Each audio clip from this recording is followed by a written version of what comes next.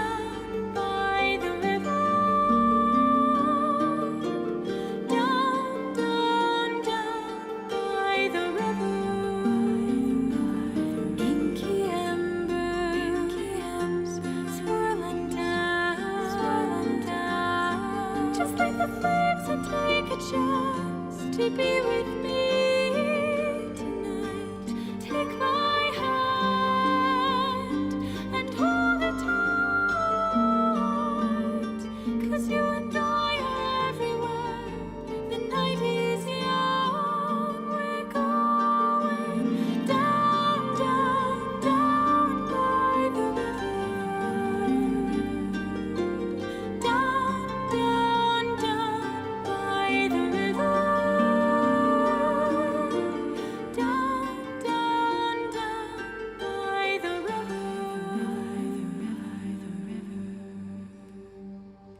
Wake me up, just leave me there dreaming.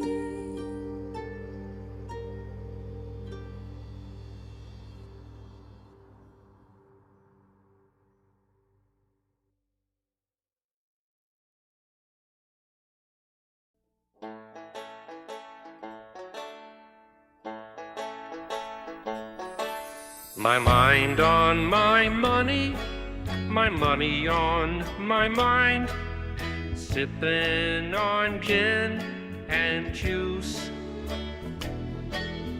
With so much drama in the LBC, it's hard being Snoop F-R-O-G-G.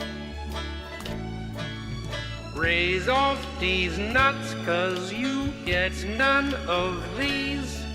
I roll through the frog pond, feel the breeze. It's 2 in the morning and the party's still jumping while you motherfuckers bounce to this.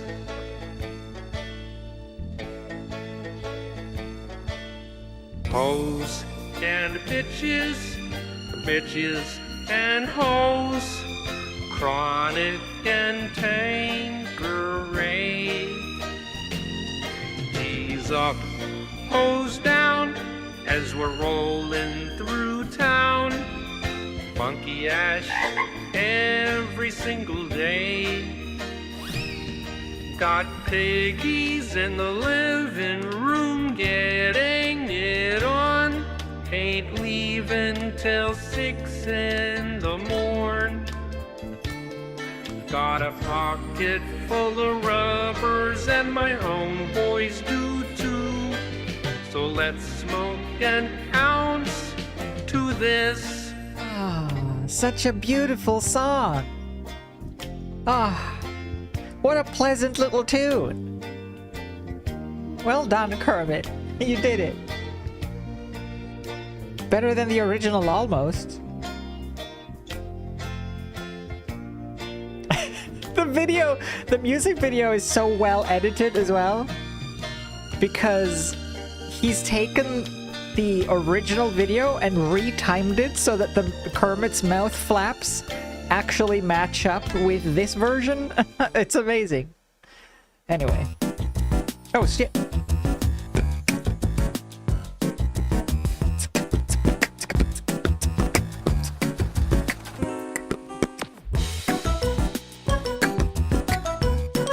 Hello? We're back in the bed we made.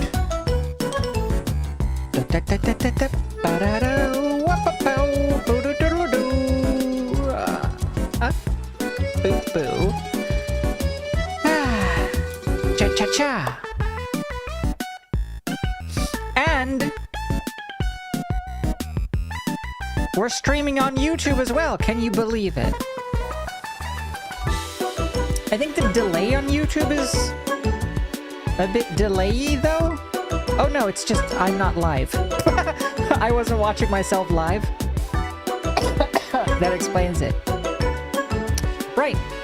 The times we live in. Yeah, I found a plugin. Listen to this bit. This is the Able Sisters, but then suddenly, what is this? What kind of Sims ass music is this sneaking in the Able Sisters store? Listen.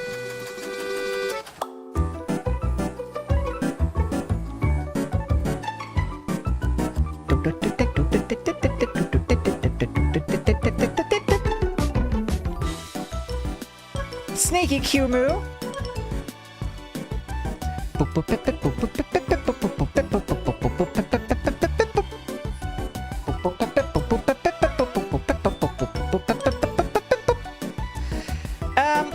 Hello! Yeah, so I found this thing. I found a thing that I haven't tried yet, but I think it works. Look, it made my Can you see this? Oh yeah. It made my OBS look all crazy. I can have multiple canvases now, and look at this. If you go into the settings here, let me just make sure that I'm not showing anything I'm not supposed to show.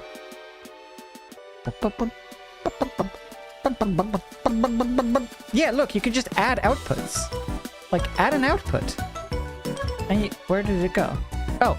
You can add a stream, a recording output, like if you want to add multiple like versions for other streaming sites, or if you want to like record a separate canvas. So you can set stuff up to have like not have notifications and stuff, and then just record like clean gameplay.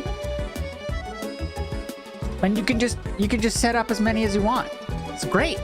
It's very cool. And it's all free. Crazy.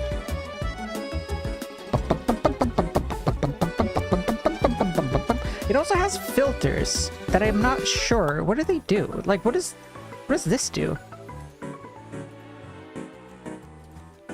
What does it do? What does this do? Ah! Oh. Ew. What about cathode matrix retro codec? Oh, it just makes it shitty. Great. What about VHS? Oh. Oh, nice.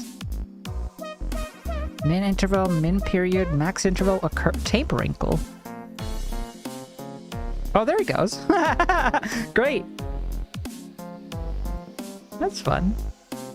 Digital glitch?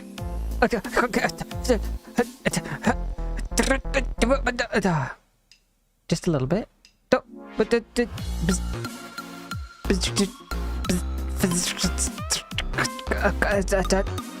What about analog glitch? Oh. Ugh. How about bloom? What am I blooming? Oh.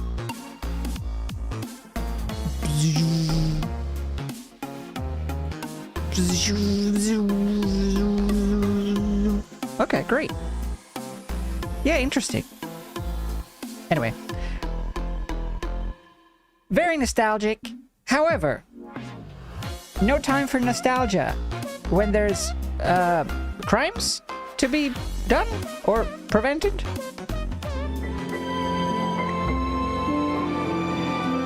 Loud! Loud noises!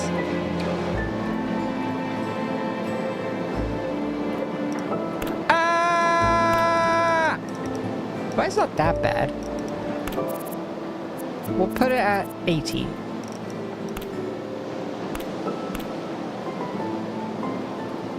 Yeah, okay. You can disable licensed music in this one, which I have elected to not do, much to my own chagrin. Because I want to hear it. Screw it!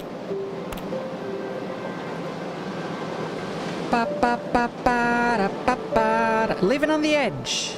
Living on the maximum edge. Most certainly. Is there noir? Well, there isn't noir necessarily, but there is noir in the terms of, like, I can just do it. I can just do it. I have it on the camera set up.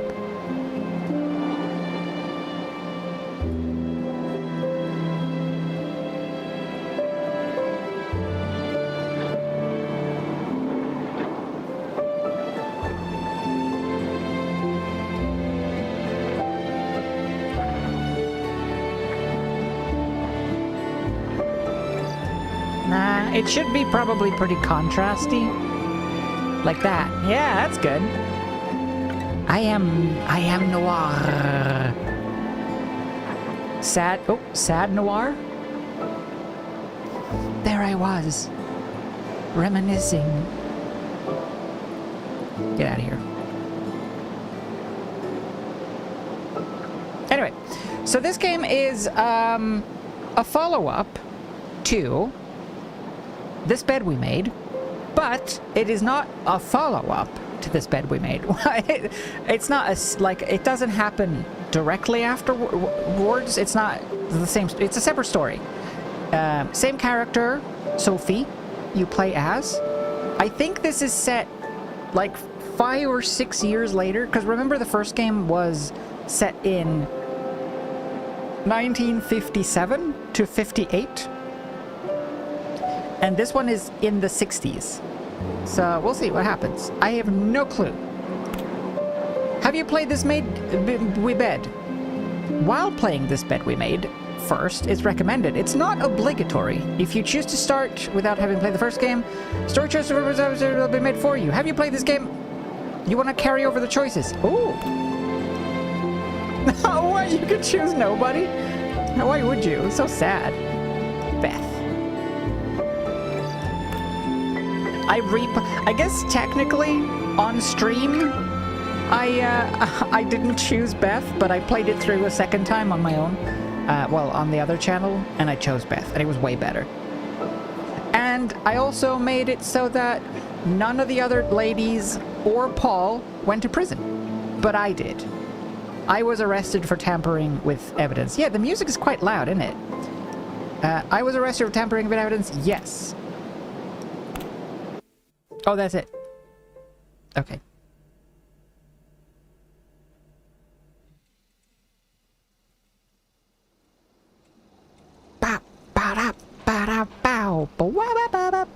Wabba-babba.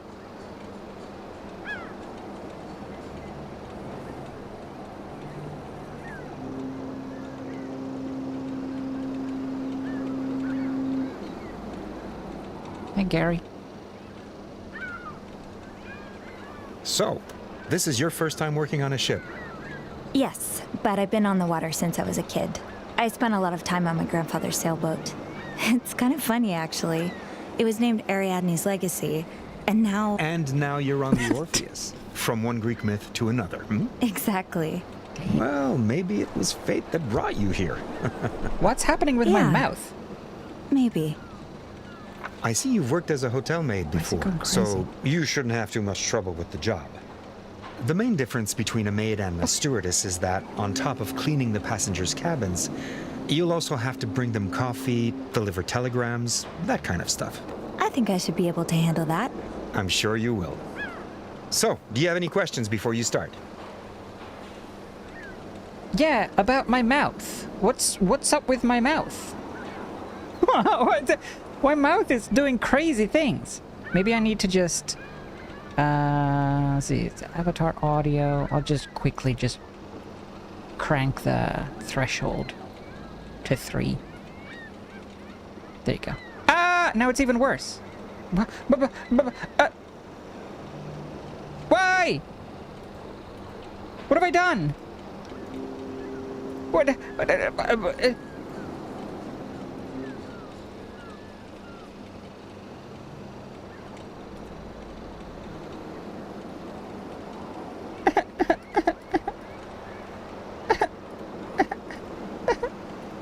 I'm back.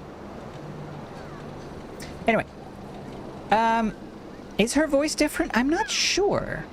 I don't think so.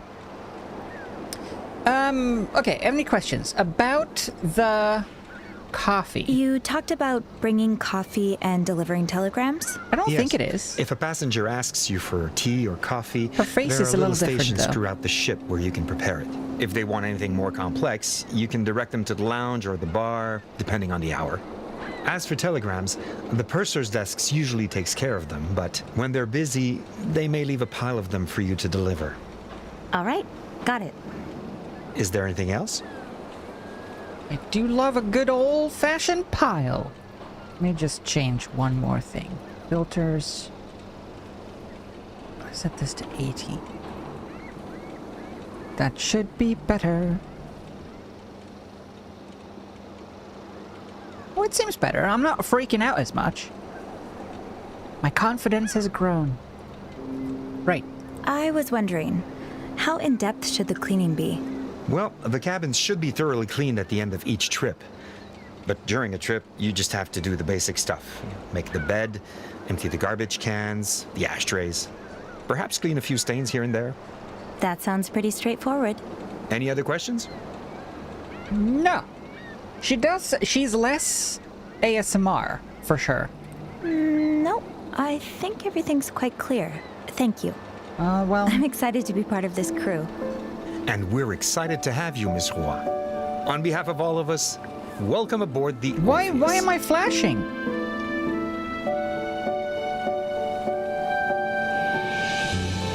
Oh. Nice. Yeah, I don't know what's going on with my little me.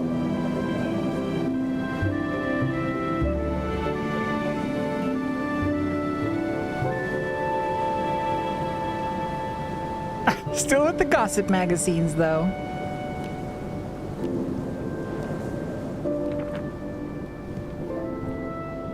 Why does she look different, though? Regardless of her voice, why does she have a different face? Doesn't she have a different face? Just a slightly different face? But a different face nonetheless. Maybe it's the hair? Yeah, it's not a gray haircut. Let me just see why. What's happening here? Is it this one? See, oh, I see. Huh.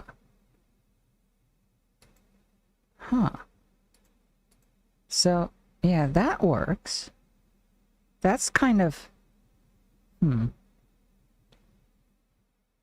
I guess that one kind of... This one kind of works. This one should enable when I'm speaking. And this one should disable... This one should disable when I'm not. What? Why is it so flickery, though?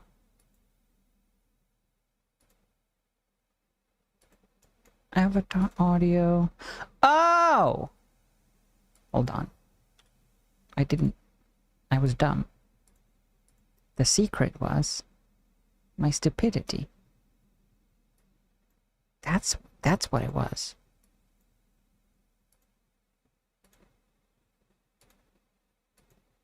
There we go.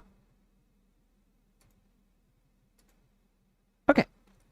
That should be better. We'll see. Otherwise, we'll just have to live with it.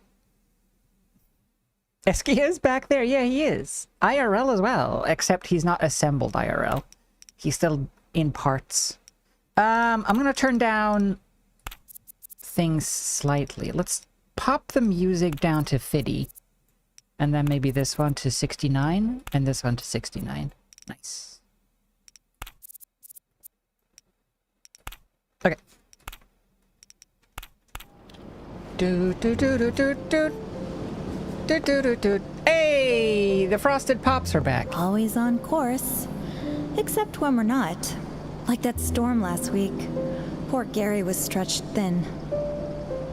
Whoa, Frozen too.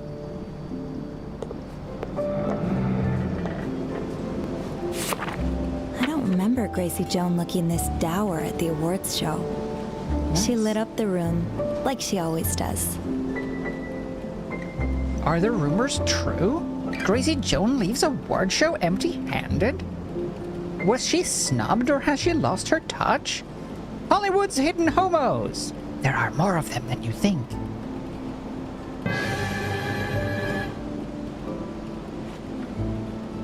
Creepy.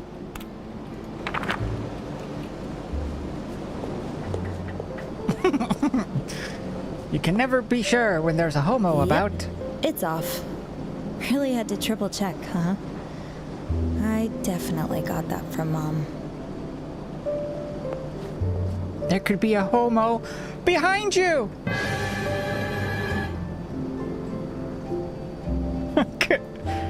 Maybe? In you! Deep inside Caleb you. was practically scandalized when I told him I don't have a turntable of my own. Maybe I should save Disgusting. up for one. Very sensitive in my mouse wiggles. Nope. Video settings? Nope. Control settings? Yup. 30. 30. Oh, that seems great. Wait, what was that? Object rotation speed. Interesting. 30. Who would ever play with inverted mouse controls? Madness. And then we'll just bring this... We'll bring this down to 50. It's a very loud game, isn't it? 60.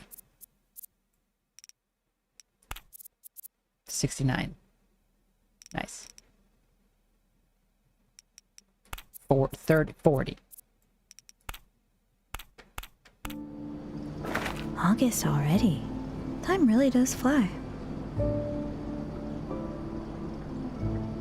It is the same voice actress? Yeah, I feel like it is. She's just less whispery. Oh, okay. What am I? Oh.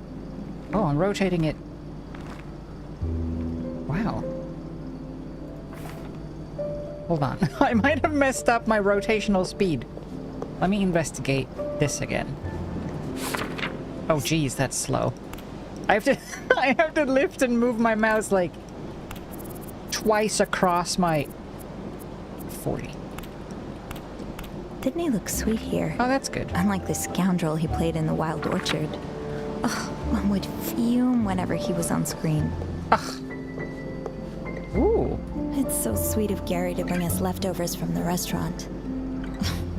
Can't imagine Bernard doing anything like that. Bernard! Screw Bernard.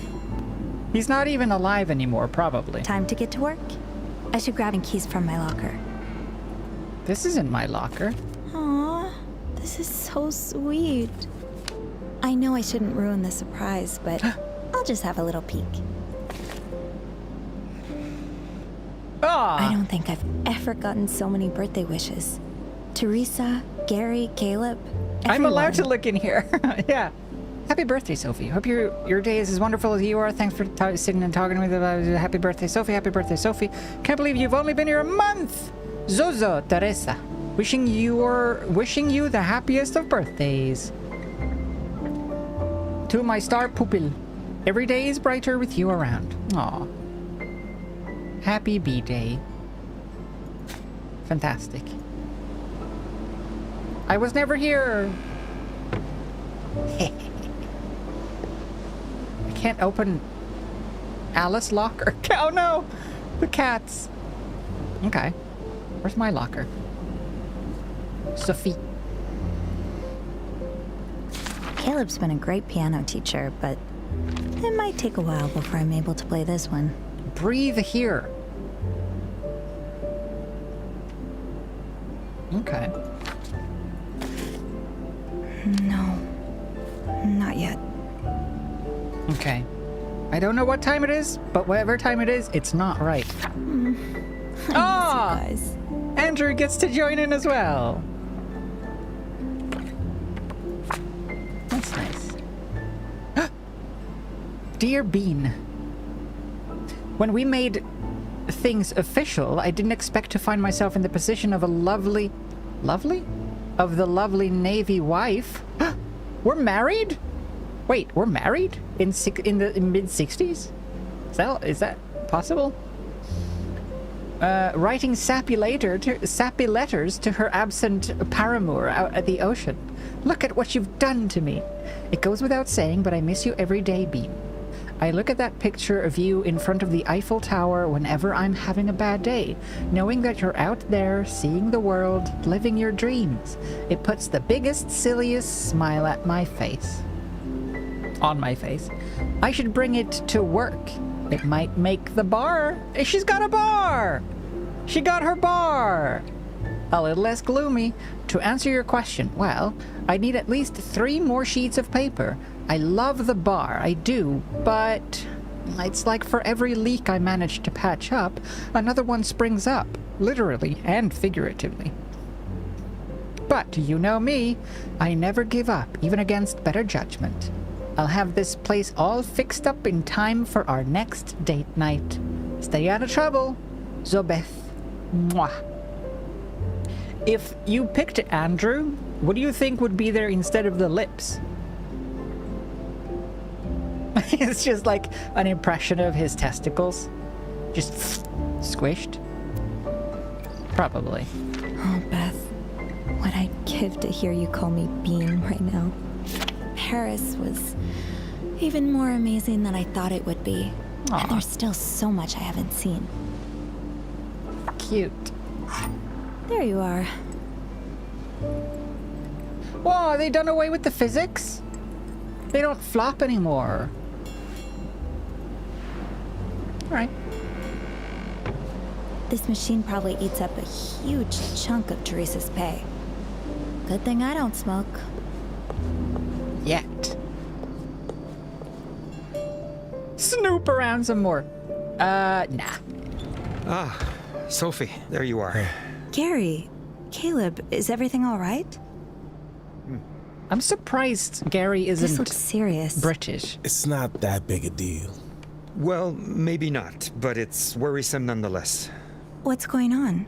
We're in a bit of a predicament. Caleb? I have this rosary. It's a gift from my mother. Oh, the one you place on top of your piano whenever you He has play? a British face. Yeah, that's the one. Last night at the end of my shift, I looked for the rosary, but it was gone. I'm sorry, Caleb. When he told me the story, I connected the dots with some other stories I've heard over the last few days. Staff members mentioning they'd overheard passengers talking about lost wallets and such. I'm afraid one of our passengers is a thief. It's a sea of thieves. Do you have any suspicion? Do you have any suspicions as to who it could be? I left the piano once to go to the bathroom. I was gone for a couple of Gross. minutes. Anyone could have grabbed the rosary during that time. I talked to Janice, but it was a busy night at the bar, so she says she didn't see anything. This is a weird icon to have. I guess it means it goes back into the conversation and this one progresses, but If you don't know who it is, what makes you think it's a passenger? Couldn't it be a staff member? It's possible, of course, but we didn't hire anyone new in over a month. Since you joined us, actually. It was And the me! disappearances started 4 days ago, right when we left Italy. Although, it's not out of the question that a staff member could have waited this long to start stealing. The timing suggests it's someone who only recently boarded the ship, so a passenger. Yeah, that makes sense. Yeah, who steals a rosary? I guess maybe it's not the thing, it's the act. It's just the klepto needing satiating. You were looking for me, so I assume you wanted my help. What can I do? Well, you see, I can't very well go around the ship interrogating passengers. I wouldn't accuse anyone, of course, but you and I both know our wealthy passengers aren't always the most sensible. I'm sure many of them would be deeply offended just to be considered suspects. It would create quite the scandal, and the cruise line would be on my back for all the bad publicity. Yeah, I can see why you called it a predicament. So I was thinking, you could take a more subtle approach. Today, as you clean the cabins, you could keep an eye out for Caleb's rosary. If you find it, as well as any other stolen item, you could return them to their rightful owners.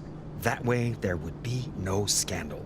And at the next port, I could have a discreet talk with our thief and tell them never to set foot on the ship again.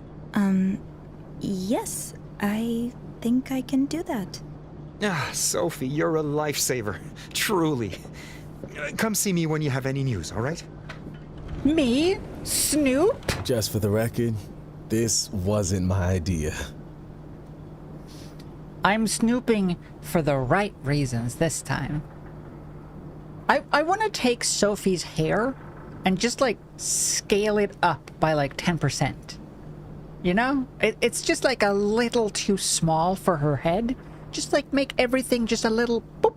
Just scale it up just a little bit.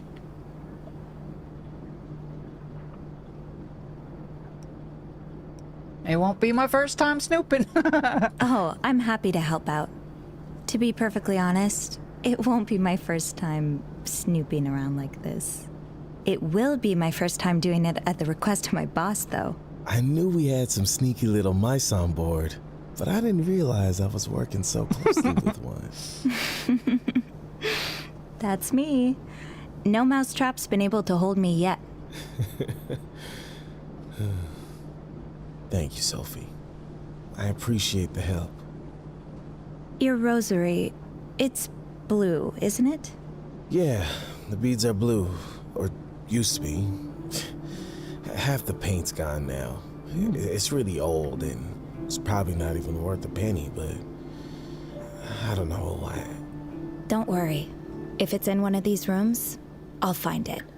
Well, have fun snooping. Oh, I do. Whoa. Okay. I will snoop. I will snoop in the pantry, I guess. No beads will hide from me. There they are. Nope. That's not beads, that's butts. Butts. And beads? Beads. Bees? Beads. Beads? Anal beads. Two. You better find new one before next race. Stop. Get rabbit foot or something, I don't care. Stop. Just get back to Traka Sap. Stop. Okay. Mr. Grant Hudson. From Mr. Warner Ogborn. I better deliver this to Mr. Hudson's cabin. I better. Oh. Oh, geez. 301 is Hudson. Okay. Do I steal this? Nope. Teresa's great at cleaning after others, but not so much after herself. Press tab. Oh, good. Okay, perfect. I have all the same... There he is. I met Andrew back when I worked at the Clarington. Yeah. He was so consistent about visiting me in prison. Oh, nice. A few years ago, Andrew opened his own bookstore. Aw. Like everything worked out. He'd always had a fascination with books that were a bit more taboo. Ooh. Beth. Beth and I go all the way back to our days at the Clarington. She was the hotel's receptionist, dazzling everyone who walked through the doors with her glamour and scorching them with her wit. She was invaluable when I was investigating the incident on the 5th floor, and it soon became clear that there was more between us. I'm glad we acknowledged it too. Getting through my time in prison would have been so much harder without Beth's regular visit. After leaving the Clarington, Beth had the chance to pursue her dreams of opening up her own bar, one that would cater to a clientele of her choosing. She took over an old pub in Montreal and has slowly been working on transforming it to fit her vision. And, well, while she won't admit it, it's obvious that the whole process has been a hard one. Still, Beth is nothing if not relentless. There's no one I believe in more to chase a dream and make it a reality. Aw. Oh. Wall mysteries. The Addams family. Oh. Okay. Well, 301, here I go. Whoop. Let's find this thief. Dang. Your brain is loud, Sophie. I'm sure I'll find more glasses in the cabins. Looks like nobody needs anything. Oh, that's For cool. It'll beep when they want stuff. Fair enough. 301. Wait, 301. 301. I've stopped and admired this painting too many times to count. I wonder who the artist is. Why is that one so bummed? Sad. There you go. Can I fluff this? Oh. Another destination to cross off my bucket list. I wish we'd gotten a chance to go together, Mom. New York? Am I on the Titanic? What year is it? Oh no, it's the 60s. We're fine. I can't leave yet. Not until I found all of the stolen objects. Ooh, it's down here.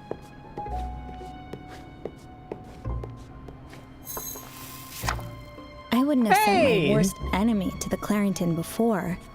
But now, Raymond's really turned the place around. Yeah. Raymond took over when Bernard went out of business. That's good. We're missing a pillow. 305, 30... It looks like it's going to be a lovely day. Why don't we go for a walk on the deck later, 301. Oh. 301, 301, 301, 301, 311, 301. Wait, 301? But that's not on. Oh, 301. Spousekeeping. Ugh. Uh-oh. Murder? Her nose is different. Murder? Not again. Oh. Wait. Wait. There was legs there.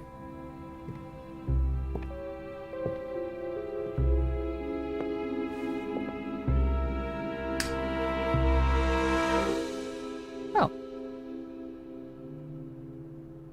Oh, it's What okay. the hell happened here? Jeez.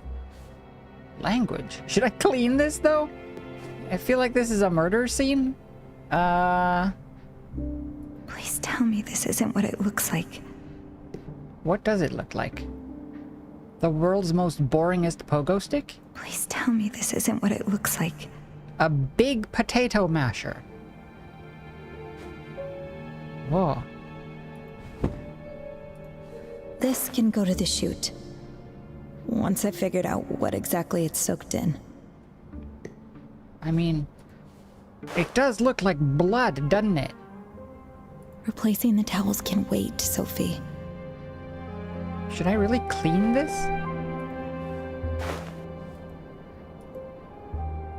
I guess. Should I wait before cleaning this? Yeah, I should. I should. I should, really, I should. I guess the rest is fine. Hi, little cup. Hello, Let's bring you back to your friends in the pantry. Hey, little cup. Aw, don't mind the murder. Lucky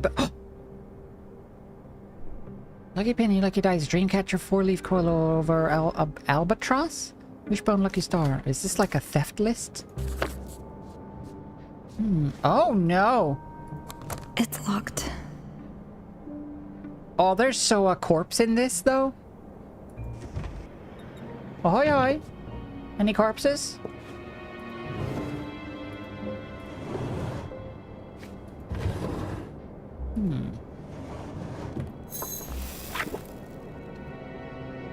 There's a boy!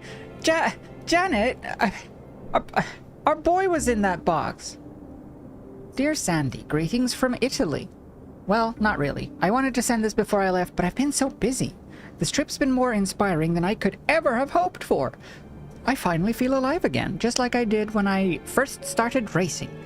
You're right that I'll have to face Warner eventually, but I'd rather not do it now. I know he'll blow a fuse, and that would just ruin my mood.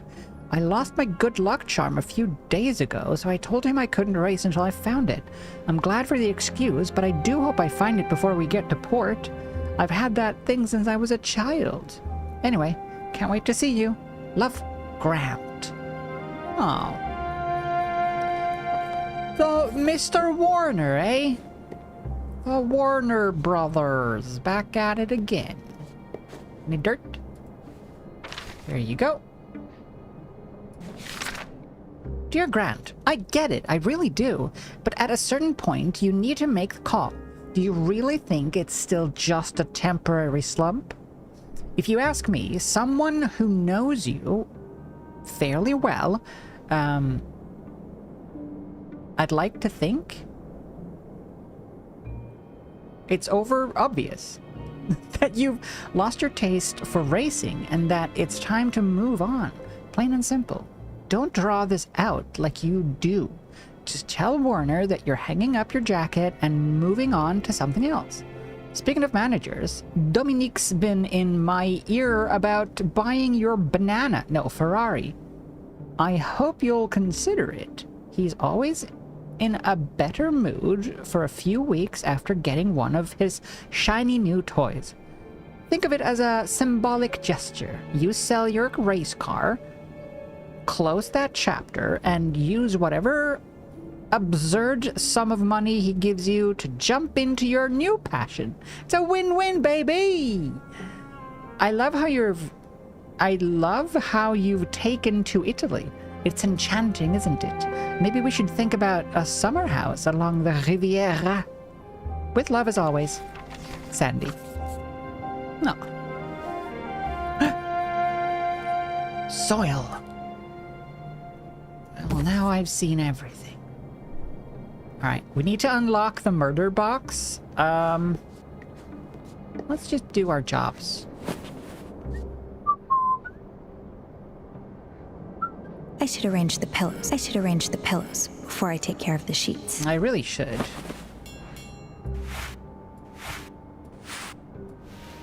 Nice. So simple.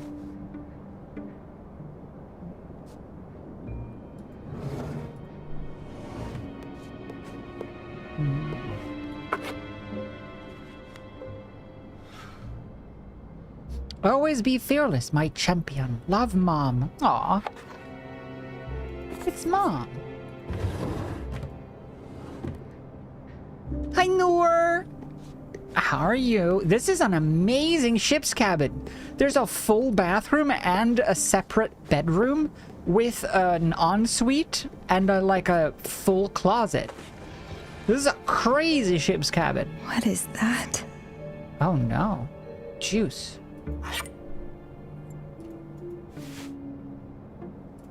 It's sealed tight. I don't think I'll be able to open it. Okay. Well, I got a key. Should we have a poo?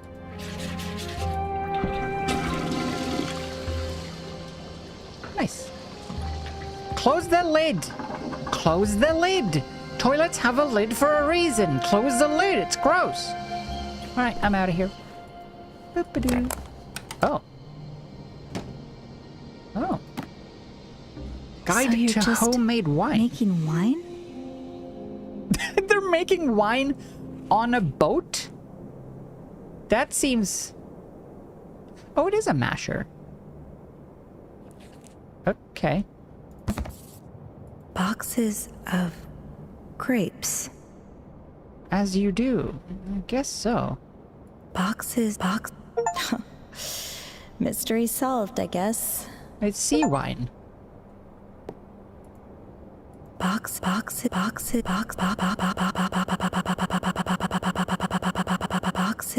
of grapes.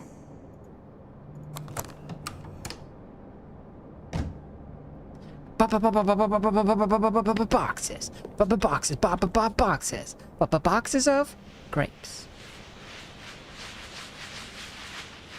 Lucky red wine comes off this easily from a rug. Bop-a-doo, doo-doo-doo. La-dee-doo-doo-doo.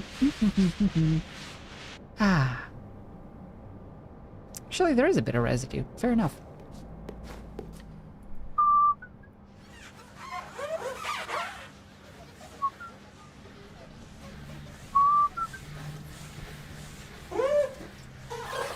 I like the sound.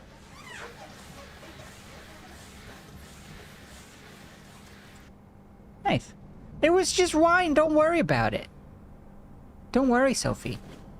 It's okay. Let's have a shower. A shower. Damn. It's crazy. Alright. Where do I get... I don't have a cart. Eh? Teresa says she hears this bell in her nightmares, but I kind of like it. A coffee, please, stewardess. I don't have a cart with fresh towels, though. Was there like a towel cabinet in here? Oh. So laundry goes in the chute. Thump. And I take towels. Come with me, towels. I'll find you a spot in the bathrooms. Oh. Dear Sophie, I hope this letter doesn't cause any... Alarm! We never formally met, but okay, I'll just do this. It's too squiggly. We never formally met, but we were both present at the Clarington on that faithful day. I've since learned that you've played a crucial role in the events that day, and consequently, the course of my life. And not just mine, in fact, but the lives of Anne and Marcella as well. Whoa! Is this Paul? Who asked that I track you down. I regret not having done so sooner. I found your mother's obituary in the Montrealer, and through that I was able to reach out to your aunts and learn your whereabouts. I suppose I've gotten quite good at that kind of thing. For my days as Mr. Spade, it is! That little charade feels, fittingly I suppose, like it was put on by another person entirely. Back then, it was so easy for me to get lost in the fabrications like that, thanks in part to a faulty prescription, one that has since been adjusted, thank God. I finally feel like myself again, after a long time of feeling out of sorts. I owe you an overdue thanks for what you did so long ago. Your selfless actions led to many a good thing for the three of us. My acting career took off, and I now spend every day doing what I love. I only hope that the universe has found a way to reward you for your good deeds. I would love to hear from you and get to know you, Sophie, if you feel moved to write back. I'd be honored to get to know the remarkable woman who risked so much for three complete strangers. From the bottom of my heart, thank you. Paul. Oh, dear Sophie, we may not know each other Who's this? Oh, Anne as well. Dear Sophie, we may not know each other personally, but you've been on our minds for the better part of the last 5 years. It is 5 years. Ever since we read of your incarceration in the paper, Marcella and Paul recently got back in touch, and all three of us expressed the same desire to reach out to you, to whom we owe our lives as they exist today. Marcella and I found so much happiness in beautiful, sun-kissed California. Marcella's only become more prolific with her writing.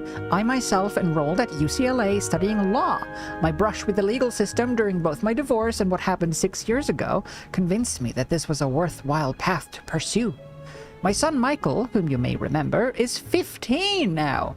I'm relieved to see how much more peaceful he is, despite all the upheaval. His favorite pastimes is sitting by the beach and sketching the scenery. We're in a little bungalow in Santa Monica. It's not much, but it feels more like home than anywhere else I've ever resided. None of this would have been possible if not for you. I can't thank you enough. I hope that you were able to find just as much happiness. Though Paul spoke to the Clarington's former receptionist while searching for you, and from what he inferred, you may have already. Très sincèrement, Anne. Aw, that's so Still good. can't believe they reached out like this. Just knowing they're out there, Pen living pals a in happy crime. life, it makes it all worth it. Yeah, aw, that's very nice. Oh, whoops. I did that. Can I turn that off? Okay. It's very nice to know, to get a little bit of a what happened next, a little bit of closure with those guys. I'm glad that it worked out for Anne and Marcella.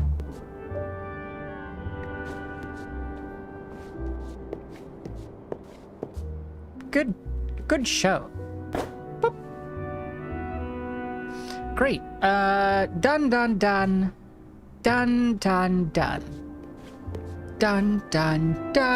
Great. Done. Garbage? No. What's next? Garbage.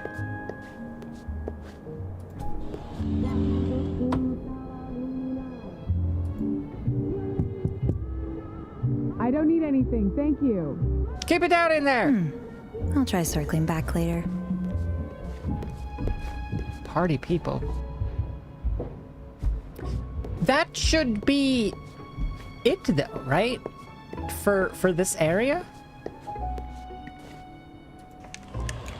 Oh, hi. I'll just snoop a bit.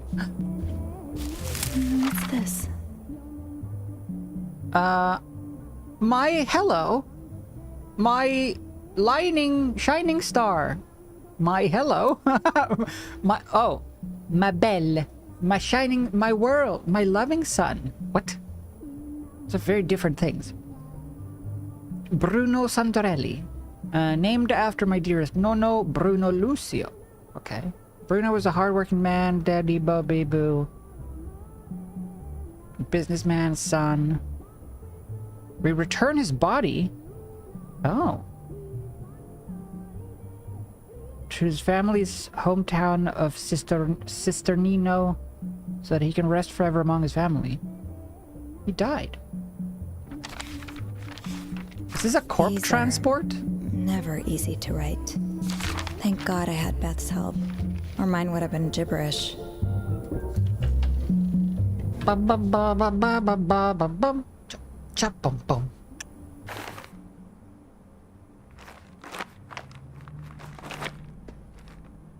Wow. Bum bum bum bum bum bum. Scrub dub dub. Can I not take the? I feel like this is a dirty towel. No. All right. Refill that. Oh, here we go.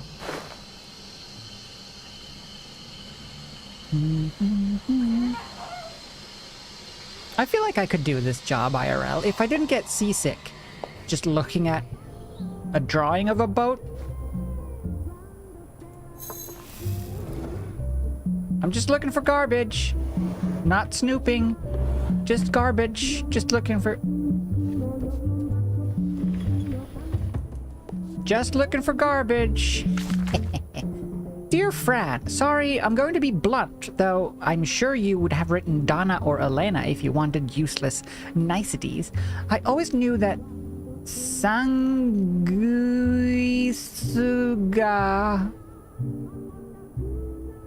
was in it for the money. She never loved Bruno, and now she must be downright giddy at the prospect of acquiring his fortune earlier than expected, I'm sure.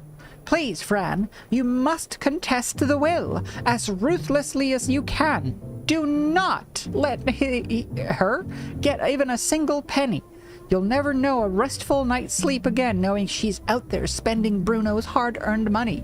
She edged you out at the hospital and again when planning the funeral. Shenervi. Enough is enough. While you're at it, you should retrieve that beautiful Sicilian chest ASAP. It wouldn't even technically be stealing, since it was a gift from you to Bruno. Trust me, if Bruno had seen the truth, this is what he would have wanted. Keep fighting, Sorelina. Great. Bruno? Oh, we don't talk about Bruno. Whoa.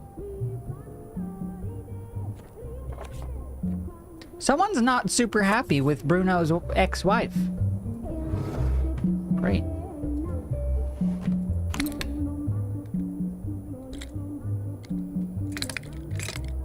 Coco. Think that's a code? 37955?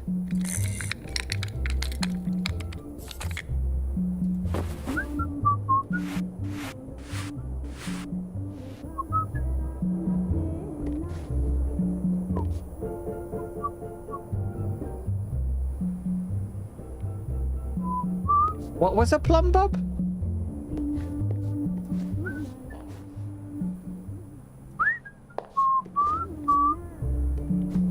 I like her music. I bet it's copyrighted. All of this is gonna get claimed. Okay, what do we got? La Sacra Bibia. Bibia? Is that what it's called? Bibia. Hello? Bruno? Is that you? Is that you in there? Get out! Come out! Rub it! I want to make a wish. It's been a while since I visited Mom. Are you carbonated? Blow out. I should, shouldn't I? You don't leave lit candles when you leave your cabin. It's crazy. Don't haunt me, Bruno. It was for their own good. Alright. Clean, clean, clean, clean. Clean, clean, clean, clean. Clean. Done.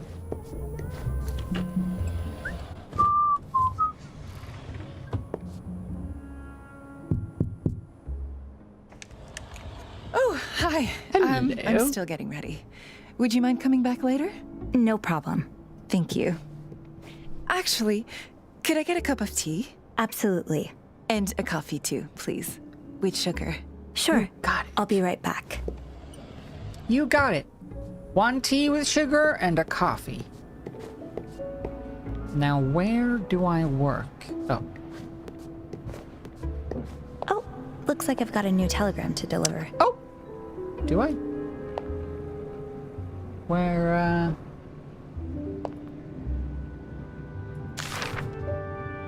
Your mother-in-law wants to contest your husband's will? Oh, yeah. I remember. A telegram for Irene Santarelli. I should get it to her. I will. I'll get it on the way back. I just gotta get some coffee and tea. Prepare tea. Prepare coffee. Prepare tea. 1 tea for Mrs. Adams. 1 tea. That's not the right step. What? What? 1 tea. That's it. Now, what's next? There's no microwave. How am I so... This is a microwave. This is what they looked like in the 60s. Let's prepare Mr. Adams' coffee. Mom always added the sugar second. Okay. Mother knows best. Let's deliver these drinks while they're hot. Mother knows best. Gracie Joan and Sydney Bailey. Dating. Come in. Soup for you. I can't snoop around in front of Miss... Where should I put your husband's coffee? Oh, you can leave it here. I'm sure he'll be back soon. What cheese? So, do you know if that was Grant Hudson I saw in the bar last night? The racing driver? Yes, that's quite possible. He's a passenger on the ship. Wouldn't usually have recognized him. I'm not really into sports. But ever since he's been dating Sandy Bluth, I've seen a lot of him in my magazines. They make a very cute couple. They sure do. Oh. Somberness. Sandy isn't here with him, is she? I'm afraid not. I haven't heard of any big race lately. I wonder what he was doing in Italy. What? Wait. What did... But... Shouldn't we keep... I feel like I shouldn't disclose personal information to other... whatever. Actually, I think I know. Really? Please keep this between us. But he lost his passion for racing and got into winemaking. Winemaking? Gossip! He's actually making a batch right here in his cabin. I got quite scared. For a moment, I thought it was blood. Well, I guess it's never too late to find yourself a new passion. Thanks for that. The gossipers got nothing on you. No, it's good. Well, speaking of wine, I think I'll go to the lounge and get something a little stronger. Will your husband be joining you there? I can bring his coffee if you'd like. No, I am. It's fine. Don't worry about it. She don't have a... Thank you for the tea. She made her husband into wine. He's in the bottle.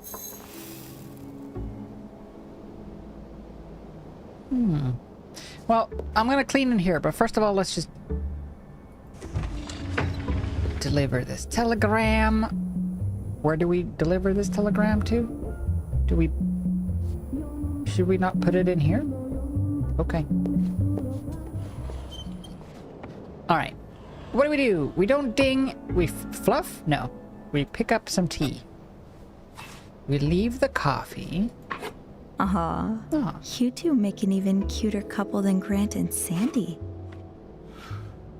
Honeymoon. Aw. On the Orpheus. Okay. Noted.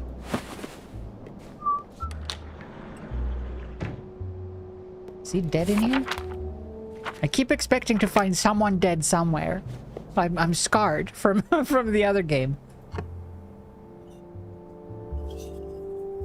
Oh, they're out. Don't worry. I know a place. Lipstick. Well. No lipstick. Someone with lips. Hello there. And someone I have without a spot lips. just for you in the pantry. Come here, you. Oh, jeez. Destination, the pantry. Destination pantry. Ooh. A hat. Belonging to Ethan Obama. Okay. Great. Hello? What is this boat? How many? What in the world? These rooms. It's crazy. Oh. Nauseade. Okay. Makes sense. Like, who has a bathtub on a boat? Whoa. Headaches, toothaches, inflamed sinuses. Okay. Someone's not feeling too hot.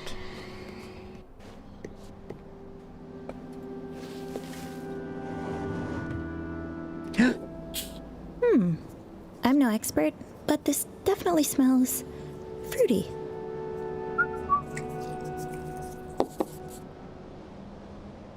Can we close this? Okay.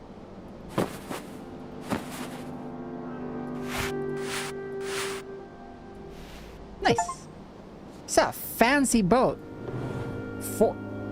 Ew, is that Linda's? It follows. Looks like a torn up letter. Maybe I can find the other pieces around the room. Yeah, maybe. I just need a few more pieces. Mom took so many pills too. It was hard to keep count. Oxazepam? What does that do? Damn. Good grief.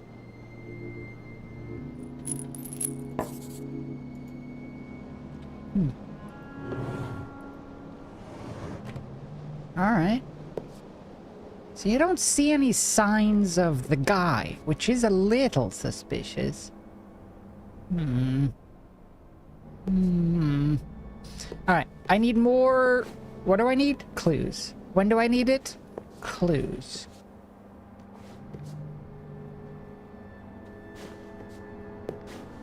Nothing in the bin? I need more bits of paper, I think.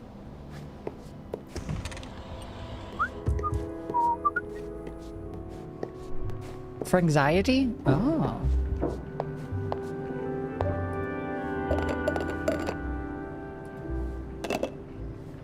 Pretty good. I got a funky towel. Chuck it in here. There you go. And a cabin table. Pretty good. What's this? Ah, that's Teresa's lighter. Oh. She's probably fretting about it right now. I should leave it in her locker. Oh, I will. Funky towel. Towel's got the funk. Funky towel. Towel's got the funk. Huh.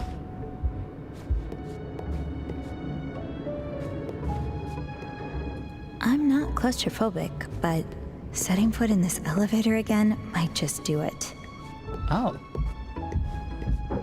Well, I love all these noises of, like, activity. The footsteps and the toilets flushing and, like, just activity. Sound design in this game is really good. I think this game is only, like, a couple of hours. I think between 2 and 3. But I'm also exploring and snooping and being slow. I'm sure I'll find more glasses in the cabins. Our passengers love to drink.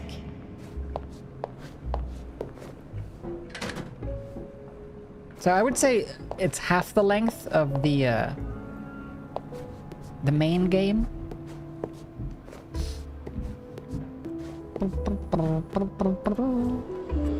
Okay. We'll leave that. Where else could there be bits of paper, though? In the hat? Wasn't anything in there.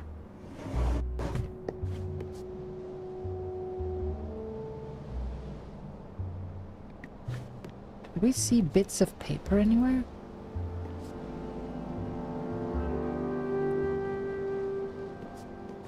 Maybe... Was there anything in this? No, just napkins. And this one was just the bra. And this one was nothing.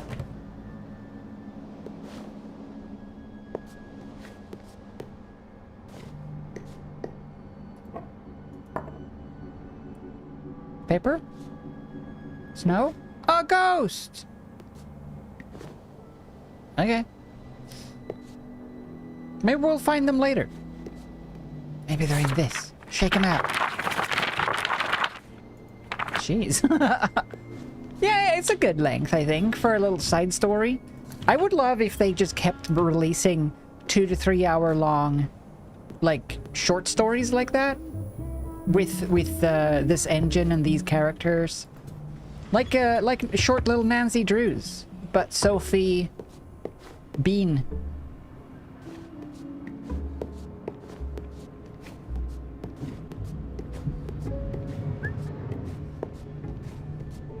can't leave yet. Oh. Not until I found all of the stolen objects. So was I done in here? I was done. There was no garbage. Oh yeah, the telegram. Who was I leaving the telegram to again? It was like... someone... What was it? It wasn't Grant's telegram.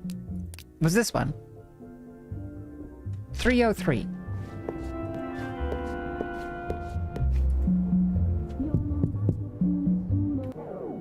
What is it? I said I didn't need anything. Mrs. Santorelli, there's a telegram for you.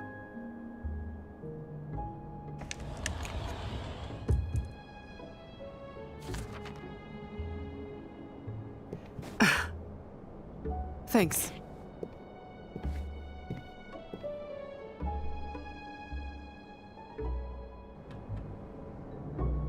They definitely changed Sophie's nose. Shit. How do I unring these?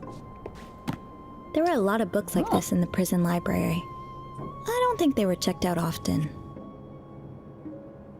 Start living life. Today. Lucas Sitwell. Call he anytime. Oh, me anytime. If you need someone to sit well, Lucas got you. Makes sense. Look, there it is. Relieve symptoms of psychiatric duress and help restore cognitive function whenever the need arises from the comfort of your own home. While rare, should you experience side effects such as prolonged drowsiness, dizziness, vertigo, nervousness, insomnia, palpitations, tremors, altered libido, and overt psychotic behavior, reduce your dose. No shit.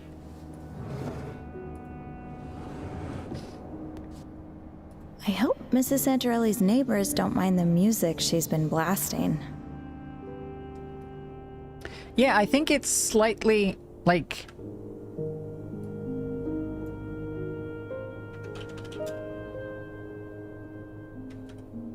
I think it used to be more...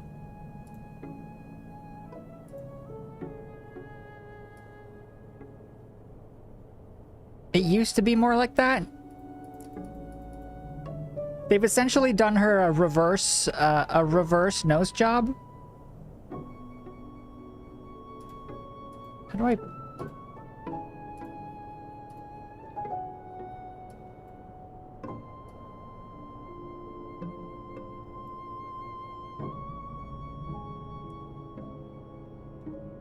Unsure why.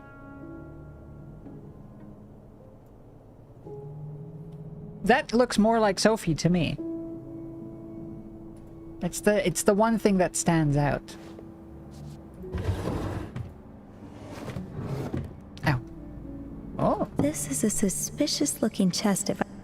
It's locked with a 5-letter combination.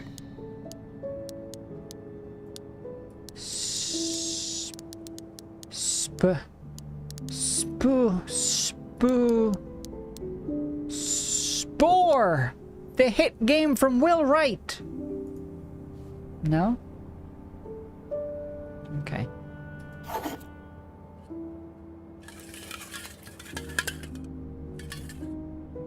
Whoa.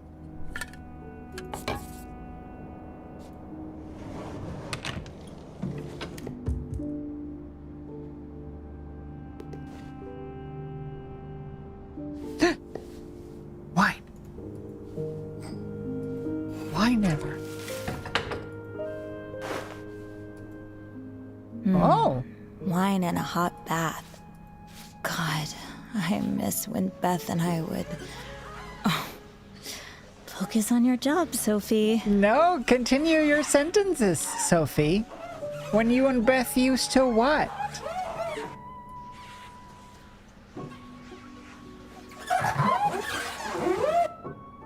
Dang. He took a bath with rose petals? Now that's opulence. Welcome aboard. Happy to have you. Captain Jonas Holmström. Hey, Swedish. With our newly curated winter trips, you can leave your boobs behind. Oh.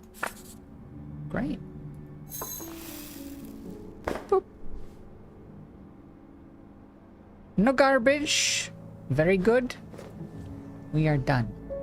No garbage. Ooh. Wow, that's dour. All black.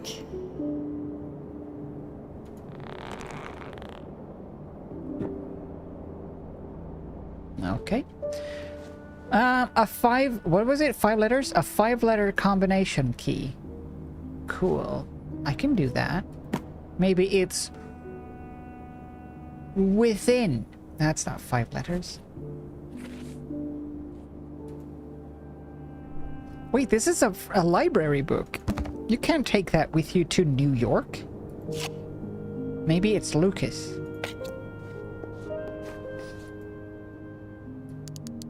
L U K A S. No Shit. luck. Alright, fine. We'll come back to that. Oh? You know, I could see Beth in this back in her modeling days. Oh yeah! Oh, I remember. She had a very spicy picture in her locker. It was good. I need a 5-letter word to unlock that chest. If I can't find anything in here, maybe I should look elsewhere. Don't worry, little cups. I'll bring you some more friends. Look, I've accidentally dinked. Maybe I should just go dink them all. I can't, like, undink them.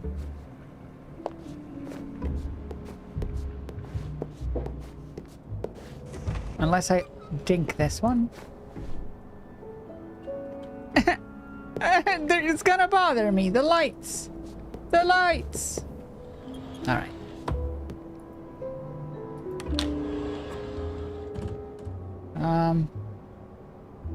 Well, there wasn't anything left. Let's see about these cabins. That one was thoroughly checked. Did I thoroughly check this one? I feel like I did. Yeah, I thoroughly checked this one. I'm out.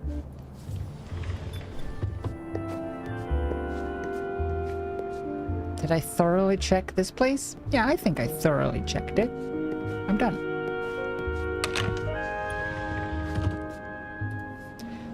Marco and Pietra.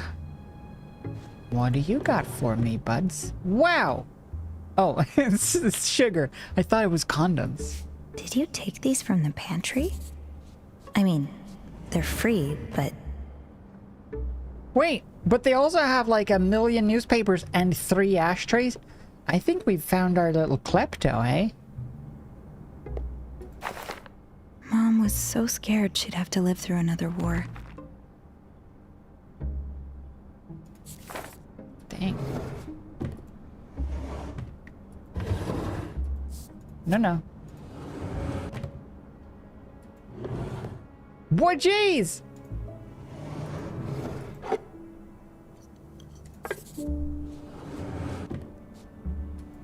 Chez Letizia. Mom and I went for her birthday, years ago. One of the last times we ate out. Eating in at Chez Letizia feels like sitting in a rustic family home while Mom and Dad toil away in the kitchen. Owners Marco and Pietro will attend to you personally, smiling from ear to ear, creepy. The meatballs are tender and juicy, making for a harmoniously mouth-watering main. I'd be shocked if you found a better version of this cloud-like pastry outside of Tuscany itself. Aw. It's a very good review. Now I want to watch Ratatouille. Whoa! You're never running out of olive oil, that's for sure. They're oil dealers! They've gone to Italy to stock up. Thank you for visiting. It was so lovely having you two over, though far too brief. I hope you know that you are always welcome here, and that we would all be delighted if you decided to come back for good, especially little Stefano. I saw how quickly he grew attached to his Gio e Gia. Oh, Grandpa. I understand that you are not ready yet, but as Mama always said, ci si volta e ci si gira. Sempre a casa va finire.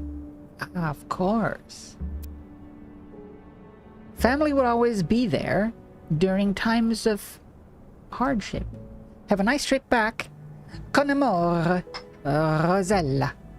P.S. Maybe travel a little lighter next time. What? You don't usually bring 50 liters of olive oil when you travel? Oh, aren't these just the cutest? Oh. It's too bad they smell so burnt. Whoa, what burnt? Did the baby spontaneously combust? Put him back. Oh. There's always something in the vent. Ratatouille. Specifically, I wanna listen to the bit in Ratatouille when Egon does his review at the end. No, put it back. I learned my lesson from the first game. You don't leave anything open or exposed, because that might put you in jail. Whoa. Hangers aplenty. I guess it's good to have a backup. Or 20. Is this butter? Oh, soap. Oh, I thought you just had a box of butter. Oh, a box of bathroom butter. Nothing wrong with that. Everyone's got a box of bathroom butter.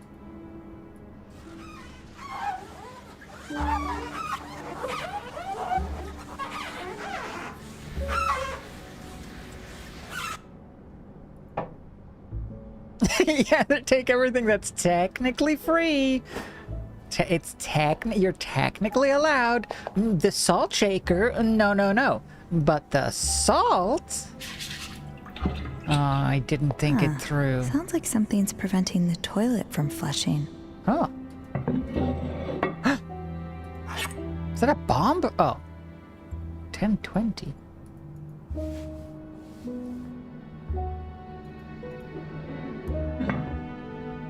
Flush? Flush? Flush it? Flush? No flush.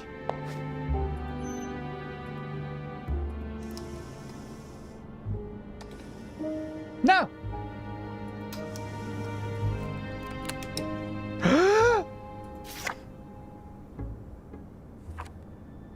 Marco and Pietra e Claudia. Aw. Did their baby burn up? New York, Montreal. Special charge for extra baggage. I wonder why. There's at least $200 here. Dang. $200? That's crazy. I bet you lost everything to the war. You must be terrified to lose it all again. That's sad. They took the last little bit of the sign from the restaurant with them. The burnt sign. Sad.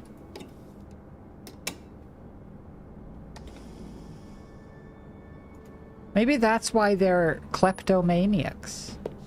Because now they're like, we might lose everything again. Hoard, hoard, hoard. Oh. Oh, yeah. Well, I mean, it is suspicious, but I also kind of don't want to... I don't want to pile it on, you know? Ding. Now that's just the done bell, I've decided. This is vacant. There's no point in snooping around an empty cabin. Why you This is say that? vacant. Oh. There's no point in snooping around an empty cabin. What if it isn't empty? What if it's full of corpses?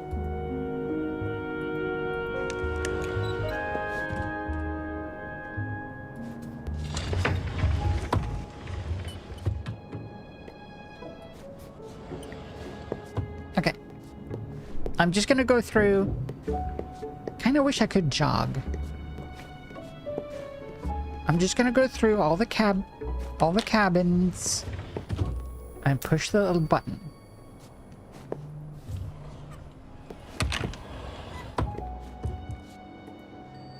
All that ringing. It's a good thing I'm the only stewardess on duty right now.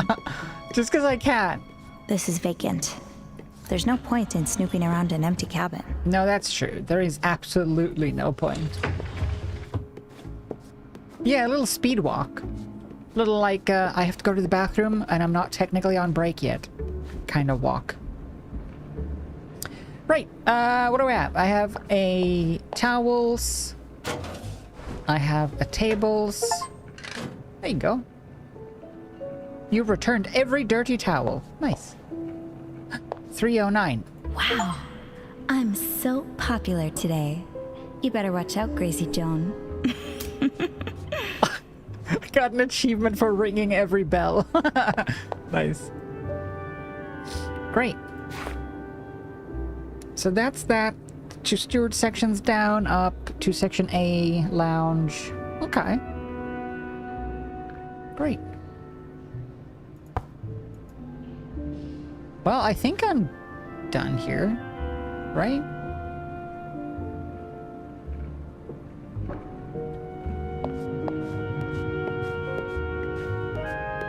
I can't leave yet. What?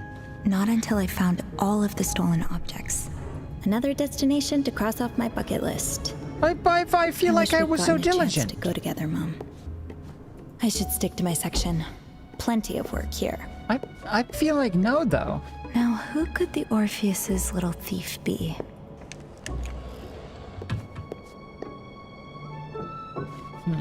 If I don't find anything in here, maybe it's worth checking Francesca's cabin again. Maybe it is.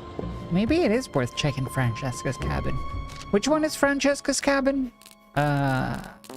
Excuse me.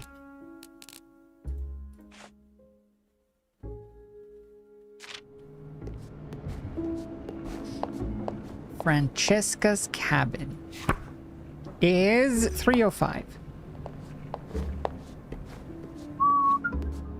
I do like the thinking system that you can sort of get little insight from listening to my own brain.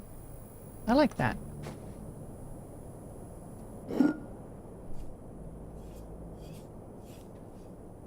Get out!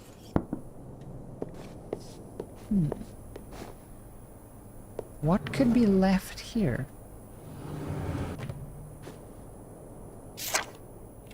We looked at that. I read that.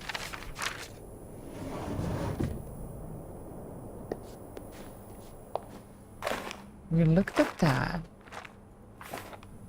I cleaned that. I cleaned that. Nothing there. And I can't grab that. Oh! And I can't put any more towels on. Wouldn't that be great if you could just like ask your brain for a bit of insight and it just does it? Maybe we go with this. Oi oi. Or Coco.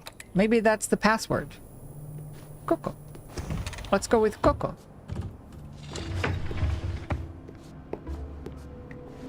Yeah, the I'm assuming the kid's name. Coco.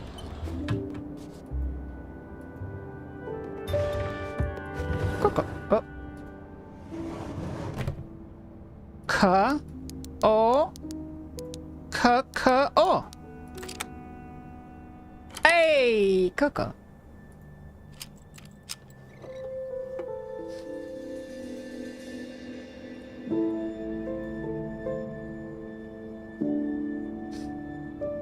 Why on earth would someone carry a motherload of olive oil with them on a trip?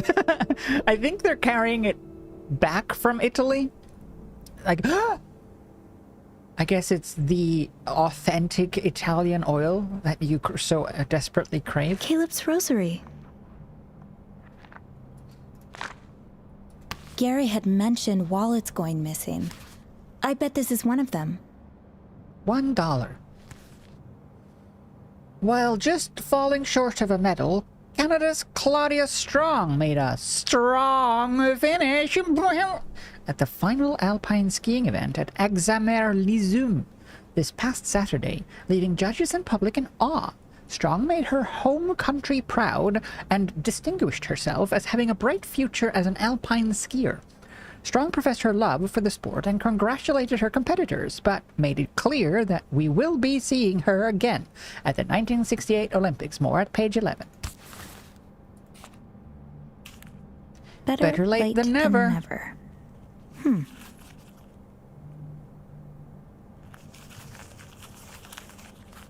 It's broken. What are you... Mrs. Santarelli, wait, why did you steal all of this? I'm sorry. I didn't mean to. Are you all right? Is there anything I can do? Would you like something to drink, maybe? Well, a black coffee would be nice. Shall I call the wambulance, I'll be miss? right back. Just give me a moment. That was such an exaggerated. Oh. Deep down, I still love One you. coffee for Irene. Poor Irene. I hope a warm drink will soothe her. At least a bit. Oh, hello. Poor thing. She's... Thank you. Mrs. Santarelli, I don't want to get you in trouble. I'd just like to understand what happened. Sophie's pose. Please. I'm having my school picture taken. I'm afraid it's not a particularly cheerful story. Bruno, my husband, was diagnosed with cancer over a year ago. Nice. Terminal. Nothing to be done.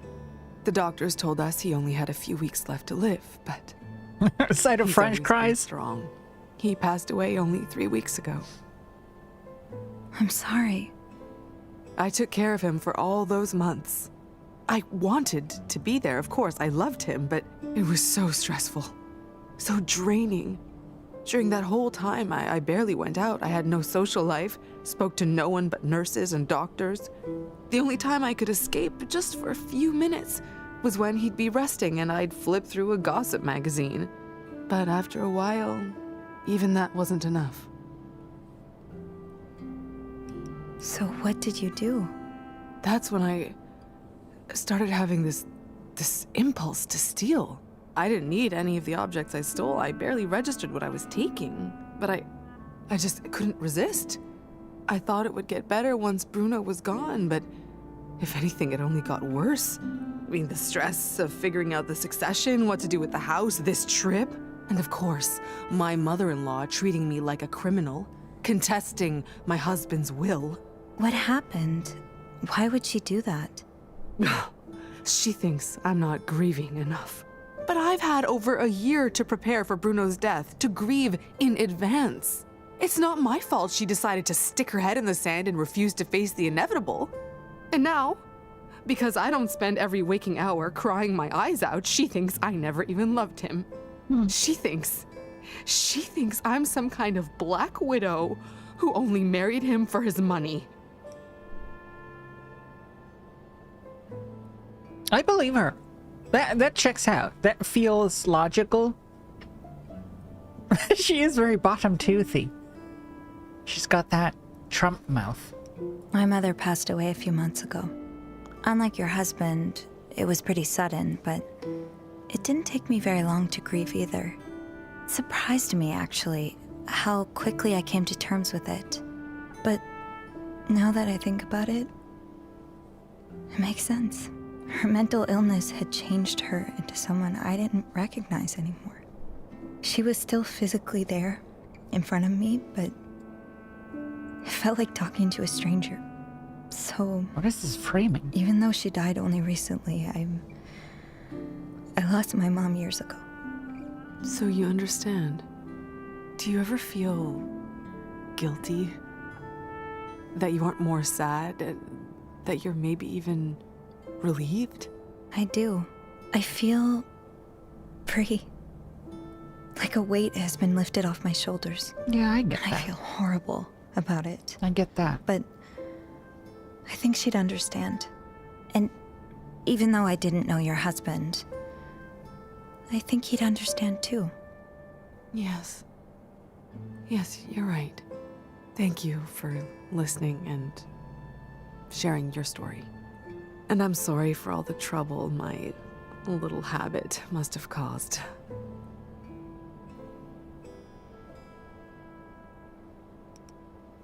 Is there no way to patch things up with your mother-in-law? Oh, that ship sailed long ago. Things weren't exactly peachy before Bruno's death either. She resented me, blamed me for not bearing him a child. She accused me of cheating on him because I dared have coffee with another man. Oh no, I never stood a chance. She made up her mind about me the moment I stole her precious son from her. I see what you mean. Missing information? Is it okay with you if I return these 3 items? Their owners would probably like to get them back. Yes, yes, of course. There's one more, actually.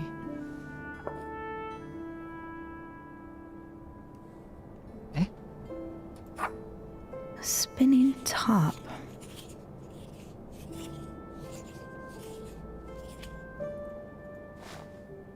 I wanted to return them, but I've been nabbing things that were left lying around on tables and such. I have no idea who they belong to. It's all right. I'll figure it out. Just, if you can, try to be more careful in the future, okay? If you can't resist the impulse, at least try to pay attention to whose things you're taking. I will. Thank you. Well, Sophie. also Thank you, don't Sophie. do it, though. How do we explain this without nailing her, though? Like, I don't want to get her in trouble. Now, let's get these items back Whoa. to their rightful owners. I ate her. Then I can give Caleb his rosary back. I still didn't piece together that piece of paper. Never found the last bit of paper. Complete! You returned every cup, glass, and tray table. Aw. Model citizen. Well, I managed to find the stolen objects without too much of a hassle. Now I should get them back to their owners' rooms. Great. I still... Oh. I have to know. Whose cabin is... Okay, hold on.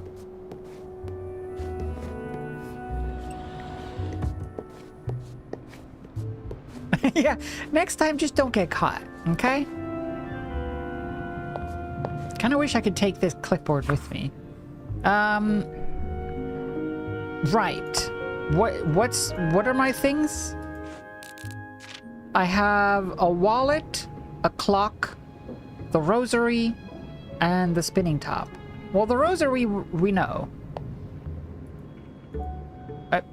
Okay.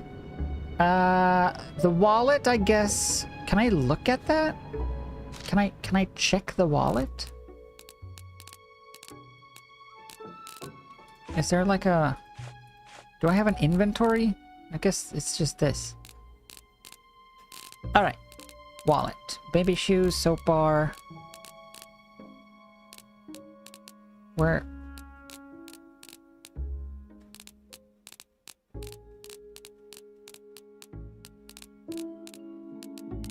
Where is this? A child's toy. So we put that back in that place. De la courte. Okay. Okay. Okay. So this one goes in the kids' place, and this one goes in the Delacourt. Which one was the Delacourt? There is no Delacourt. Shit. To the kids' place.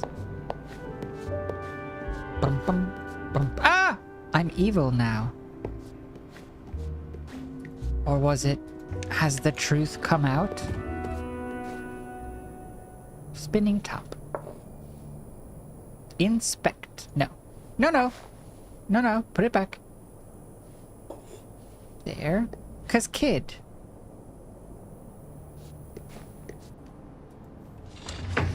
Great. And then... What did it... Surely the wallet had some sort of identifying thing. What did the wallet say? Canadian bills. Who's Canadian? Characters. Who's Canadian? 301. Badadoo racing. Boodadoo. We've crossed. That's those ones.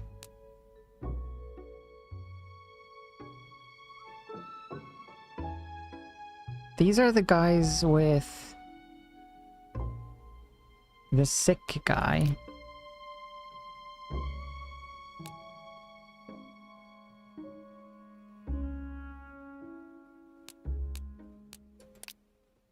So they're going to Montreal, right? They're going back to Montreal with all of their olive oil. Because it said on the ticket. So they'll get the wallet. And then the clock.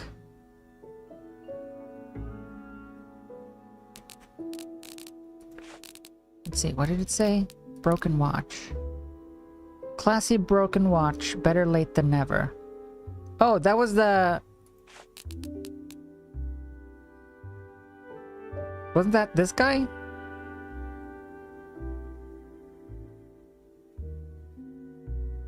Like with the new hobby, better late than never. We'll go put the wallet anyway. Nope.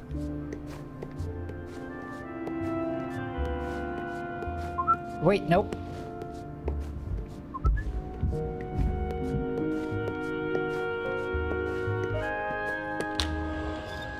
Oil! Ding ding ding ding ding! Sell, sell, sell! Put wallet. Yeah, wasn't there...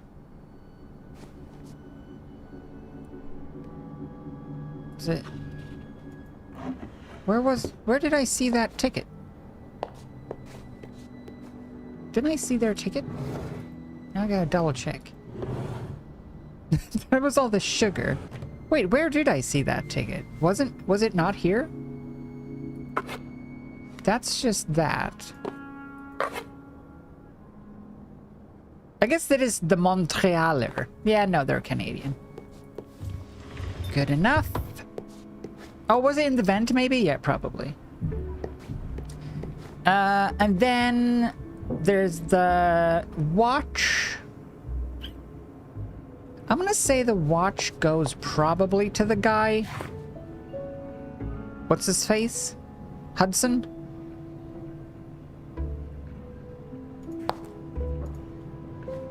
Was he the race car guy?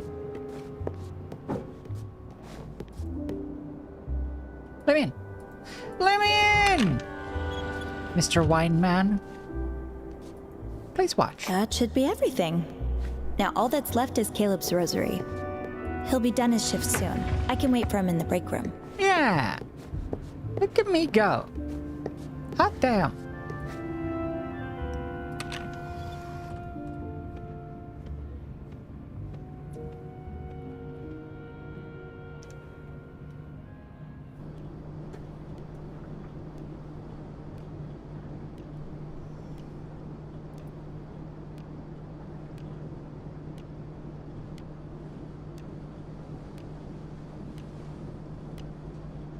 Uh-oh, he's dead.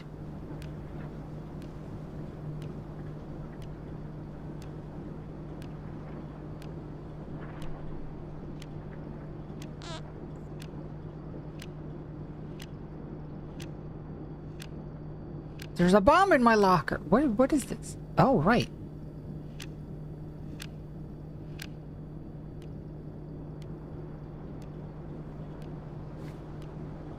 The time.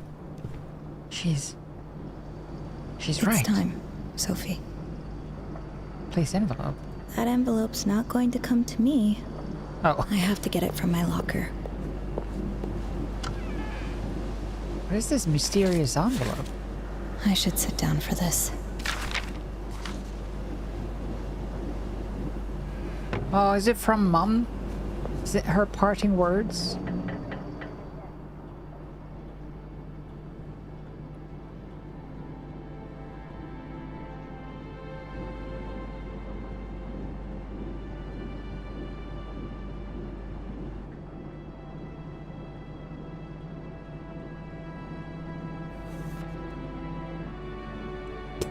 Anthrax.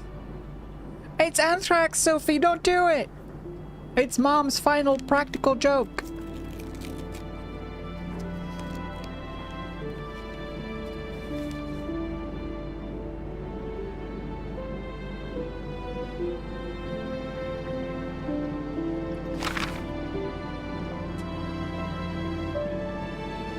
Sophie, ma chérie. Believe it or not, I woke up before dawn today. It's been so long since I've sat out on the balcony in the quiet of the morning, alone, unbothered, before even that creepy Mr. Belanger is awake. Let's just do this. It was Belanger. 30 minutes. I can relax without him staring at me from the other balcony. I know you insist that he's harmless, but why would a man living alone hang out so many clothes to dry? They can't all be his. Anyway, I refilled the bird feeder, and a few curious robins joined me as I had my morning tea. I'd forgotten how calm the mind gets when you watch the sunrise. I feel like myself again. But I'm well aware that these moments go as quickly as they come. With my heart in the condition it's in, I don't want to take any chances, so I'm writing this out now before the clouds return. I hope that you are reading this. If you're reading this, it provides you with comfort in the wake of my passing. Or perhaps you got your hands on it beforehand.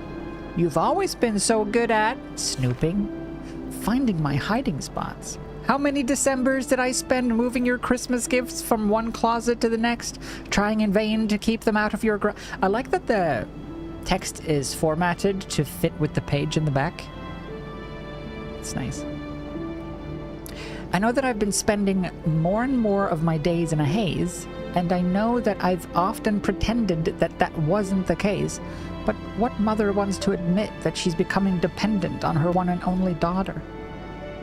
I can still hear your grandmama's voice as she told your Aunt Giselle and me, I'm so lucky to have daughters who will take care of me when I'm old and gray. Oh, how I loathed the thought of such a life.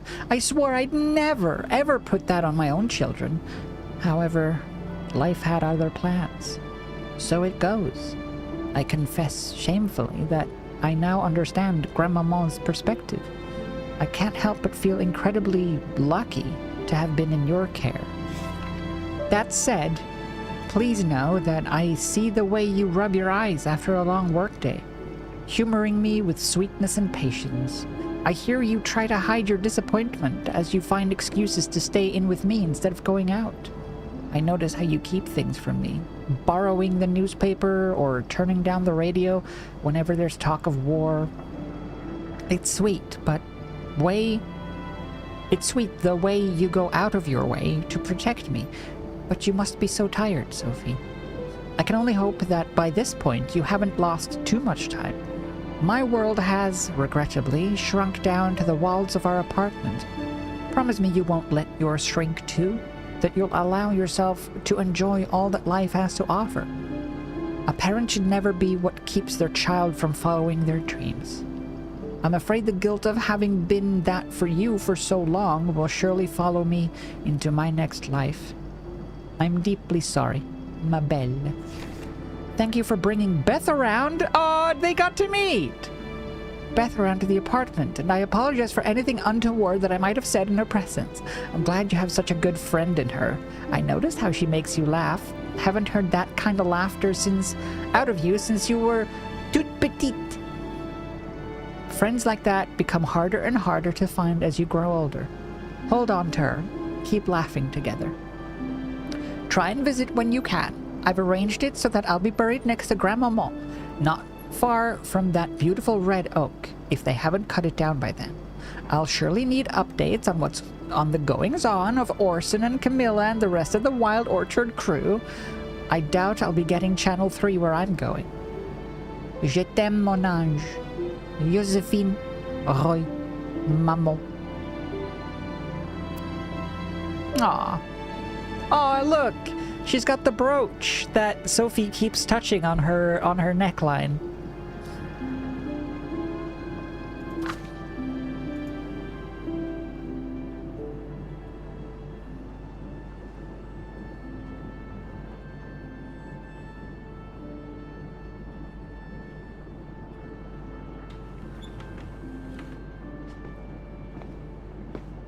Oh, hi, Caleb. Hey, Sophie. I suppose you weren't able to find my rosary, huh? Actually, Oh. Thank you, Sophie. Really. you're welcome. I was resigning myself to the idea I'd never see it again. But here it is, back in my hands. Is it? You really turned my day around. Are you sure? Are you sure it's there? Well, when you have a superpower, you've got to use it for good. We're lucky you're one of the good guys. I really can't thank you enough, Sophie. I mean, I know it's silly to care so much about something of so little value, but I really would have missed this. You seem so somber. I don't think it's silly. My mom died recently, and she left me this. She had it for so long, I can't remember her not wearing it. It's probably only worth a few dollars, but losing it would feel like losing a part of her, you know? You said the rosary was a gift from your mom. Did she pass away too? Oh, no. She's still very much alive. It's, well, I Stole it. Believe it or not, being a cruise ship musician wasn't exactly my career plan. I had other dreams, but things didn't work out. And I was so lost, so angry for years. Then my mom gave me this. It used to belong to my granddad. It reminded me, still reminds me every day, of the kind of man he was and the kind of man I aspired to be. It helped me find my faith again. My faith in God, sure, but more importantly in myself and in others. There are some pretty horrible people out there. Now I choose to focus on the good ones. Such as yourself, Sophie Roy. There's too much space between his teeth and his lips. Aw. What? What do you mean? I said. No, I have Beth. But. Aw. I really like how they use depth of field in this game. Like, it's a very well framed. Oh, because I have them. Otherwise, I could flirt him. Oh, I thought it was just talking about, like... Well, I have a wife at home, so sucks to be you, I guess. Fair enough. So I guess if you're single, you can do that.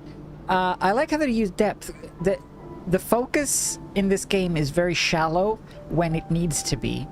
And I feel like it creates a nice, like, intimacy. Like, when we were focusing on her brooch, it was, like, super, super shallow depth of field because it was a macro shot.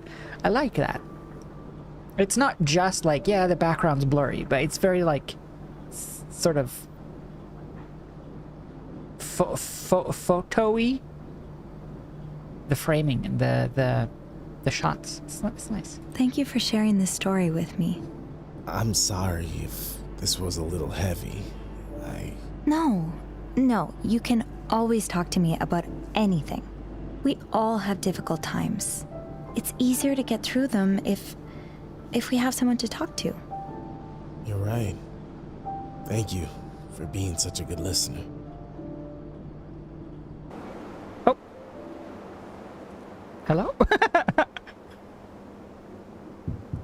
Ah, Sophie. Come in. So I've heard you've solved our little mystery. Yes, I did. Well, tell me. Who's the thief? I don't wanna say, though. I don't want... I feel like, barring her outbursts, I feel like she was genuine. Like, she came off as remorseful. If you don't mind, I'd rather keep that information to myself. What? Why? I don't want the thief to get in trouble. Yeah. They didn't have any bad intentions. And they told me they'd make sure it doesn't happen again. Yeah. Well, you've proven I can trust you, so I'll take your word for it. Nice. Thank you. No, thank you, Sophie. I just spoke to Caleb. He was so happy to get his rosary back. Yes. It sounds like it means quite a lot to him. And he means quite a lot to me.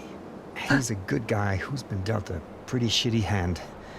I'm glad this story has a happy ending for him. Me too. You can't say shitty in the 60s. Of course, there were, a few hiccups along the way. Oh? I'm afraid some of the stolen items were returned to the wrong cabins. Oh no! Oh. I'm sure what? you did your best. It couldn't have been easy to figure out which items belonged to whom. Was it the clock? However, the fact remains that some passengers have now caught on about the thefts. Oh no! And, they believe you are behind them. Oh, am I going to prison again? I didn't steal anything. I know you didn't. But unless you reveal who the thief is, it'll be hard to convince them of that. No! So does that mean I'm fired? Good Lord, no. No.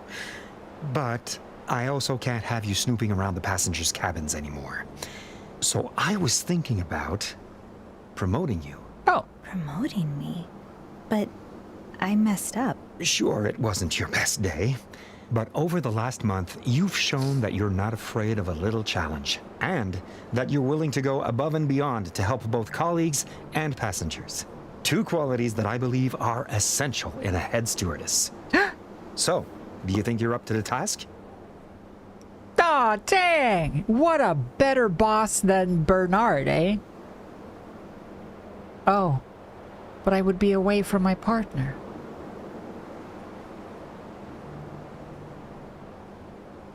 Beth.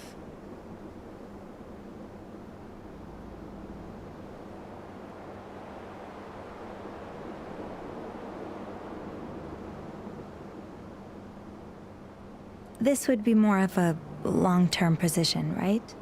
That's the idea, yes. That would be a long time away from my partner.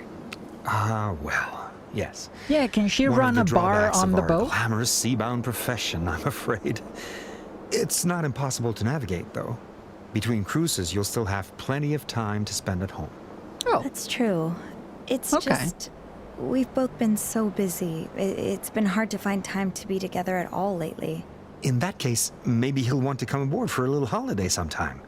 I'm sure we can work out a discounted price. Yeah. Yeah, that would be nice. So, can I count on you? Dang, this guy's so... Yeah, I like this guy. He's so, like... What's the word?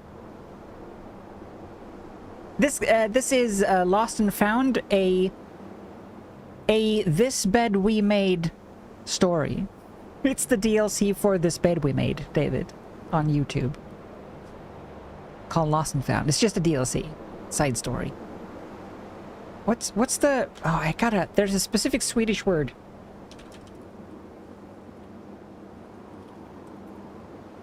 Accommodating. That's the one. All right. I'll do it. Excellent. You will do a wonderful job. I just know it. Tillmötesgående. It's funny. I came to work on this ship just to get away from Montreal for a while, but now I'm thinking this is exactly what I needed all along.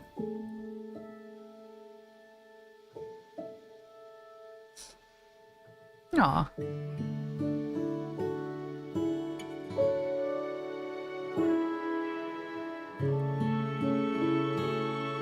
Wait, but what was with the sick dude?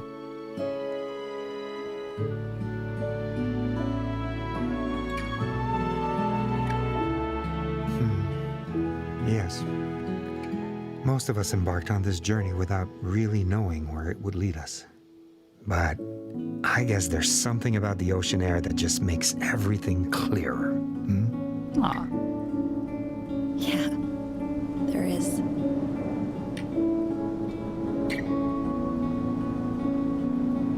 There really is.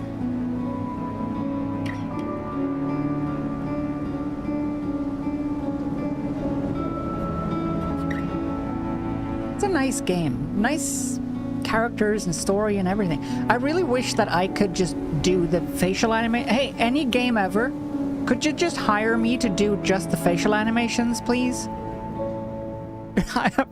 I always want to just everything is fine. It's just the facial animations. I just want to do the lip sync. Just let me fix it. Aw, that was good. That was nice. Yeah, that was a cool. Just about 2 hours.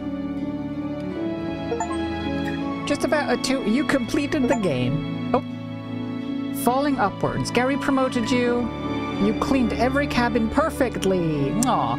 I guess then if you don't clean every cabin perfectly, I wonder if he instead or can't promote you, or like, I feel like I got the perfect ending. We didn't frame what other than like putting I guess putting the watch in the wrong cabin probably, but all in all, felt pretty perfect. I got promoted, she didn't get caught, everyone got their stuff back in the end, and Beth can come along on a trip.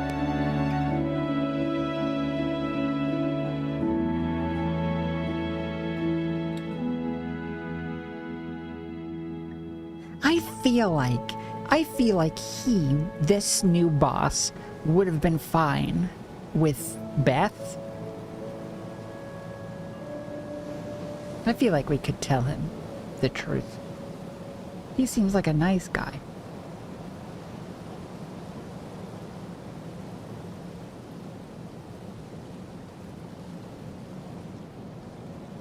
Siribiribin. Whoa, what a song. Siribiribit.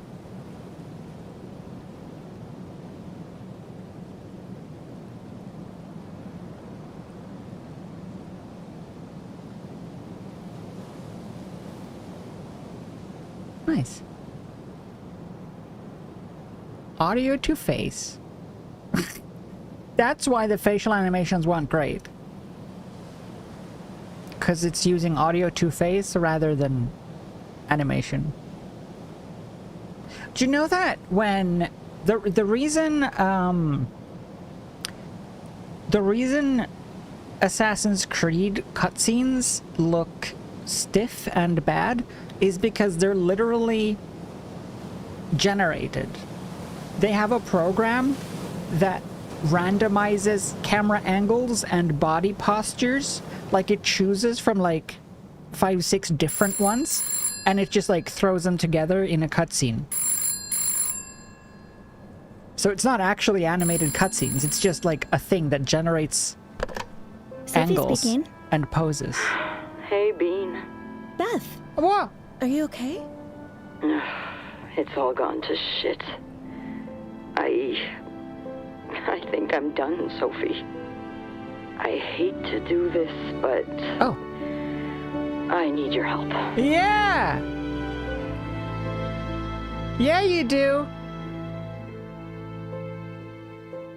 Sophie will return. In this bed we made doomsday.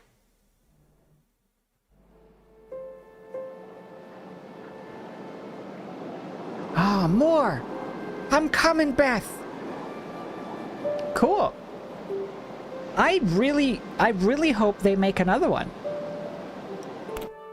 Another couple of hours for another side story.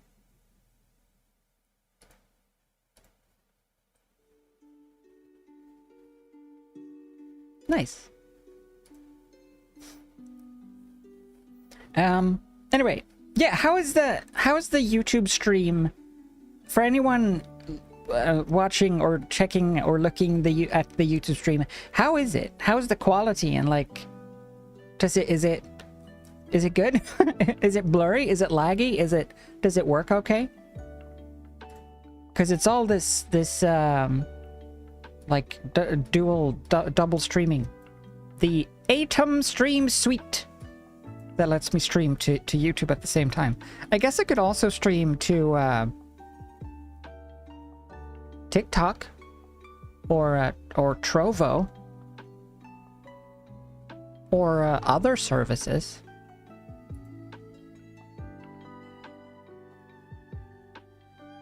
Works fine, looks good. Okay, good, perfect.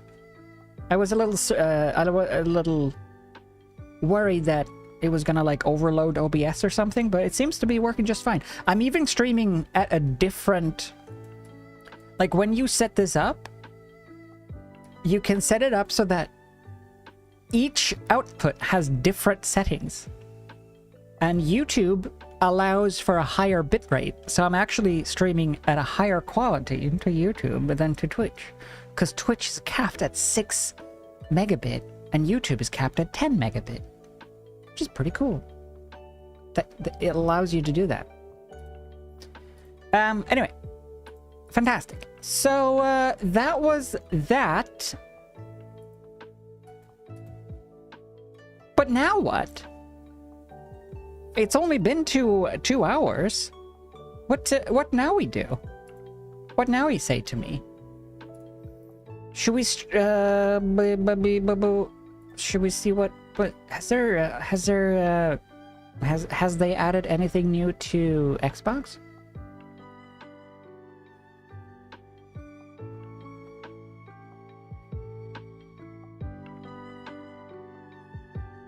Any new demos? Oh, we could check actually. I did get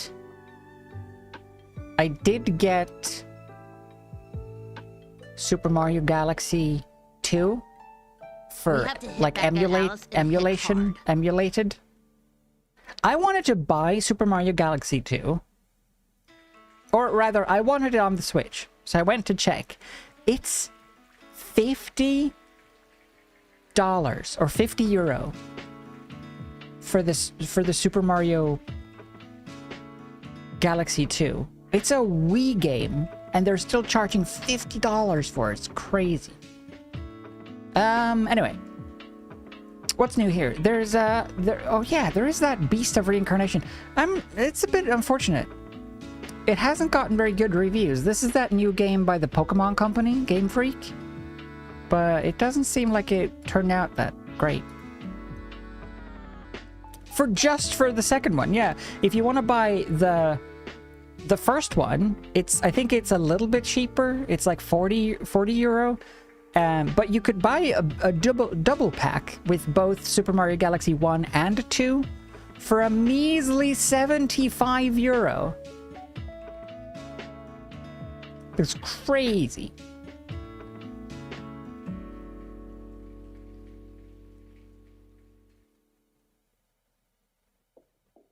Anyway, there is Cricket 2026. I mean, it does look pretty riveting. We could just play Cricket. Oh, I want to... no. No, give me back. I want to play... I want to be this. I just want to sit in the audience. I just want to press X to cheer. Wow, look at them. They're so intense. Talkies are seriously intense. Get me out of here. Date, oh yeah, date everything. Does it have, does this have voice acting? Or is it all text? How does this work? Perhaps that's It's Cricket in it, bruv. least expected. Wait, so you're telling me refrigerator, a spunny behind strap, dishwasher, desk board, trash can, earth, fire, air, your overwhelming is told, dares to wander. It's all voices? Oh, okay.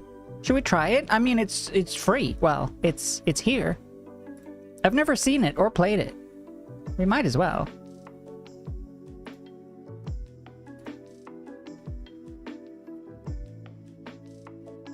Lavish edition.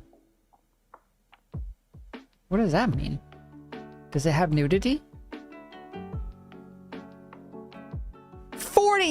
100 hours. Hot damn. Well, it's downloading. In the meantime.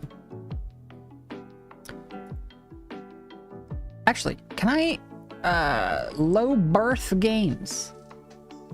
I want to follow them so I can see if a new one pops up. Meanwhile, back we go. I want to see if... Oh, this one is out. I have this on my wish list. It's like a weird house flipper. Anything here?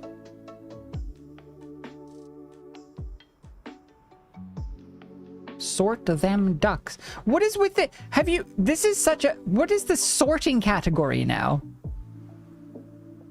There's the one, the library one, and then there's one with wine bottles, and now there's a ducks one, and there's a Lego one. Yeah, I think it's a new Unity, like, preset. You know how suddenly there was all those simulator games? Like supermarket simulator and tabletop game simulator, card game simulator, everything simulator, where you put stuff on shelves. It's because that's a Unity preset. You can just change it out and make whatever you want. Now it's this pile of thing.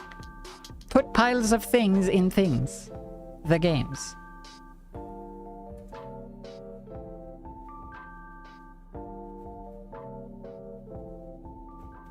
Suddenly they just explode. Let's see, how do I find demos?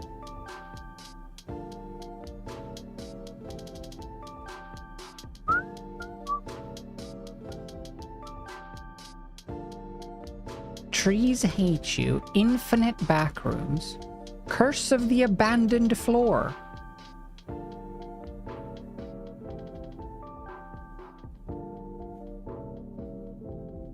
It's the curse of the abandoned floor.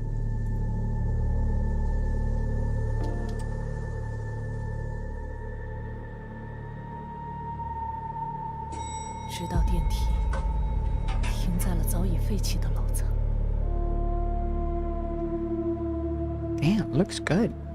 Like graphically. 黑暗中，我看见了不该出现的东西。从那天起，它就成了我无法摆脱的噩梦。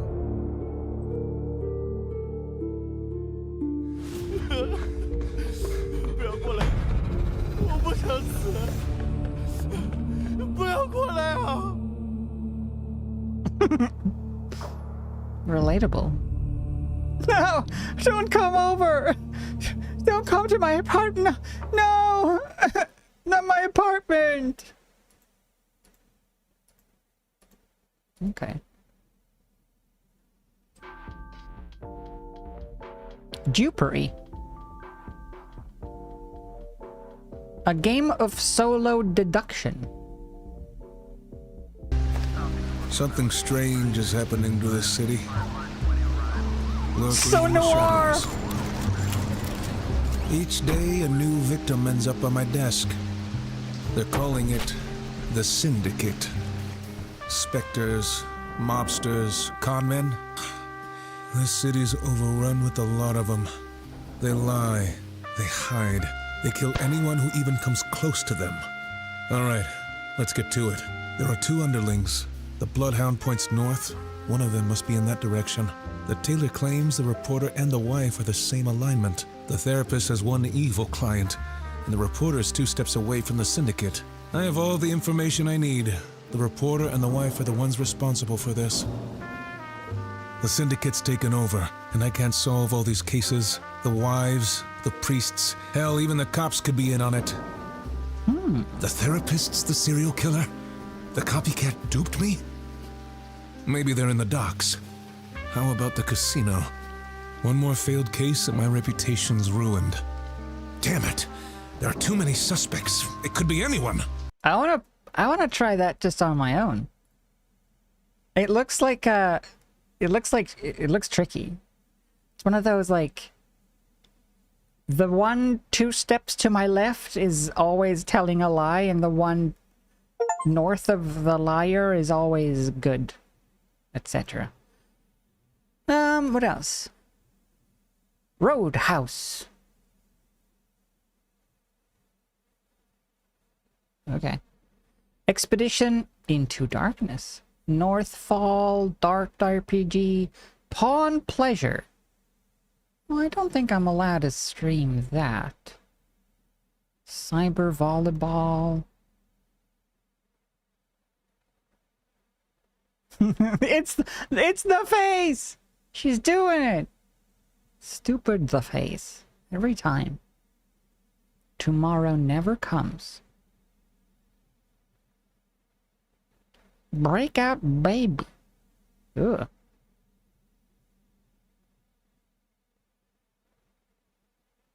Work or Fish.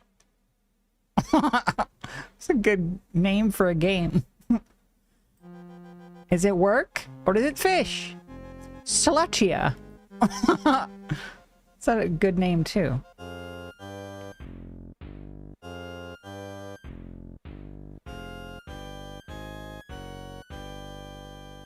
Nothing that I recognize. I feel like they're banking on it, right? This one, it's not related to Expedition 33, but definitely the aesthetic is meant to be reminiscent. For sure.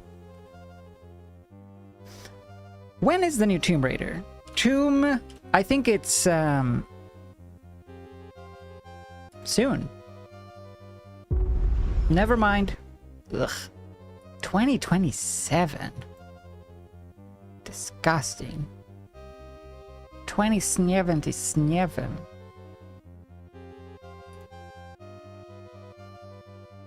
What about... Oh no, the sale went away! Crap. I kind of want to play this one, but it's way too expensive. Has anyone played this? Apparently it's really bad. Like the one by the Until Dawn, the next one of those ones, like Man of Medan. We have crash landed in the... The space one. Take it slow. Clear. Apparently it's really bad, and I kind of want to play it just to make fun of it. But I don't want to pay a bunch of money.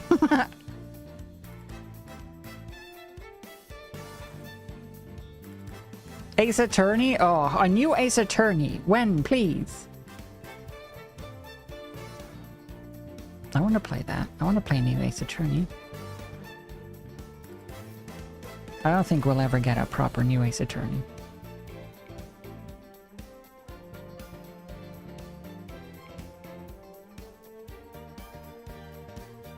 They'll never make something as good as Until Dawn again? I don't think so either. But I also think that people have, like, moved on.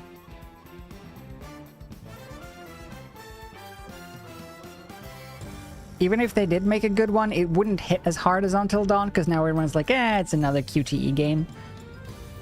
But maybe, I mean, they do have Until Dawn 2 on the horizon. Who knows?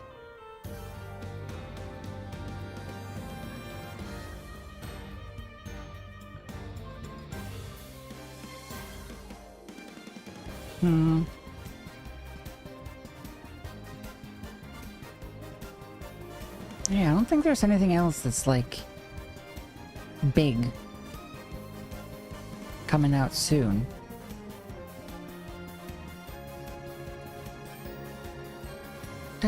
Other than Breath Edge, which is coming out the last of the month. Tingus Goose? I want to play Tingus Goose. There it is. It looks interesting.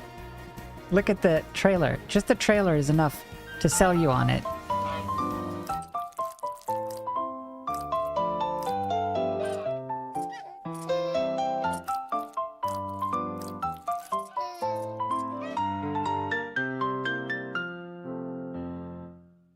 It's Tingus Goose.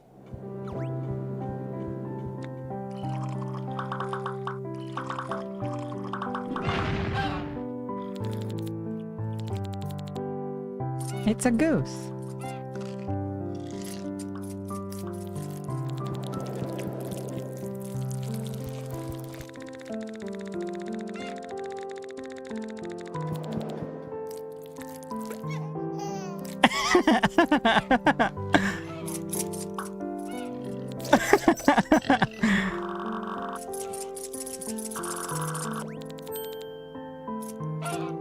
It's just a game about love.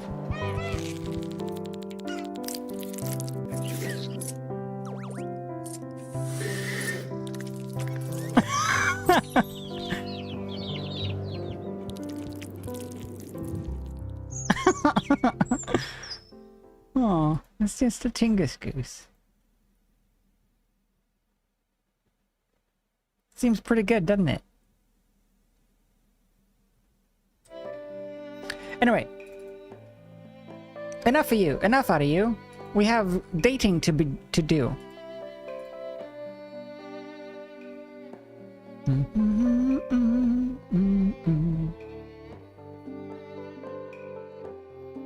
Yeah, was it a new Ace Attorney? What?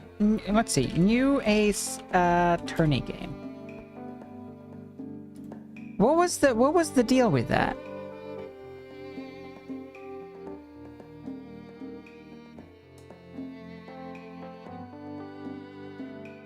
The Ace Attorney Sega, someone is leaking? Well, that is it like, is it real or is it, do we know?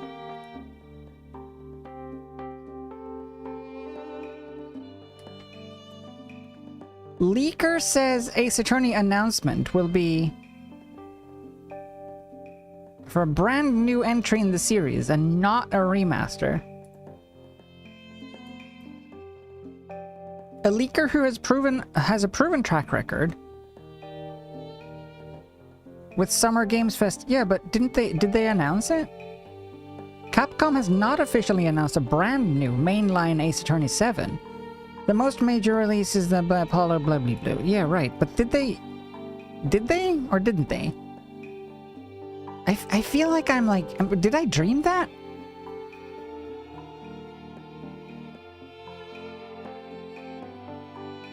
I feel like there was something about it, but then I just maybe I was just wishful thinking. It seems like someone is saying something, that something is happening about something. Someone is doing something. Someone is thinking about it.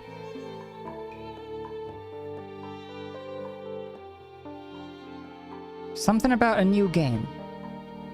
I don't know. I've been, they haven't officially done it. No. I've been replaying this one, though, lately. Because I got it on PC rather than the 3DS or the DS. It's such a good series. I want more of it. I would love it, though. This will never happen, but I would love it if the next one was fully voice acted.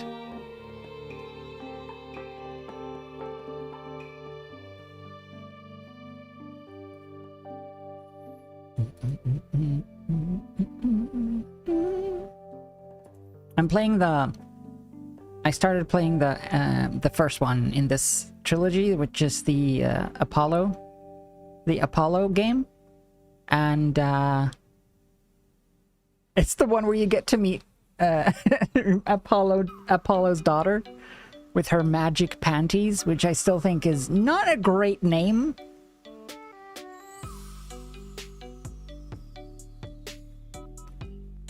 But I like him. Dual Destinies is still my favorite. The first one with Athena.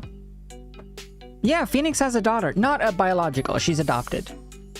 He has an adoptive daughter, called Trudy?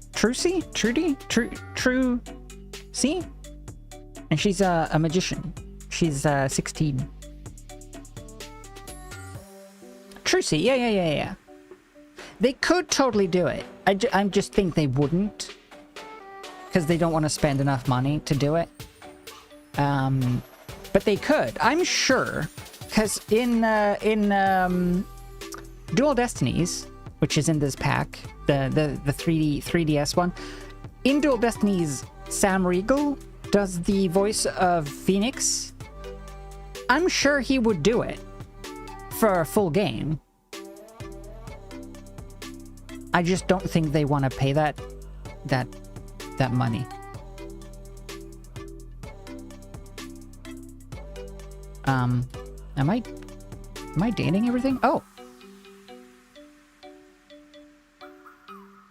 I really want another one, though. It's good times.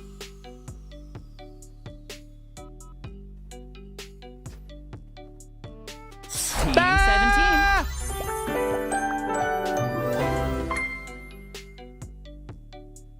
Sassy chap games. Ew.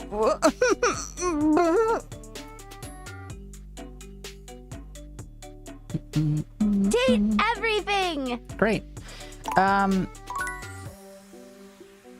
What was the game called? Yeah, I'm gonna change the title and stuff. I just wanna, it's not like full screen or whatever. Auto advance, yes. Exclusive borderless full screen, yes.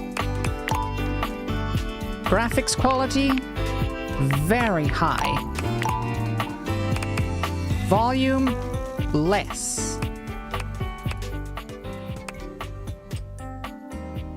Okay. Field of view, 90. Movement speed, camera sensitivity. I'm gonna just preempt this at half.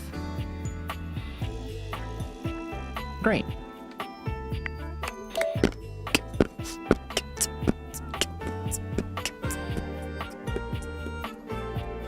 I don't know nothing about this game. But before we do anything, I'm gonna go pee. So, BRB. Be right, be. Have some tunes. Do you want to listen to it? Let's cue this up again. Let's cue this up and then this up. Because these are my new favorite songs that I found, and I want to listen to them on my phone while I go pee. BRB.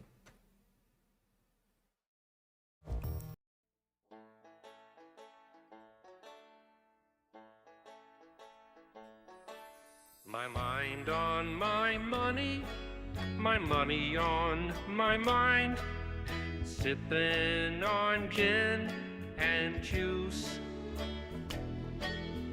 With so much drama in the LBC, it's hard being Snoop F-R-O-G-G.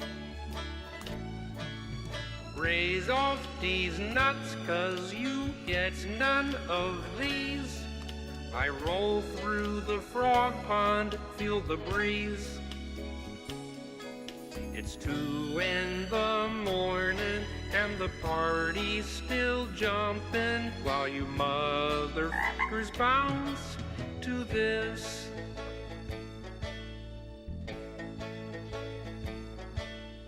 Hoes and bitches, bitches and hoes, chronic and Tanqueray. Tease up, hose down, as we're rolling through town. Funky ash every single day.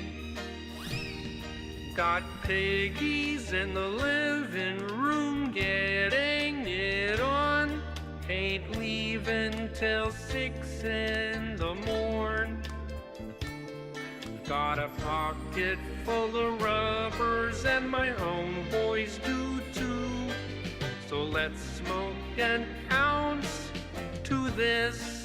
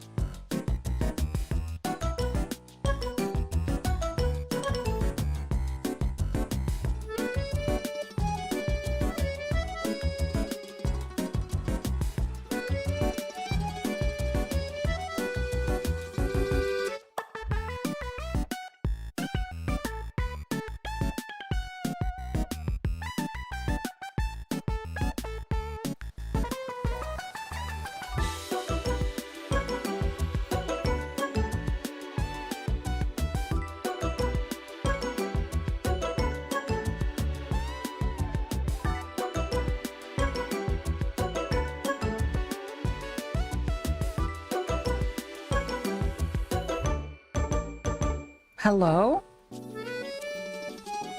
I got wine. That's true. I shouldn't drink Red Bull. It's after 9 p.m. I gotta not stay up all night. My grandma called earlier today and asked if I wanted to come out to lunch with her tomorrow.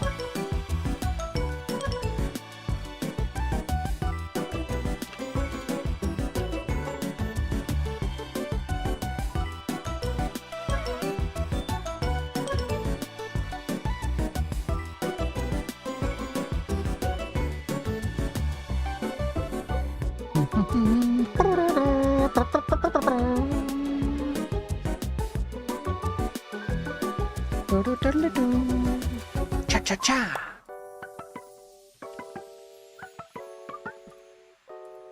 Date everything. Done.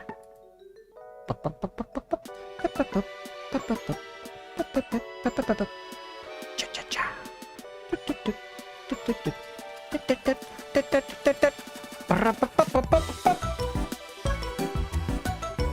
Yeah? No, I laughed at her and said no and hung up. No! I said yes and said that sounds lovely. I don't know where we're going, though. It's someplace in town that she knew of and I don't know of. So, we'll see. Apparently my mom's childhood friend's daughter works there, so we'll say hi.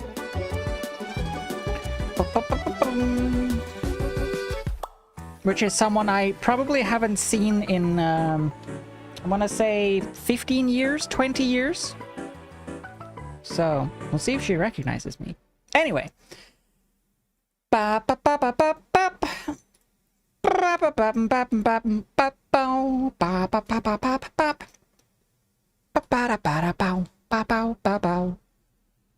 Still watch the old streams of Apollo Justice from a long time ago. Did I stream that? Did they still exist?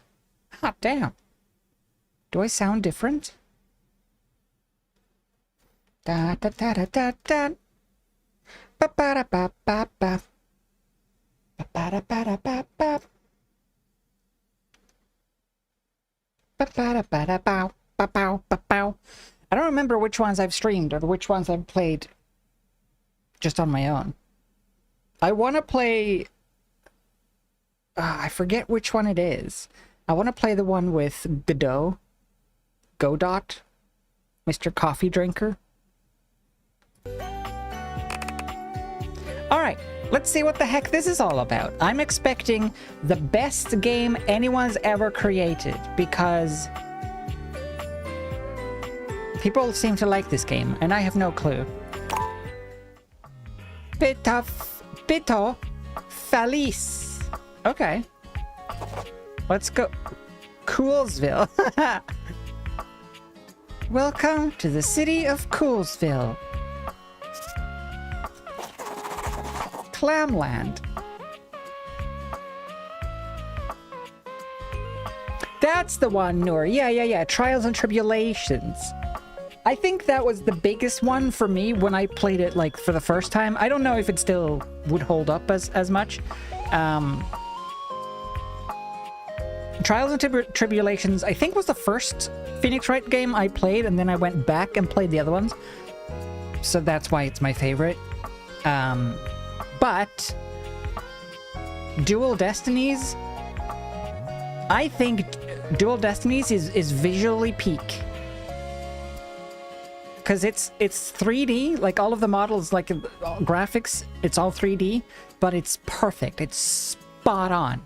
The 3D models are like spot on to the 2D versions. The later one they did, the Spirit of Justice, I thought the 3D models, they used different 3D models in that one for some reason, and they were like slightly off, which bothered me a little bit. No, I mean in the Layton one. The Layton Phoenix Wright crossover. Well, that was Spirit of Justice, wasn't it? Whatever. The Layton Phoenix crossover, it was like,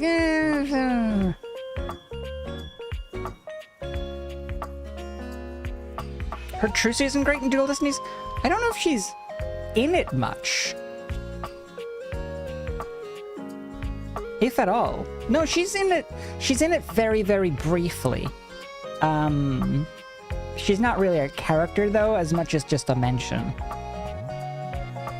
I think you just sort of dump crap at her. You dump your, the evidence that you don't need anymore, you dump it in her magic panties.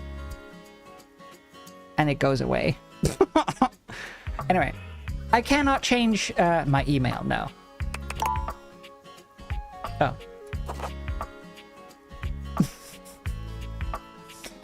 Check this box. Required to show that you are committed to jump through hoops when asked.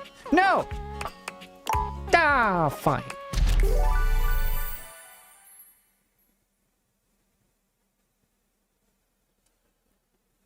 I still say they are amazing. I really, really like Athena. Congratulations. Your degree in customer service has rewarded you with a remote job at Valdivian, one of the foremost mega corporations of our times. No way. Though your house may be large, it is empty, and its halls long for visitors. The sticky notes on your bulletin board remind you they're all of good, your no, for sure. aims. But for now, it's time to get to work. Is my job? Am I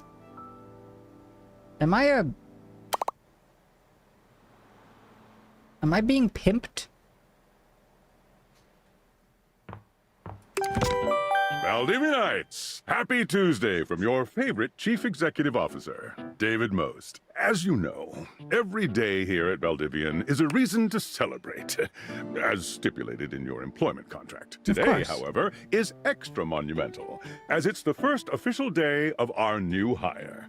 Please join me in giving her a warm welcome to our team. Out of the 30-ish job applications we didn't immediately burn, yours had the least spelling errors. Oh. You're joining us at a very exciting time, and we're all rooting for your success. As it lovingly says on the plaque above our daycare center, Valdivian, our business is family. We're so excited to have you joining ours. Coincidentally, the daycare center has been shuttered indefinitely due to the recent economic downturn. We thank our Director of Child Care Coordination, Irene Thomas, for her inspiring work. Aw, I can spell. Hi Tom! there. You come highly recommended. I've heard great things. You wouldn't believe it. Shut up, Dinglebert. Oh, no. Thanks, Tommy. Oh, you are so welcome. Who is I'm this? Tom, your Oh. manager. But you might find it easier to think of me as a leadership principal guidance associate. Oh, I'm not no. from your town myself, but I have heard great nice things about that specific locale. Seems like you are a customer success strategist. That's wonderful. You should be proud. Yeah, I'm deep into customer service. Wink. Oh no, he's one of those. He's one of those. I'm not your I'm your manager on paper, but think of me as your friend first. No, Tom. No, you're my boss. Who cares? Let me go. No. Yeah. Customers deserve success, and in a strategic way. What could be better? What okay, could- oh, champ. okay. I'll let you get to it. Bye. Hey, Sam. You there? Sure. Hey, Sam. Hey! Hey.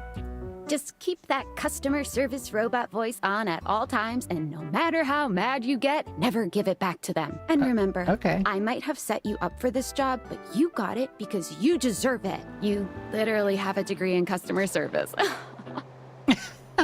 I got it because I can spell. BFA in customer service, baby! BFA? BFA. Big fucking ass. That's right! Yeah! Oh, geez. Here comes my manager. I gotta get back to work. Good luck, okay? Oh, okay. You got this. Bye. Who You is have Sam? new tasks. Oh shit. I have a broken sewing machine. Sucks to be you. Oh. Wanna go on a date? What seems to be the officer problem? Oh, I don't know. It stopped sewing a couple of years ago. Oh. Have you put more thread in it? Can I get a refund, though? Couple of years? Couple of years? What's our return policy? Yeah, sure. Hello, I purchased this book and I'm extremely angry about it. Is there a manager I can speak to? Hey, that voice. Sorry to hear that. Damn right you're sorry. Sorry looking. How do you know? Is my camera on? Can you tell me how the book made you angry? This book purports to give you the secret to success in 8 easy methods. Mr. Cobram is a liar and a fraud. I've tried all his methods and I have not succeeded. How dare he peddle a book of such ill repute? I need to lodge a formal complaint with Mr. Cobram and his ilk. Okay. Let me transfer you to Mr. Cobram personally. You can do that? No. Yeah, sure. Gracious. See ya. Did I do it? But I popped it on my kitchen is all wet and covered with wet stuff. What?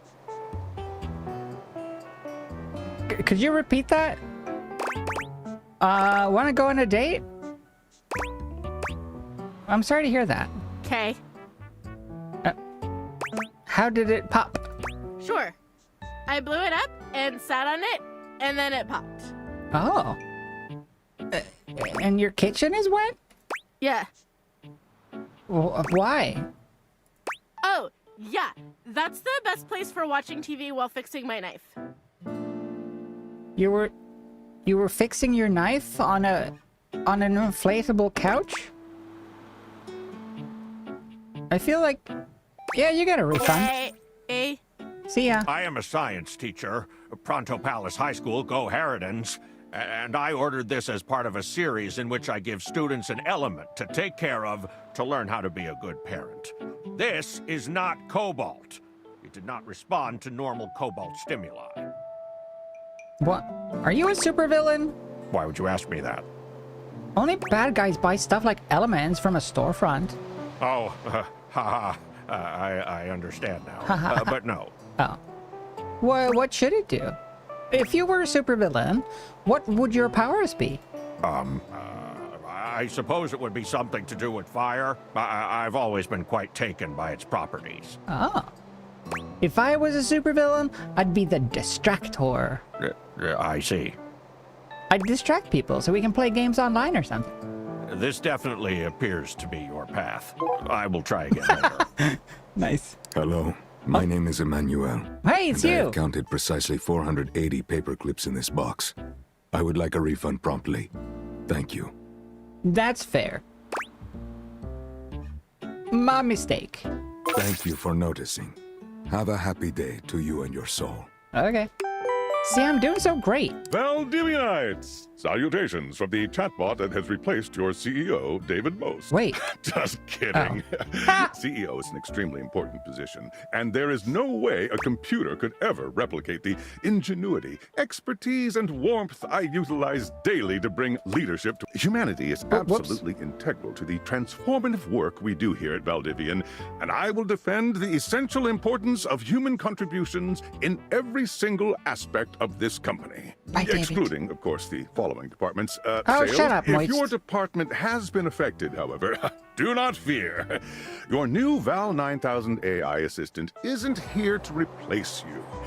It's merely a useful tool to help you determine if your job is obsolete. Speaking of, please join me in bidding a fond Valdivian farewell to Glenn Bernard and the amazing artificial intelligence team that built the Glenn! Val 9000. While the Val 9000 has unfortunately determined your incredible skills would be better utilized elsewhere, your contributions to our shareholders won't soon be forgotten. Did I just get fired? Champ! Got a quick minute? Yeah, sure. Oh, knew you were always good for a quick minute. The thing is, Valdivian has done some really intensive research. Oh, and yeah? It looks like Val 9000, the latest iterative AI tech, is going to be taking over your job for the foreseeable future. Oh, okay. Cool. So I guess we don't necessarily need you around anymore, but we can't exactly let you go without cause. You and I are in something called labor limbo. We'll be around until we specifically muck things up, which then they can terminate us with cause. So, no muck. I'm over here doing my best too. Keep following the leadership principles and I'll check in with further updates. No muck, just fuck. Okay. How's your couch? Hey, so Sam. Are you one of the affected people? I prefer to say I was liberated. I mean, I knew this was coming soon, but like didn't expect it today. Sorry Isn't for it getting my you this first job day? and getting you fired.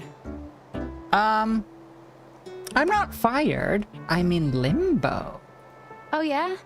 That kind of makes sense. In a completely twisted way, of course. Yeah. Well, they're gonna lock you out of here on your computer, so we can't talk here anymore. Are you on Discord? Discord. I'm in I'm like Tom Hanks when he lived in that terminal. Yeah, but I don't have your contact. Well, you do now. We should talk there more. Who knows who's listening to us here? Talk to you later. Did she just slide into my DMs? Sweet.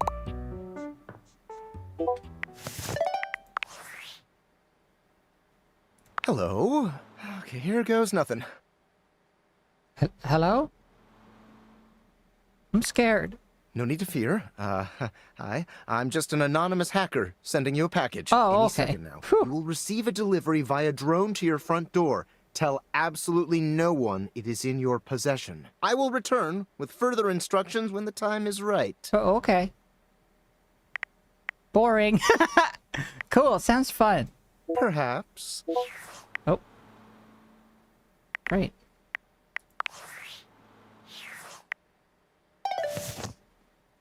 Well, ooh, let's read this book. Why? It's impossible to put down, largely because it's impossible to pick up. My house was abducted. Find love, get friends. Make enemies? Shit. Shit.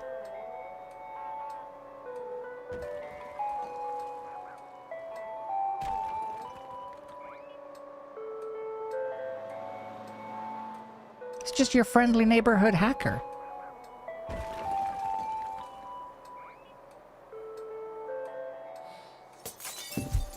Why? Just let me open. Come in. Oh, why?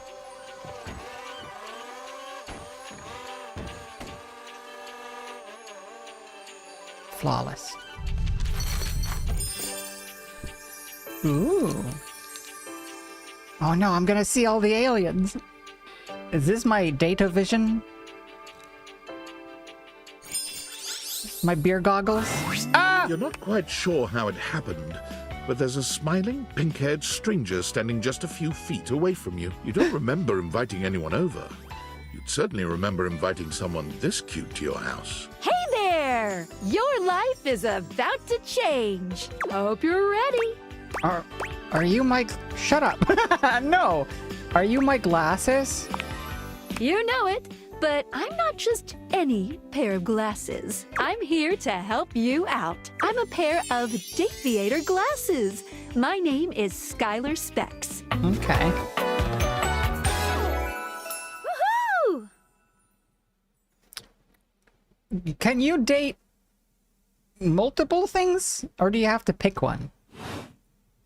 My lenses have special properties. They allow you to directly acknowledge a thing's existence, or date. You see all the things around your house, things you might have taken for granted. Yeah. Now you have the power to get to know them better, a lot better. And I have a feeling, just a silly old little feeling, just a grumpy feeling in my little tum-tum, that it'll help make your life a little bit more richer.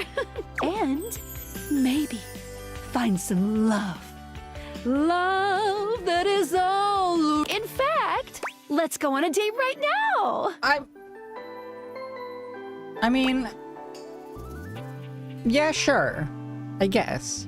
I don't really... I don't really like the whole sort of being treated like I'm 3 years old, but I'm not a 3 years old. I'm a adult. Let's go. So we are going to awaken our first dateable object. Oh, go great. up to a door, any door, and shoot some cool beams at it. Yeah, pew pew pew pew. Go go. Okay. Great. Ah.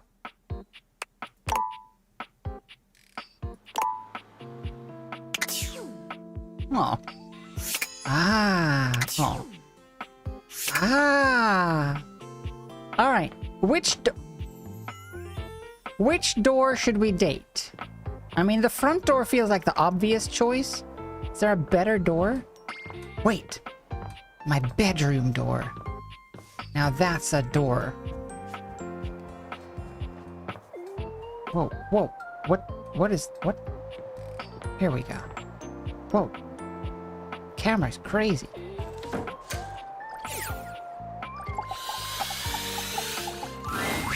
You're still standing in your house, but the unbelievable amount of bouncer energy radiating from the tall stranger who's just appeared in front of you would have you believe you're standing outside of a club. No funny business.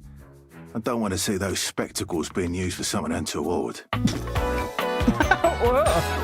Oh, I don't want to date this guy. It's freaking Jason Statham in a wig. Hey, Dorian. Trust me, this is going to go super Dorian. well. You sure about that? Ugh, yuck. But I am Chaos Reborn. You hear that? Chaos Reborn. No, it's just her messing around with some funny options, I swear. After awakening an object for the first time, you get to speak with them here. You get to speak with each object once per day. We get a little knackered by using this newfangled date viator rubbish, you see. Sometimes when you reach a certain level of affection with a dateable object, your relationship status changes. No. There are 3 statuses: love, friendship, and hate. Love can get you towards some really special paths for those you are truly interested in. But it's not necessarily the best of the options in my mind. Dorian is a big defender of friendship. If everyone were friends, the world would be an awful lot safer, in my opinion. I've seen the complications of love. I've lived through the jealous quarrels of hate. The true bond is one between 2 friends with none of the intricacies of romantic tension. That's our bouncer Dorian talking. He's got but a you point. can go toward whichever one you like. Even hate, which isn't my fave personally. You speaking of Reggie? Ugh, don't remind me. Human, Reggie. you seem like a good sort. So we'll be friends. For now. Yeah. That sounds good. And I think that's as far as we're gonna get. But friendship gets you even more than that. Oh, I yeah. call it specs points. Take a look at this cool personality chart. Number go up. Number go up. I do like when number do that. I'm unruffled. Okay. What? Yep. Ass? Oh, sass. I thought I had S rank in ass. Like, oh, my ass is S already. Damn. No squats needed. Key. Oh. Each dateable object has points to give whenever you achieve an official relationship status with them. Get more of them to be able to choose some more advanced options. No. I feel ever so slightly more confident. You wear it well. You can check out your specs points on your phone, which... Wait, we gotta talk to your phone. Duty calls, love. Bye, Dorian. Take out your phone and then shoot my beams while it's out. Okay. Is this like objectification or the opposite?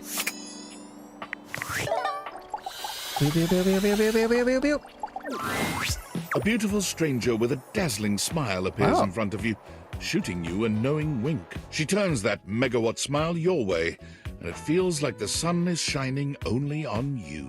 Hey there. Hi. I like it much better up here where I can see your face. Oh, I guess you'd have like kind of a front row seat to my ass most of the time. What just happened? Your life just got a whole lot better. That's what. Okay. Of course, to really enjoy it, you're gonna need someone to Cool show earring. you how things work. Hello. Hello. Hey there. Oh, you must be Skylar. Glad we've got the human on board with the latest tech from Valdivian. I've been doing a little tutorial with her about how things work. Oh, well, my sweet human. Lucky for you, I've got a gap in my schedule and a soft spot for that lost puppy look. Great. When you fall in love, what kind of a schedule does a phone have? All of them. Yours, mine. I stream sometimes for my own socials. And still gotta make sure I don't lose battery or overheat. Anyway, I installed some apps on your phone that are only accessible when you put on your glasses. Bring out your phone, put on the glasses, and you'll see some new ones. One of them is an app Skylar made called the Data Dex. It's my way to keep track of all sorts of fun info about us dateable objects. Gotta date 'em Because all. there are a lot of us around this house. Oh, you know what? Maggie the magnifying glass also just dropped a really cool app. Oh, gotta run! Another call coming in! Wait, you're my phone. If my phone streams on its own, what if I'm like pooping? Will they hear? Onward! Now, Go awaken the magnifying glass in the living room. Which, of course, is conveniently located on its own little shelf next to the piano. My phone is too busy for me. Honestly, that would be kind of good. If my phone was too busy for me... Especially when I'm about to go to bed. There's something really wonky about the... I don't know if it's the sensitive... There's something really wonky about the looking. Sometimes it goes really slow and then... Whoa! Whoa! See that?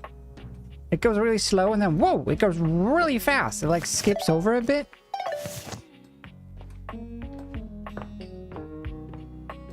Okay. Right. Next to the piano, you say.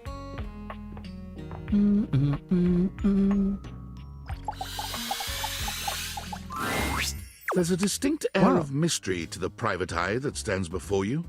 She reminds you of the old detective serials your parents used to watch. She gives you a scrutinizing glare through her magnifying glass, one eye comically enlarged. It's especially goofy looking to see it on someone with glasses. Well, well, well. What have we here? I like her. Aha! Yep. You're not a suspect, are you? Yes. I thought so. Suspected of what? Being far too sexy. There's no evidence to support it. Oh no! Ouch! Care to investigate further? Maggie, it's our human's first day talking with us. Go a little easy on her. Interesting. These glasses come in from the outside and are already trying to influence my case? Trust me, this human has a lot of potential to make this house a better place. It's true! Doubt it. Regardless, as you are the human, I should give you a way to track down all the suspects yourself to keep you on my side. Oh, there's no evidence for me being rumors. sexy? It's installed on your phone. Oh, hello. Ooh, that tickles. Unlike Skylar's Datadex that gives you the lowdown on those you've already met, Rumors tracks clues you've been given to locate all the pesky, hidden objects that are tricky to find. It's good for rounding up suspects, tracking down evidence, and getting a sense of the household scuttlebutt. Great. Cool. It'll be tough, but worth it. The more you find, the better your specs will be. Take a look at Rumors in your phone. It'll help you find your way to your last dateable for today. Good luck, Gumshoe. It's getting late. Who should be the last one we talk to before I run out of charges? Oh, check out that rumor Maggie gave you if you need ideas. Wink, wink. Wink, wink. Can't I just date the piano? Okay, so this is just like everyone I've... 100! Rumors. Spec Ops. Alright. You should talk to your bed next. It should be in your bedroom. That's a pretty good clue. Alright, I'll talk to the bed. Whoa. Oh, this looks like the kitchen in Home Alone. Look, Kevin is here doing the dishes, and then the TV's here. And then Marv pokes through the little doggy door, and he puts a pot here with some firecrackers. Whoa! Oi! Are you on? Dang, the microwave is already turned on, and I haven't even spoken to it. Alright. Whoa. Hey, bed. Standing here in your bedroom, you're struck by the realization that it's been entirely too long since you had anyone near your bed who wasn't, well, you. Oh, How my. strange, then, that the beauty standing before you feels so familiar, even though you're certain you've never seen her in your life. She's all curves and comfort, a soft body and softer facial features that seem to invite one closer subconsciously. She's positively enchanting. Hey there, stranger. Well, she is a bed. I like your hair. Oh, she's doing the... Okay. Why do I feel like I know you? Because you do. I'm Betty, and I'm your bed. Okay. Okay, sure. Hey, Betty. I get it. We've been sleeping together so many years, it would be a little weird if you didn't know me, don't you think?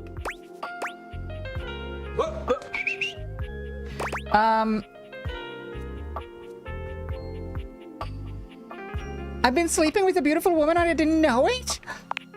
A beautiful bed, anyway. Oh. It's a shame for someone as cute as you to be alone for so long, isn't it? Will you be bringing someone back here anytime soon? Maybe. Don't you worry. I have a strong feeling that'll be changing soon. Oh, by okay. the way, Skylar told me everything. But don't you worry, I might be here now, but you can still sleep in your bed just like you always do. You can choose to talk to me or not, but I do hope you'll come talk to me. It'd be nice to finally get to know each other. Hey, Leilani on YouTube. And Noor again. Noor 2.0. Phone Noor. I'd love to get to know you more on a more intimate level. Oh, but I already know you intimately. But I suppose it wouldn't hurt to know more, would it? Well, anyway, I'll be here. See you tonight. See you tonight. See you then. Sorry, I'm late. I took a look at rumors and got caught up in some real head scratchers. We can talk about it later. For now, let's go to sleep. Today, I kept you on a tight schedule, but tomorrow is a brand new day, and you can truly experience your new powers to your heart's content. Oh, hitting the hay already? Come get comfortable then. Good night. See you tomorrow. Oh, okay. So, it would be funny if when I was in this mode, it was just furniture, but when I switched to this mode, it was just Betty like, squatting. All right, I'm coming.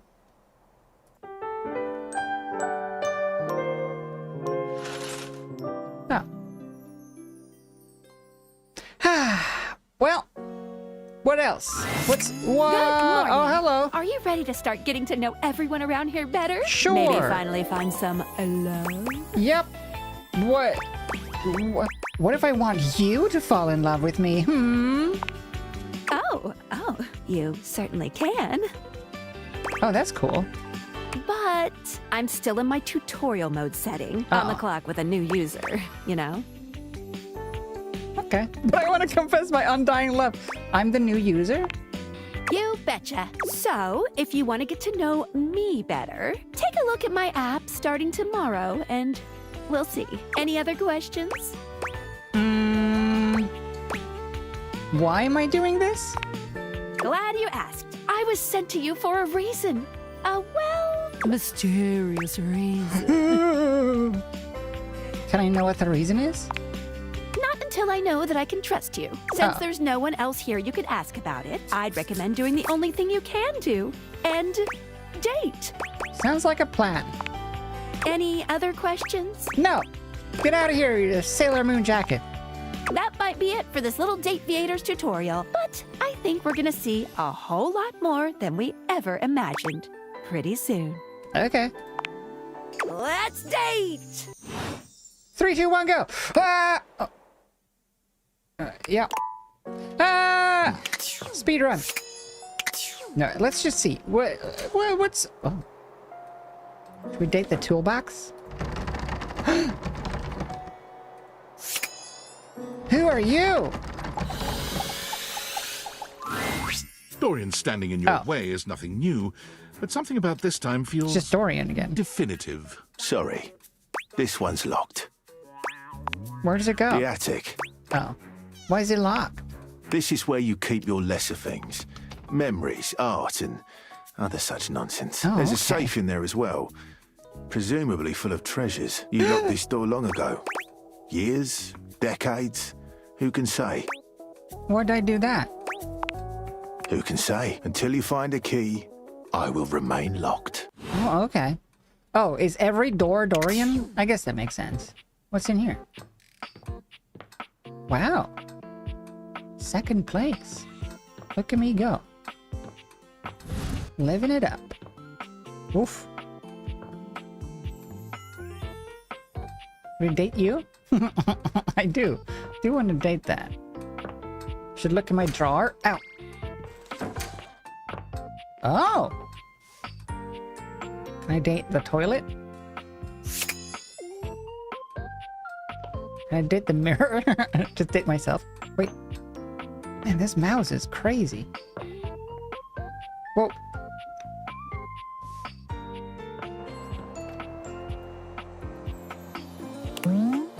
It's a draw. Oh, can I not? Oh, I see. What's this? What is this?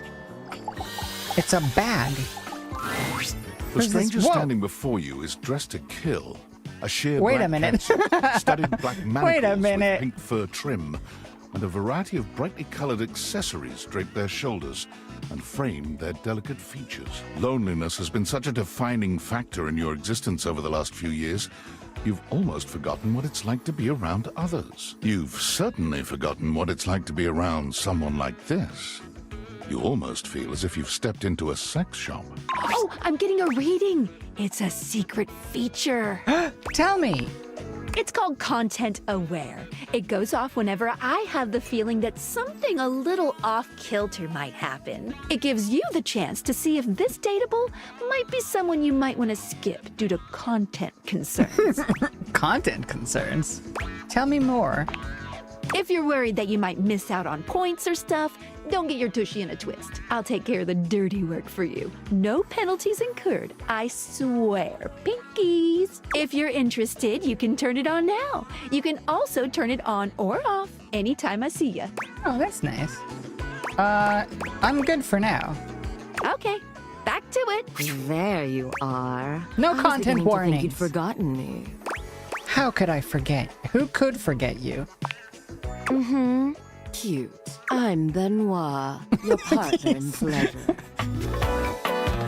That seems kind of cumbersome. Have these flopping around flopping around your shoulders. Why is your hair squid though? Oh, you're... What many call sex toys, yes. I prefer to call myself your ruin. It's really about time you came to speak to me. Given the way we met, someone less confident than me might really take it personally. They look at you expectantly, raising an eyebrow. You do remember the way we met, don't you? If they already showed all of this, what would be the point of then turning on the content filter? You've already shown it. I bought you? You think you could afford me? Oh, sorry. Please. No, that wasn't it. Gag gift. They look absolutely disgusted. The only way to strip the word gag of all its appeal. Some friend of yours thought they were hilarious. You moved into this house and your friend brought you a big box. You opened it up to find... what else? A smaller box. You opened that to find another small box. And so on and so forth. So funny. Eventually, you got to the smallest box. The middle of the flowers. A bright-eyed virgin. Yours for the taking.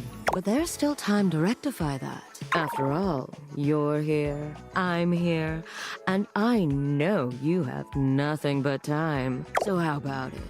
Me and you and mind-bending, earth-shattering pleasure? Isn't that the thing, though? Isn't that like the... That's like the excuse you do. You give sex toys as a gag gift, because then you have an excuse, both to give it, oh, it was just a joke, it's just silly, and an excuse to get it. Oh, silly, it's just a joke. I'm never gonna use it. It was just a gag. But then, you know, that's just the excuse publicly. Hell yeah. I knew you couldn't stay away much longer. Come here. Benoit takes you by the hand, guiding you to lie down on your bed. Oh. What happens next is a blur of sensation. Benoit is everywhere at once, taking your hands and showing you just what to do to blow your own mind. You've never experienced anything like it, and you know you'll never be the same again. Oh. Oh, that was it? It was over so fast. What about the drawer itself? Alright, well, that's good. Let's see, what is this? A love book? A diary. Oh, a diary. Oh, no, I don't think I want to know that much about my high school years. It's gonna be uncomfortable. What was this again? Oh, yeah. Okay. I'm kind of curious about the piano, personally. What's this? Love. The secrets to love lie within these pages. Advice, gossips, and stories. Okay. What's this? The World Eater game. Great. Let's talk to the piano.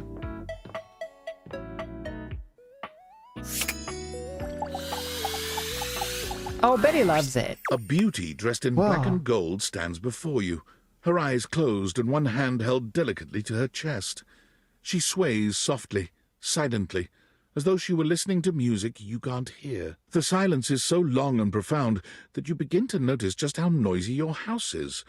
You can hear your clock ticking, your refrigerator humming. You can always your hear air a clock ticking. conditioning blasting.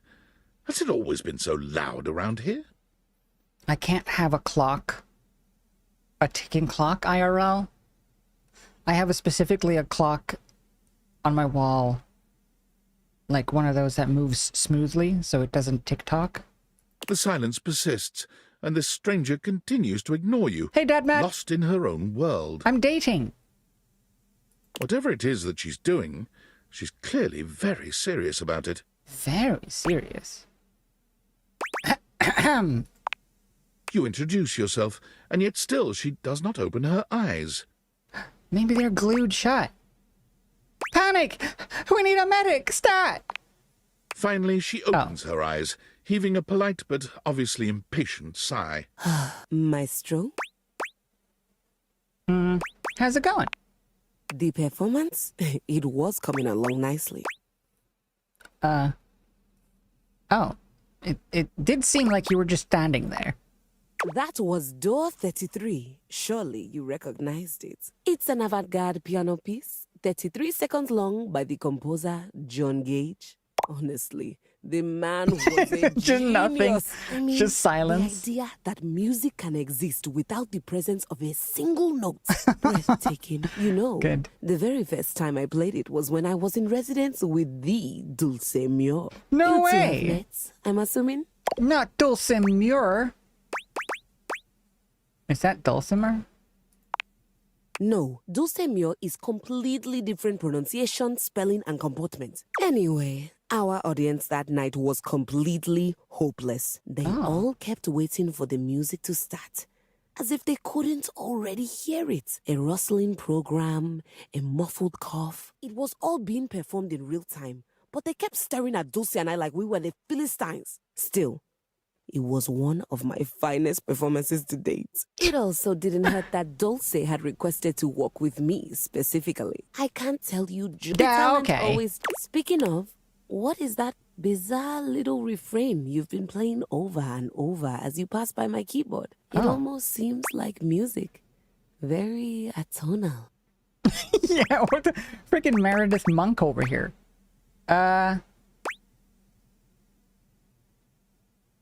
It's a Valdivian hold music. I can't get it out of my head. Valdivian? Is he a composer? Yeah, Vivaldivian. No, it's just a company. I must say I'm rather confused now. Well, whatever you are playing, I look forward to its evolution. Oh, okay. Cool, I like her accent. So long, Maestro. Bye-bye. Cool. I was playing a bit of, what's it called? Lost Legacy? Uncharted Lost Legacy? Reminds me of Nadine a bit. Also, man, that game still looks incredible. And it's like almost 10 years old. It's crazy. Alright, who else we date? Porridge? Who's next on the date agenda? Maybe the fireplace? Or the TV? No, let's date the games. Let's date the video games. The game console turns on. No, already. Sassy Chap Games. Moon Surgence. Resurgence. This has to be the most immersive video game you've ever played.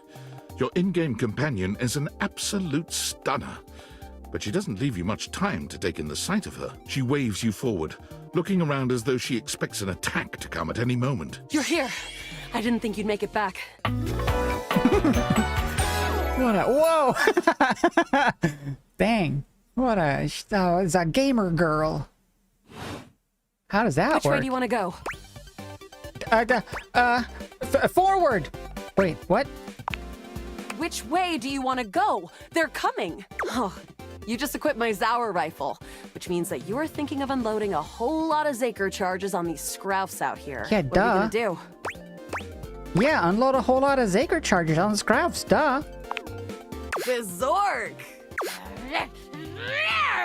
Eat Zaker, worm! Yeah! Oh shit, what happened? Did she poop? Charges later. That's a whole lot of scrouf carcasses. Nice haul.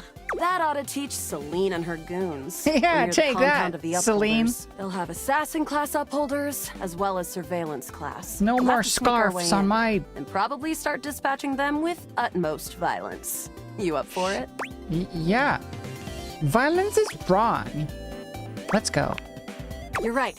I'll put on my +5 shadow suit. It'll help us get through the sensors in there. Upholder tech is nasty. I found an entrance on the dark side. Should be an easy way in if we just follow the marker on the map. Oh, dude, sick. Following. After a short walk, you find yourself standing in front of a bullet-ridden metal door, way out in the middle of the cold, grey landscape. This is the entrance I've never seen anyone use. With my chalk-picking skills, we'll have this open in no time. Hey, tell me more about yourself. Me? I'm your average member of the Resistance. Oh, yeah. Maybe above average. We fight against the Upholders who are determined to do everything in their power to druck everything up here on my homeworld. Oh, yeah. I like her personality and her hair and face. Not so much her outfit. Who am I? You? I always thought of you as a companion. Someone who followed me around and gave me advice. Cute, but expendable. Luna picks the lock, allowing you to peer inside. She's the main character. You can see hallways filled with shining electronic doors off into the distance. Here we go. Upholder Central inside. I'm seeing Grunt class upholders, who shouldn't be too bad. But there will be Surveillance class 2, which can sound the alarm. Sounds dangerous. It is. Very. How do you suggest we do this? As quietly as possible. Trying to date one of the guards. As quietly. Stealth section. Quietly. That makes sense. With the shadow suit, there's no way they'll hear us coming. Using all your available grace and patience, you and Luna slowly make your way down the corridors. Close behind me, Yael. You drift past both Grunt and Surveillance upholders with ease. Good choice on the stealth. I usually prefer the part where we... There you are. Oh no! Assassin! From your stealthy vantage point, you can get a vague sense of what's happening. A vast laser juts out from some sort of holographic human from down the end of the corridor. The light engulfs Luna and renders her immobile. No! Watch helpless. No! Grab her and run. Bravely, you take Luna's frozen body and crash through the remainder of the hallway. Once she is removed from the power of the strange weapon, she hangs limply in your arms for a moment, enjoying the ride. Oh. Continue to run like a badass, or give her a wink and a smile. I'm gonna give her a wink and a smile. Oh, guess I don't have to whisper anymore. You run further through the maze-like compound and finally make it to an empty office. Crah. We lost a lot of gear there in the tryst of battle, but at least we still have enough health to get us through to the end. We're getting close. You wanna press on, or should we take a crafting break? Crafting? We have a chance to use what's left in our inventory to make something that will help us in the final battle. Oh, okay. Let's get crafty. All right. We can craft something really special using this workbench. This thing can take anything we've got and transform it into anything we don't. What do we have? Not much. We got zonked by that last encounter pretty hard. 1 globule, 1 wood, and 1 scrouf skin. What can we make with that? We'll have to find out. Okay, let's get started with... Well, okay, what do? We take the wood, we add 1 globule, and then we wrap it with scrouf skin, right? The globule will hold it to the wood, and the skin will reinforce the wood so we can use it as a bonker. So we start with the wood. Got it. And then? And then we add the globule. Got it. And then? And then we wrap it with the skin. Got it. And then? And then we're done. All right. I don't think that's gonna give us anything we really need, unfortunately. But there's no reason to lose hope. Let me just put these together, and it's pretty globular, which is always good for defense. The wood gives nice heft, raising our attack. The scrouf skin makes anything look a lot better for comfort. We've got an amazing new piece of armor from this. That'll help us in the battle ahead. You and Luna make your way through the final threshold and stop right before the entrance. Oh no. There it is. The horror of it all. The way opens up into a large regolith cavern. Oh no! Mining constructs mingle with moon rocks as the terminus of the station is reached. But perched high on the crane next to a large glowing blue crack in the regolith was a well-outfitted spacer who looked just like Luna. What? You came just in time for the festivities to begin. Celine Moonrise, prepare to die! Luna, you'll never take Crescentia's power. Which one's the real Luna? Quick, Luna, let me check your upper thigh to verify it's you. Who's Crescentia? Crescentia, the goddess of the moon. We found her in 2066, and next year, she'll be destroyed, leaving us free to harvest. Great. The glowing crack seems to swell. Eat charge, bitch! The blue deposit of moonrock erupts, and from the crack, a monstrous creature bursts forth. Crescentia! Go! No! My girlfriend is getting eaten by the moon. That's rough. Use items. We don't have any items. Shoot more harder? Use items. Take this! Luna throws an elemental grenade that blasts Crescentia's scaly hide. Thanks to your crafting, Luna is able to withstand the mighty force of Crescentia's power. The battle is fierce, but ultimately Crescentia and Celine fall to the ground, presumably dead. Wow! Did that without even a single save. Nice. Great job, Guile. Speedrun. I couldn't have done it without you. Could this be something more? Let's not rush into it. I'm glad to be there for you. You're the best partner I could have ever asked for. You always chose the right path, unwaveringly. I'd love to be friends with you. Even though it can be dangerous out there in Novaya Moskva, having a real friend by your side means you keep your KD ratio way down. Sounds good. Well, come back anytime and let's play again. Nice. Hey! My Lovely. friend. This time for good. Marvelous. All right. What else do we have one more date to go? What's like is there a good,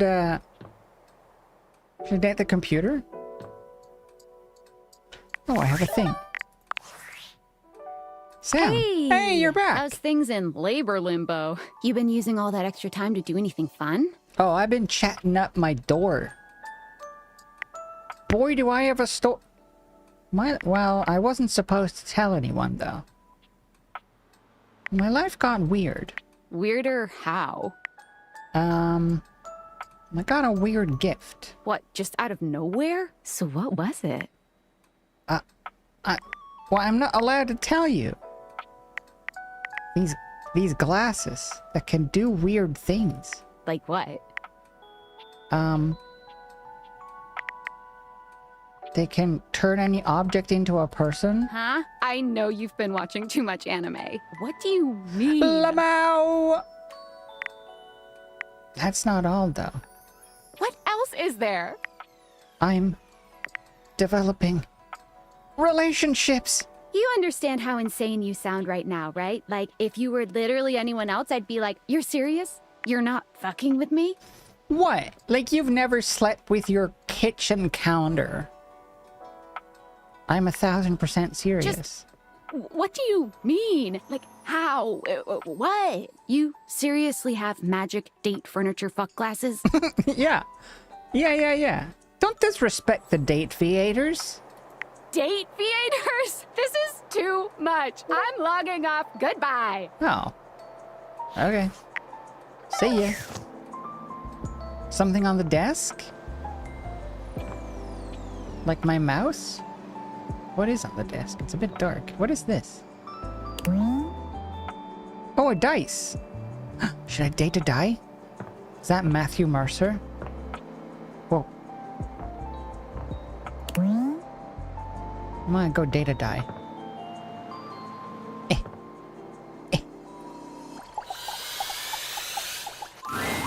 You've never been ashamed of your interest in tabletop games, but ever since you stopped seeing people, you've spent far less time role-playing than you used to. The cloak-wearing nerd standing before you reminds you of days gone by, when you used to gather around a table with your college friends and pretend to be someone else. Ho there, traveler! Well, hello! No. Ho, as in, hey, howdy, how are you? You know, simple salutation. It's Matt! I've met you IRL. I hugged you IRL. Well then, good day to you, sir. Ah, that's the spirit. I'm Chance, your D20. The mysterious cloak comes off, and you see the friendly face beneath. Is he wearing a book? Welcome. His body's a book. Taking a tiny respite from the drudgery of work? Pawnee-ass names. You know what they say about all work and no play? I actually have no idea. All I do is play. If you are up for a real adventure, I have just the thing for you. Have you ever heard of grottos and gargoyles? Yeah, of course I've heard of G&G. Oh, that's great. What's your favorite monster? Oh, and what about your favorite mystical weapon? Or class? Oh, I have so many questions. Oh, jeez. I lied. No. What's goblins and gangrene? I'm partial to all of them. How could I possibly choose? Wow. Someone else who feels the same as me. Oh, it's so hard to pick a favorite. Everything about G&G is so cool. You wouldn't want to maybe kinda play with me, would you? It would only be the single greatest thing you could do for me. No. No, I will. Chance's eyes light up, his hands balling into fists as he does his best to contain his excitement. Really? Holy crit! Someone to play with me! You have no idea how hard it is to find someone to play with. Yeah, let's just do a quick game of D&D before bed. Can we play just the two of us, though? Sure can. Don't you worry about that. Your chronicler will balance everything for solo play. Oh. Regardless, it'll give us some time to get to know each other better. I can roll with that. What's next? It's time to get you your character. All we have to do is choose your stats, your powers, and your weapons. Then your armor, your lineage, and your gargoyle gauge. Although I might leave that out for this first character. It's an optional setting. See, you can have a portion of gargoyle blood running through your veins, which lets you... That's a lot of choices. And I have to make all of them? Oh, of course. It is a whole heap to take on your first time out. How about you let me make your character for you? I know the game inside and out, and you can just show up and play. They probably just told Matt, say things. And then this is what happened. You would do that for me? You're the best. Oh, I'm so excited. You have no idea how much fun we're going to have. I'll even build the session based on what class you pick. Oh yeah. What are my options? There are 3 classes I can get rolling for you. All of them are awesome, but they won't be too much of a challenge. I'd suggest the Troubadour, the Guardian, or the Enchanter. Oh, Which one would you Enchanter every time. Enchanter! I'm so excited! The Enchanter it is! Magic will flow and find home in your heart. Yeah. I heard that Lux wanted to get into G&G more and was thinking of playing a hotshot. If you two know each other, I'll invite them. They are all over the house, bringing radiance to everything they shine on. I'm assuming it's a light bulb. When do we play? Now that I know who you want to be, it'll take me some time to finish building out the session for you. Give me a day? I should be ready by then. No, that's fair. Anything before that, and it's a bit dicey if I'll be ready or not. Sounds great. Me neither. Oh, it's been so long since I've played. I'll see you then. Yeah. He never plays G&G. Whoa, what's in here? Oh, warning, hot. Oh, I want to date you. All right, fine. I'll be back. I gotta go to bed. I'm too tired. I've been talking to my furniture all day. Whoa. All right, want to come to bed with me?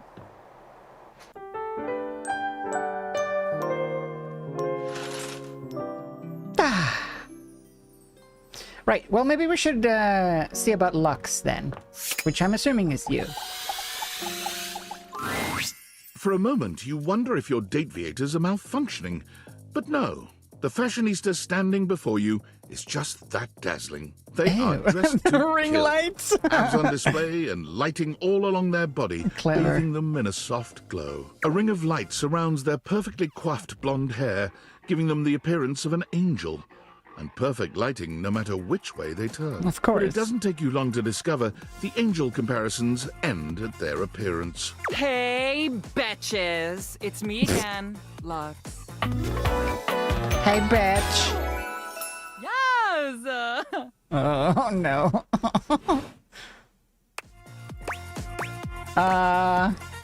Hey! Wow. Seriously?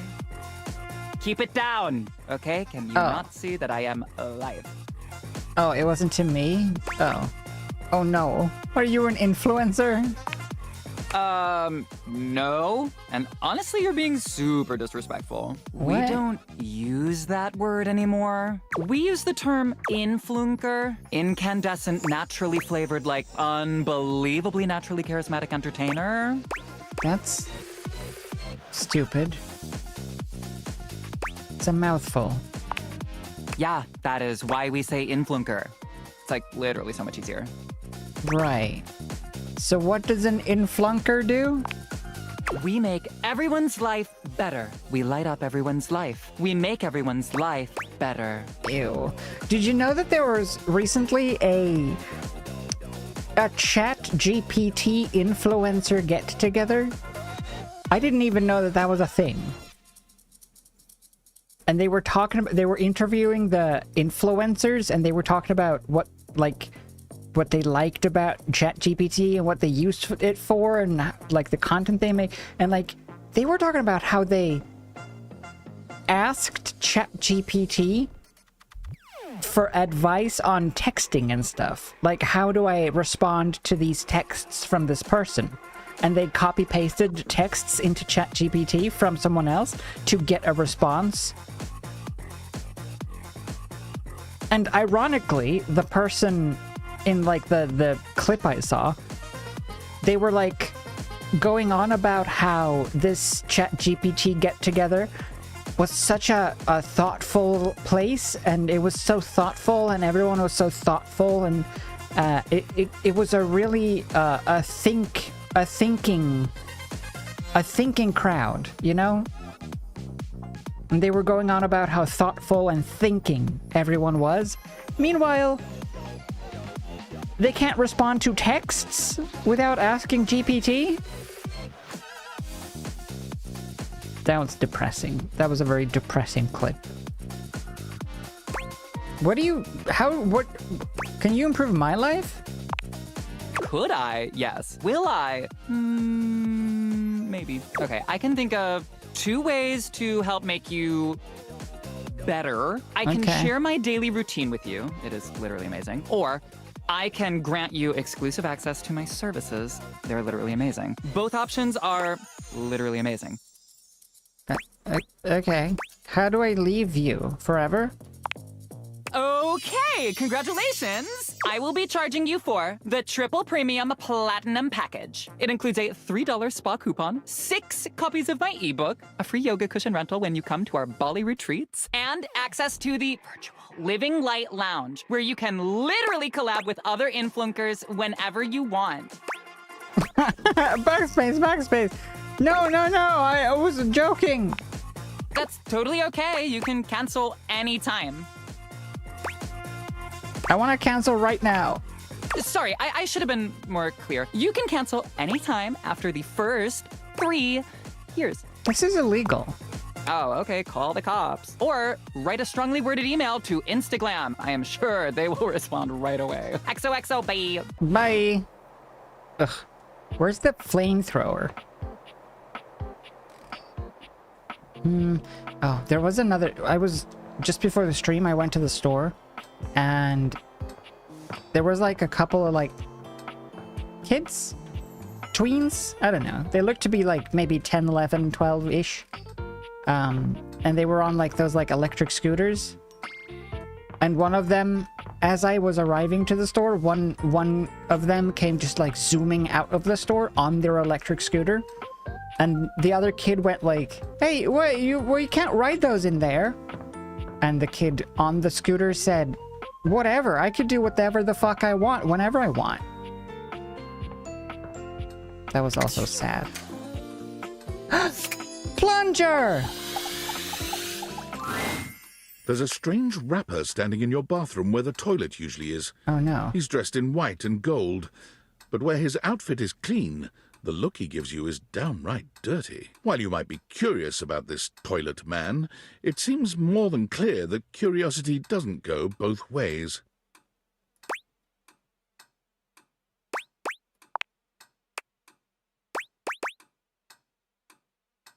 Oh, you're the toilet, not the plunger? Oh. I gotta pee. Open up. The toilet man springs into action, raising his hands to his mouth as he begins to beatbox. Lil Crapper's a rapper, he knows how to go. Plumbing and drumming are both about flow. You black these spikes, he'll be ending your life when he slams your head into the bowl. Oh, on a toilet roll, Jean-Luc Bissois, out of control. Over, under, never, blunder, speaking more words than an ancient scroll. Ah, shit, son, that was dope. Ugh, do not say dope to Lil Crapper. Oh. Dope is what the junkies hide in these cisterns of innocent toilets like Jean-Luc. Jean-Luc sings all about this in Lil Crapper's latest album, The Teepee Hippie. Anyway, you know Lil Crapper. You love him. Everybody does. I do like him. Jean-Luc Pissoir. Next. You come to hear his pizza. Or maybe you ate the pizza. You come to take a seat so you can deposit the food you eat. Oh, I like this guy. More! Sing more! Yeah, I want to listen to the beats. He's like a bidet, only spitting the truth. Going down quicker than gin and vermouth. They call him a potty mouse, letting the naughty out, but that's a way to impute to the youth. Where's a fart step? Consider me appealed to. Man, you ain't the youth. Get out of here. What? Lil Crapper can't hang with posers, you know? It alters image. If you are a poser, you get out of Lil Crapper's face. I'm not a poser. Maybe? Show me what you got. Show me. Show me Lil Crapper is not alone on this stage of tile and stone. Okay. Yeah, I'll wrap you up and put you away. Yeah, that's not a boomer thing to say. Not just rap. You need to show him that you can crap. All right. But I might get performance anxiety, but I'll try. I'll have some coffee first. Oh, you misunderstand him. Crapping, short for cool rapping. Lil Crapper is always crapping. Now it's your turn. Okay. Show him you can crap. Yeah, sure. I don't think people will interpret that the way you want them to. Jean-Loup makes a dismissive gesture. That is their problem. Lil Crapper Fair. is ahead of the curve. He is a wordsmith, eh? He is like Voltaire, French, and smarter than you. On a related note, Voltaire was my number 2 for my nom de plume. How am I gonna learn to rap? Not from Lil Crapper. Lil Crapper is not a teacher, he is a test. You study on your own time. You cannot keep up, you fail. But if you can match his rapping skill, then you will be able to woo anybody. I want to. If you have the skills to woo Lil Crapper, then any partner will be within your reach. In fact, if you can match Lil Crapper in a crap battle, then he will fall in love with you. Great. I want to do it, but like choosing like lines like this. But all I've ever wanted is a pastry narcissist bolted to the bathroom. Well, is there any other way? Enough! Lil Crapper can sense you are unable to hold back your passion for crap any longer. So, what do you think? No, do you have what it takes to face Jean-Loup? Yeah. You are wrong! Jean-Loup knows you. You are the Chatine, the kissless loser. What? You have enthusiasm for rap. Lil Crapper sees is but enthusiasm alone. She is not enough. For rapping, she comes from the heart. From the fart? Deepest part of the system. Like that little rubber bit that comes undone sometimes and the water keeps running forever.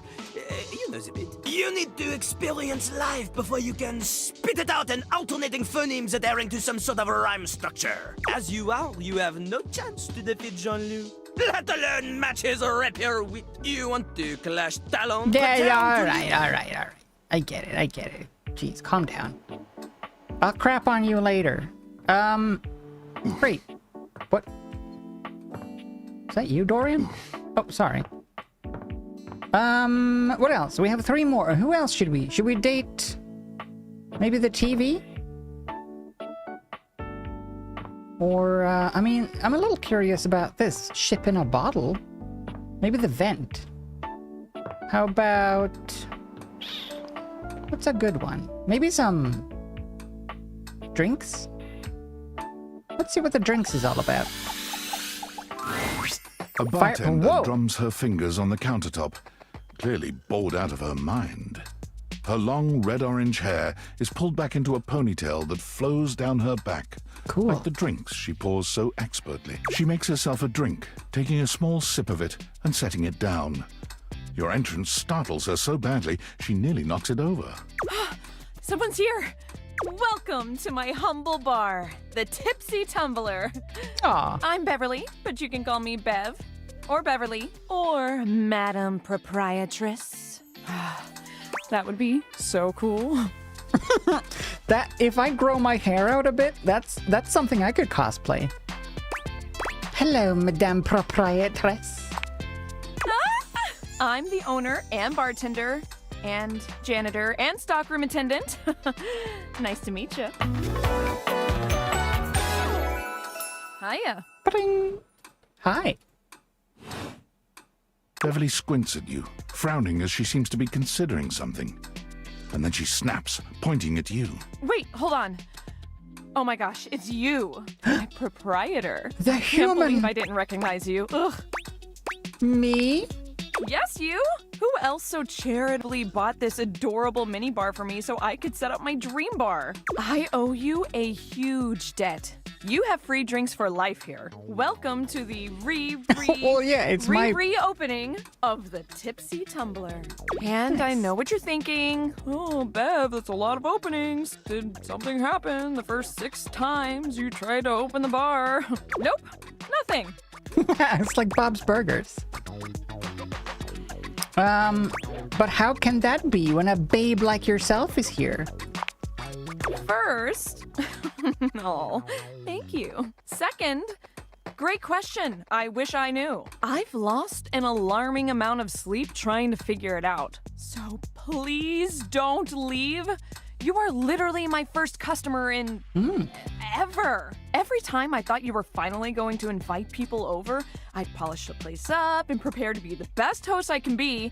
But then each time you chicken out and spend yet another weekend all alone. Too real. Why did you get a minibar if you weren't going to invite guests over? All right. Desperation. I like it. I like making drinks for myself because I like drinking alone. I mean, true. That's sad and totally not something I do. Hey, I got an idea. How about I serve something instead so we can be less pathetic together? So Yeah. take a seat and let me fix you something already. Please, let me fix you something. Yeah, First and okay. foremost, am I making you a cocktail or a mocktail? Mocktails are the non-alcoholic versions of a cocktail. Just as fun and delicious, but without the burn or the drunk part, obviously. Cocktail? Excellent. So, what'll it be? Ooh. Well, I don't know what an Aperol Spritz is, but I do like a mojito. I don't like a martini. They're too bitter. Give me a mojito. Ooh, so minty and fresh. It's kind of like brushing your teeth at the bar. Yeah, you don't have to brush your teeth when you go to bed. In my head. Coming right up. Nice. Pour it out. Why? Sip it. You lift your glass to your lips, taking an extended sip. How was it? Really good. Where did you learn to mix drinks like this? Well, after 6 grand openings, I got a lot of practice in. Fair. Plus, with a name like mine, I should know my beverages pretty well. I really don't want to close this place down. I've put my bar and soul into it. So, what is Aperol? Will you be my first returning customer? Yeah. Really? Oh my gosh. Yes. Yes, thank you. No, I Tell like your her. friends. Tell everyone.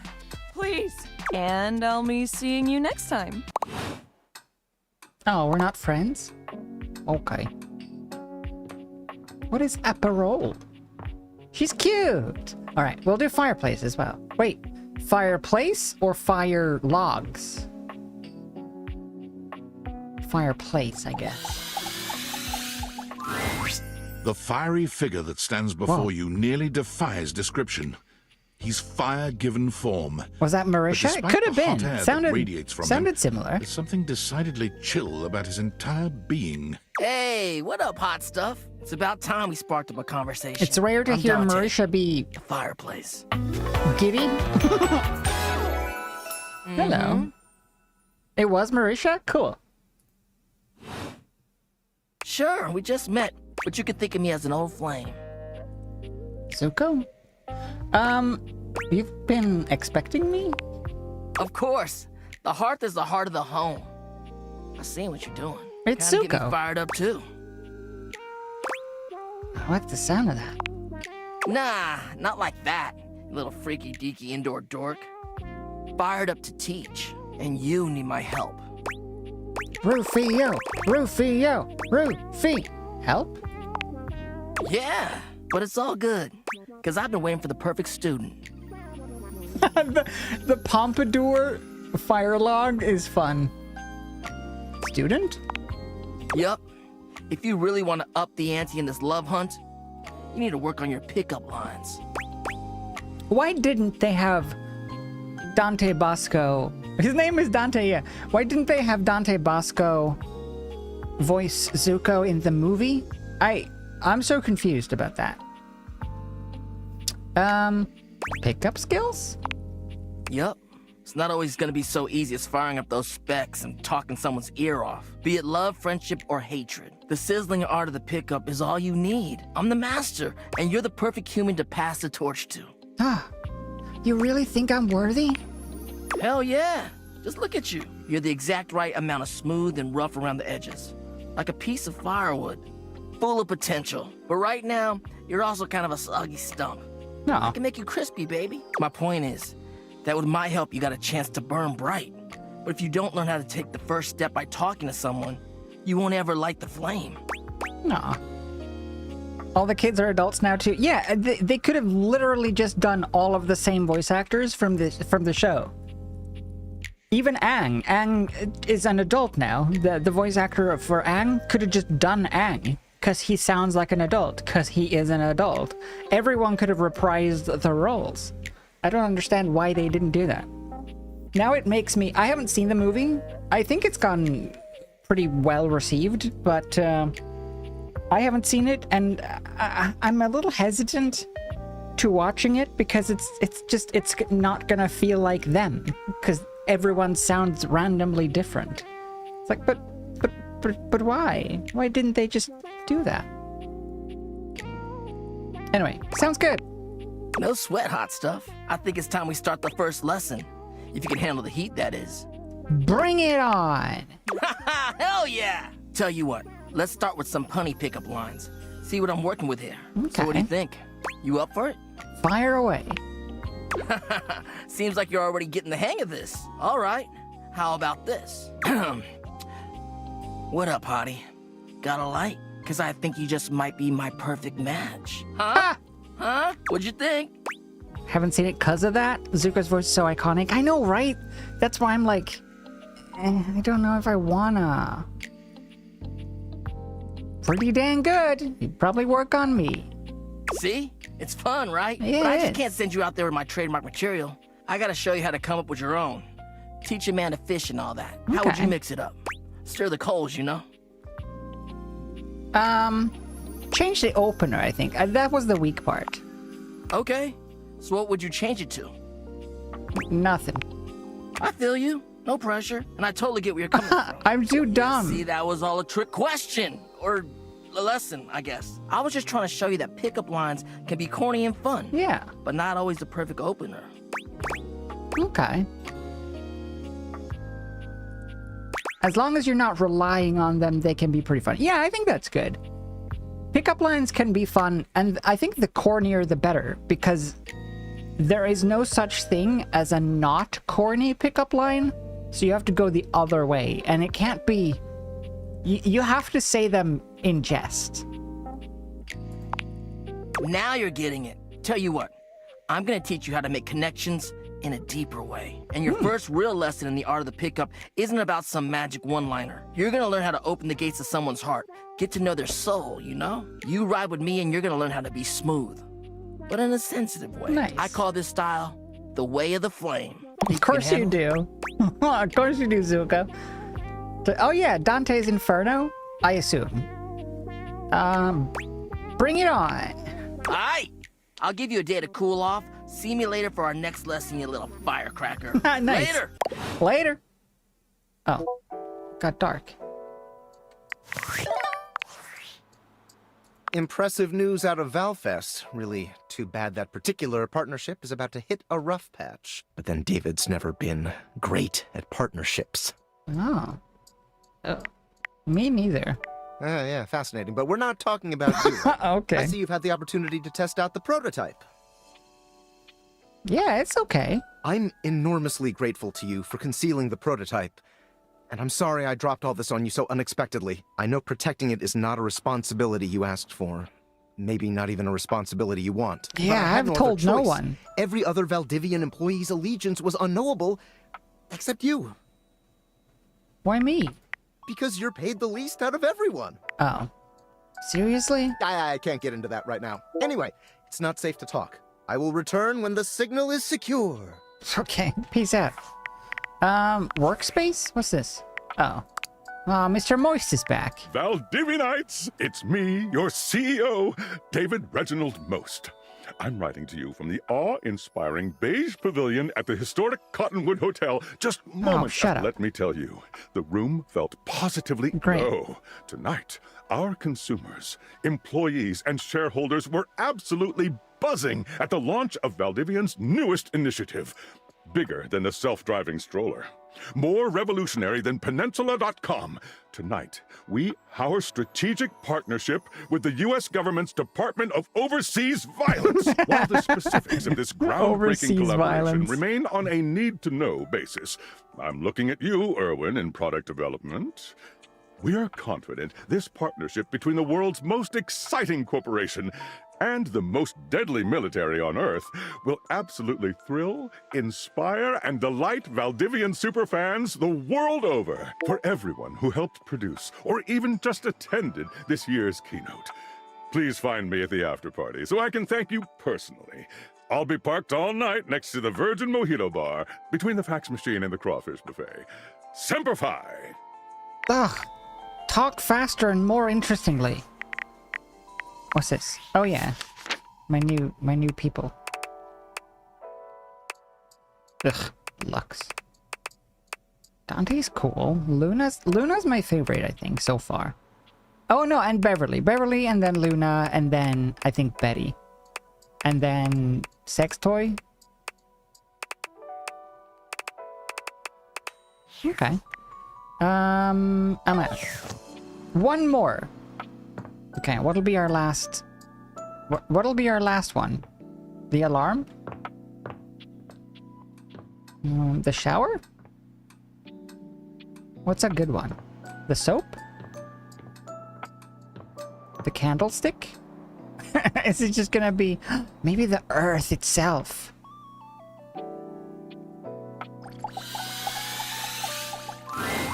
A red-haired traveler lifts her goggles to peek at you, revealing freckled cheeks and stunning blue eyes.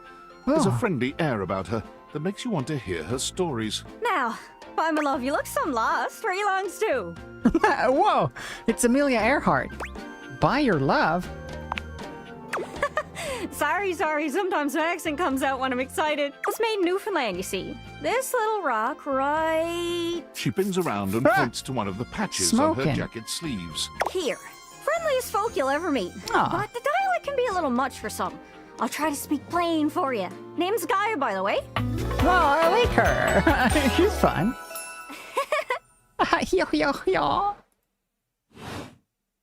So, where are you from? Clamland. Oh, that makes sense with that accent I'm hearing on you. Of course. It's a right shame, though. See, I got all these countries and rivers and seas on my jacket. It's a collection I've been working on. And I know the names, but I don't really know the places, you know? I mean, heck, I got them all memorized even. United States, Canada, Mexico, Panama. That's all of it. But without a story behind it, they all feel so far away. You'd think they'd be in arm's reach considering they're on my sleeves, but it's a brain problem. I just can't pin anything down without context, without stories. Maps are just paper.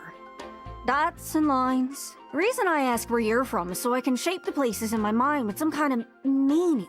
Because right now, it feels a bit like I'm just wearing a big vest of unchecked boxes. Geez, here I go talking your ear off. Sorry about that. It's just, I'm having trouble putting myself out there, and I'm so interested in being out there. Aw, I can put you in my suitcase next time I travel. Bye, Amy.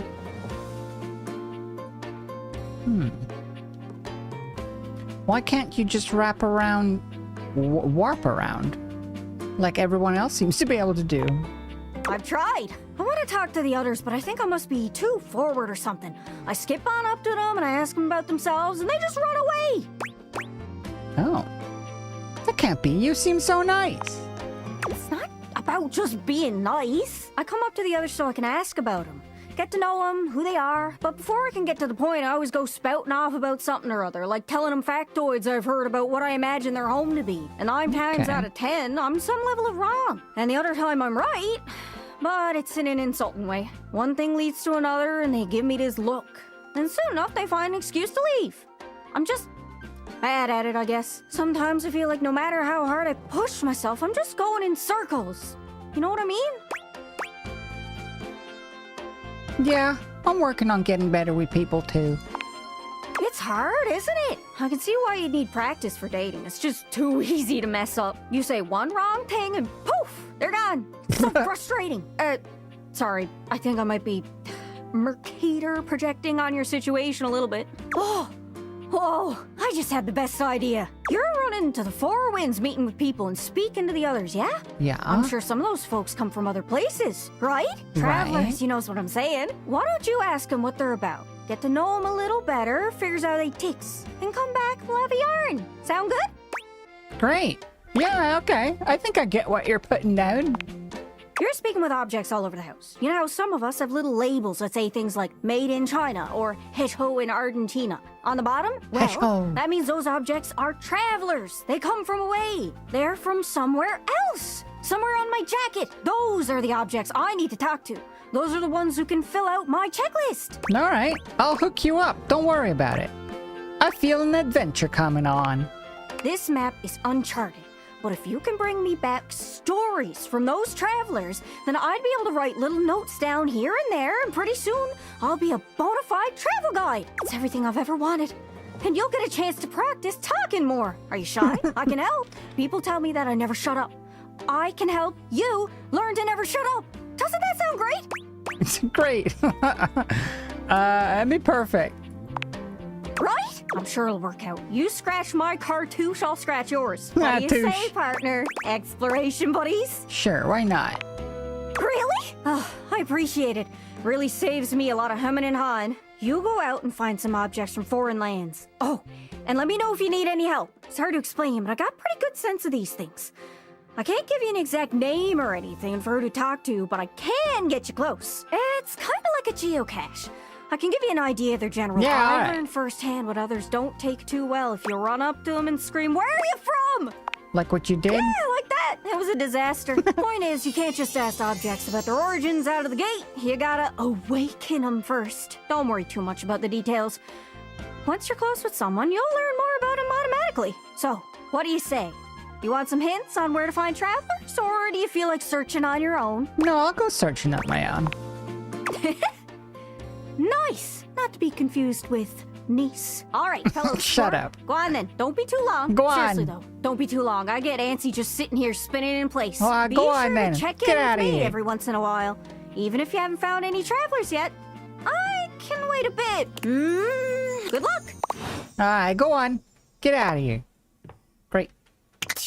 To bed. To the pub. She was fun. Yeah, she was nice. See, it's not so... The problem isn't... for me personally, the problem isn't talking to others. I find it pretty easy to talk to people. To the pub. To the pub. Pip. Pip. Pip. Cheerio. To the pub. Ha. Plop. To the pub. The problem isn't talking to people. The problem is thinking of something interesting to talk about. Because most of the things in my life is like, yeah, I could tell you that I went to lunch with grandma, but how interesting is that? Anyone can go to lunch with their grandma. Boring. Yeah, I can tell you about going to see my niece and nephew, but who hasn't seen their niece and nephew? Oh. What's up? Oh, David! What? Valdutiantites!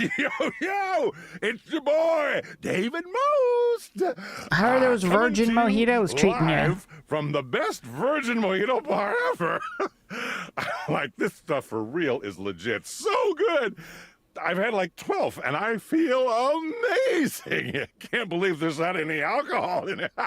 JH19. Hey, did you guys see how dope that presentation was?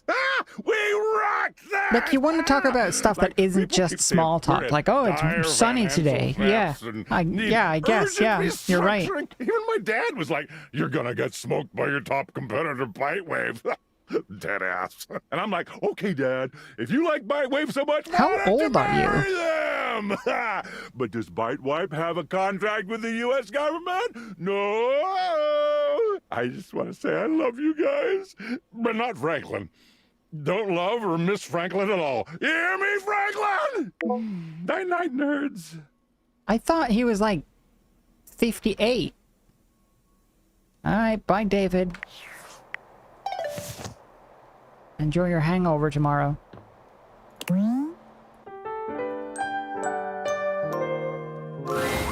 Nightmares are nothing new to you, but this terror standing in your room is certainly a unique experience. It's hard to even make sense of what you're seeing. A dreadful figure, wreathed in black, with what seems to be the suggestion of a horse's head, with snake and lion heads sprouting from its shoulders. It has a multitude of eyes where they shouldn't be, and teeth that decorate what would be the belly and hips on a human figure. But it's not the monstrous anatomy that freaks you out the most.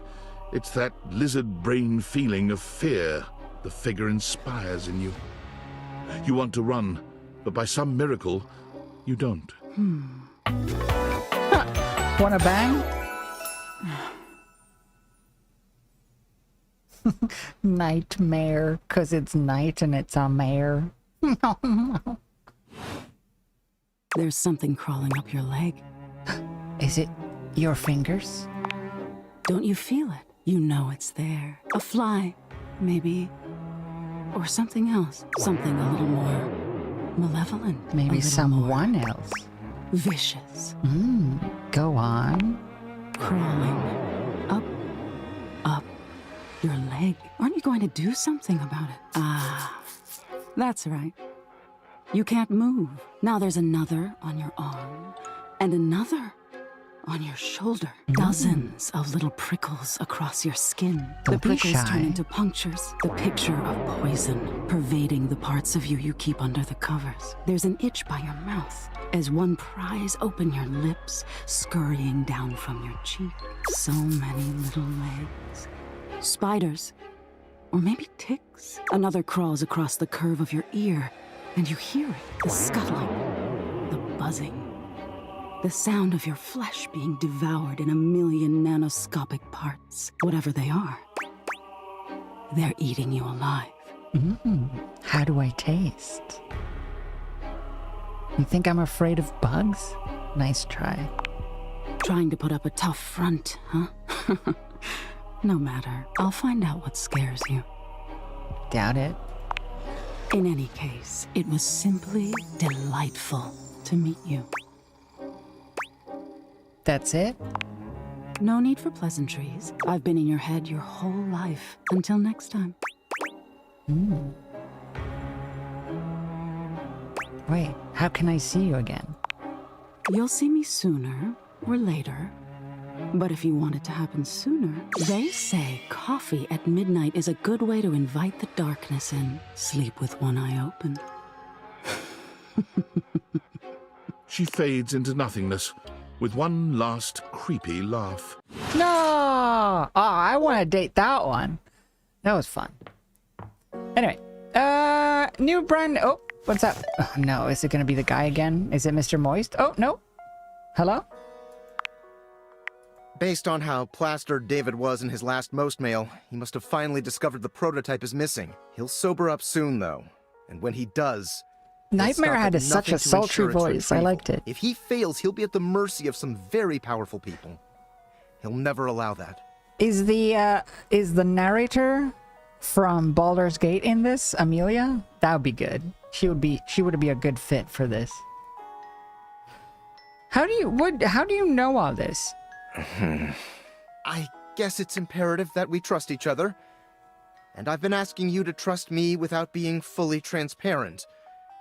I know all this because I created the Dateviators. Well, yeah, I assumed. Sure. Whatever. Anyway, I can't talk now. Remember, under no circumstance allow David to know you possess the prototype. David? All right. Fair enough. Great. Who are we dating today? I'm assuming then if I date like this toilet, is that gonna be the same as the downstairs? It's gonna be Crapper. Parappa the Crappa? Again. Maybe we should date the bathtub today. I feel like all of these are gonna be like gym bros. This is probably gonna be Pingu from Animal Crossing.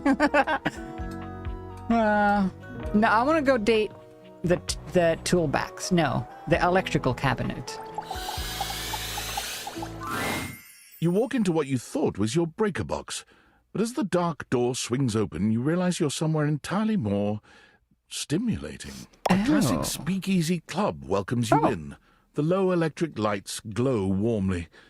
Live music drifts languidly from a sumptuous velvet red stage and envelops the audience in a pleasurable haze of pure vibe. The gentle clink of cocktails in glasses rises from a wood bar to the left of you. Can we date And then air? a gentleman How do with I a aim languid, at nothing? easy air to him approaches you. Well now, what a delightful surprise. A brand new patron. Is that Matt again? Well, I'm here all the time. I live here, actually. Really? Are you sure? I find that hard to believe since this is the first time I've seen you here. Trust me, I would never forget such a striking face. Oh. Striking, huh? Oh yes, distractingly so. I imagine it would be quite difficult to focus on anything else with you around. Though, I can't say I mind. You have quite the reputation around the house, live wire. I'm eager to explore it for myself. But we're getting ahead of ourselves. Where are my manners? My name is Volt. Of course it is. Okay. You can date He the air? extends a hand How, toward you, even? a conduit of pure, dangerous sexual energy that charges the very air between you.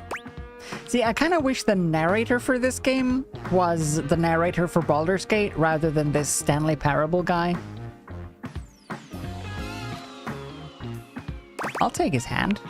He lowers his head to brush his lips across the back of your hand. Was that a spark of static electricity you felt just now? It's a pleasure to officially make your acquaintance.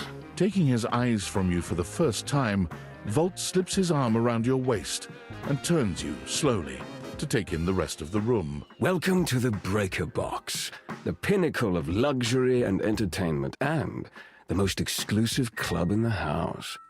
Impressive, isn't it? It'd be fun to do a voice for a game like this. If I ever become someone who can do voice acting, I would love to do a game like this. Be a random character in a game like this. Yeah, I feel underdressed. Oh, trust me, you look stunning. That sound, the flickering lights, it can only be a power fluctuation. Oh wow, that even happens here? What? Oh, that. Well, that was nothing, just a little surge. With this much energy coursing around, it's bound to happen from time to time. Fair enough. Whoa! Eddy current! This newcomer looks exhausted, frustrated, and annoyed. His sleeves are rolled to the elbow, revealing calloused and bruised hands that he wipes on a rag. Eddie! Just in time to meet our guest. The human? What's she doing here? I'd imagine if we don't poison the mood, they'll be joining us for the headliner show. Joining us for tonight's show, I hope? Is this like a threesome situation? Am I? Unless you have other plans. Well, I guess not. We'll have to work I'm on in that limbo. enthusiasm. Right. I'll have fun with that. I finished the patch, I'm clocking out. Not my best work, but it'll hold for the show. Ah, I see. And you're sure you're feeling all right? Are you the same person? I'm fine. Just don't overdo it. Eddie turns and trudges away, focusing on the rag in his hands. All right. Is he okay? Of course. Eddie always is. His human skills leave something to be desired. Okay. Best to simply give him some space. Back to the matter at hand. Tonight's show. Shall I set you up at one of our VIP What is this tables? show?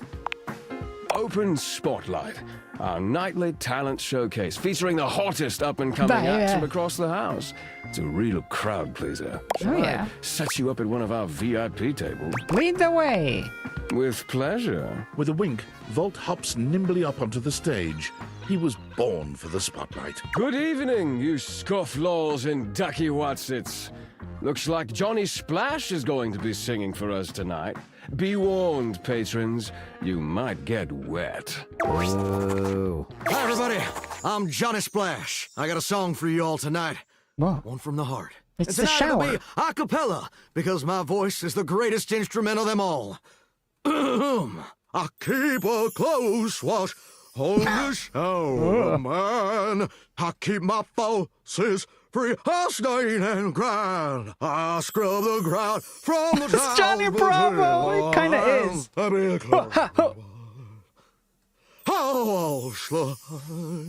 I that was get amazing, it. baby. I even surprised myself. I've seen many bombs in my time, but that one takes the crook-blasted cake. Even I couldn't clean up that mess. You didn't like it? I thought it was okay. Say I'll it. retool it. Say Come thank you back with very something even much.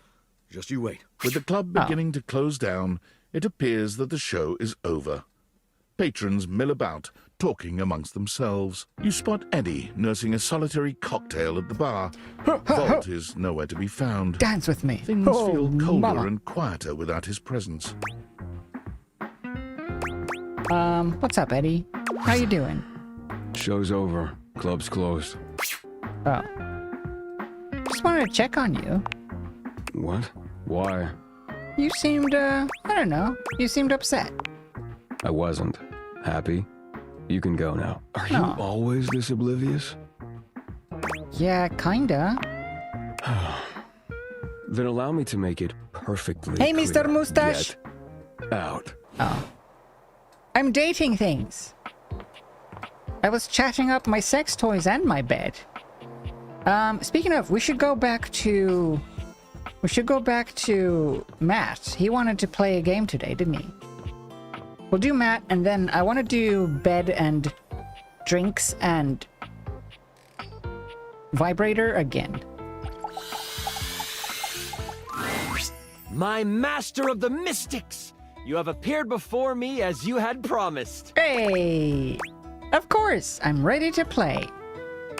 I'm so glad you're here. I knew you wouldn't let me down. I rolled a crit on my insight check of you. Before we start, here's your character sheet. You will be playing the mystical enchanter by the name of Dewey Day Seymour, a hapless apprentice studying at the Arcana Mystica of the Bookshelf Bluffs. Oh, yeah. Looking at your character sheet, you will notice that you only have 40 health. Nah, Don't shit. worry, it won't be that bad. That's great. Lux will be a hotshot, using bows and arrows to strike fear into foes from afar.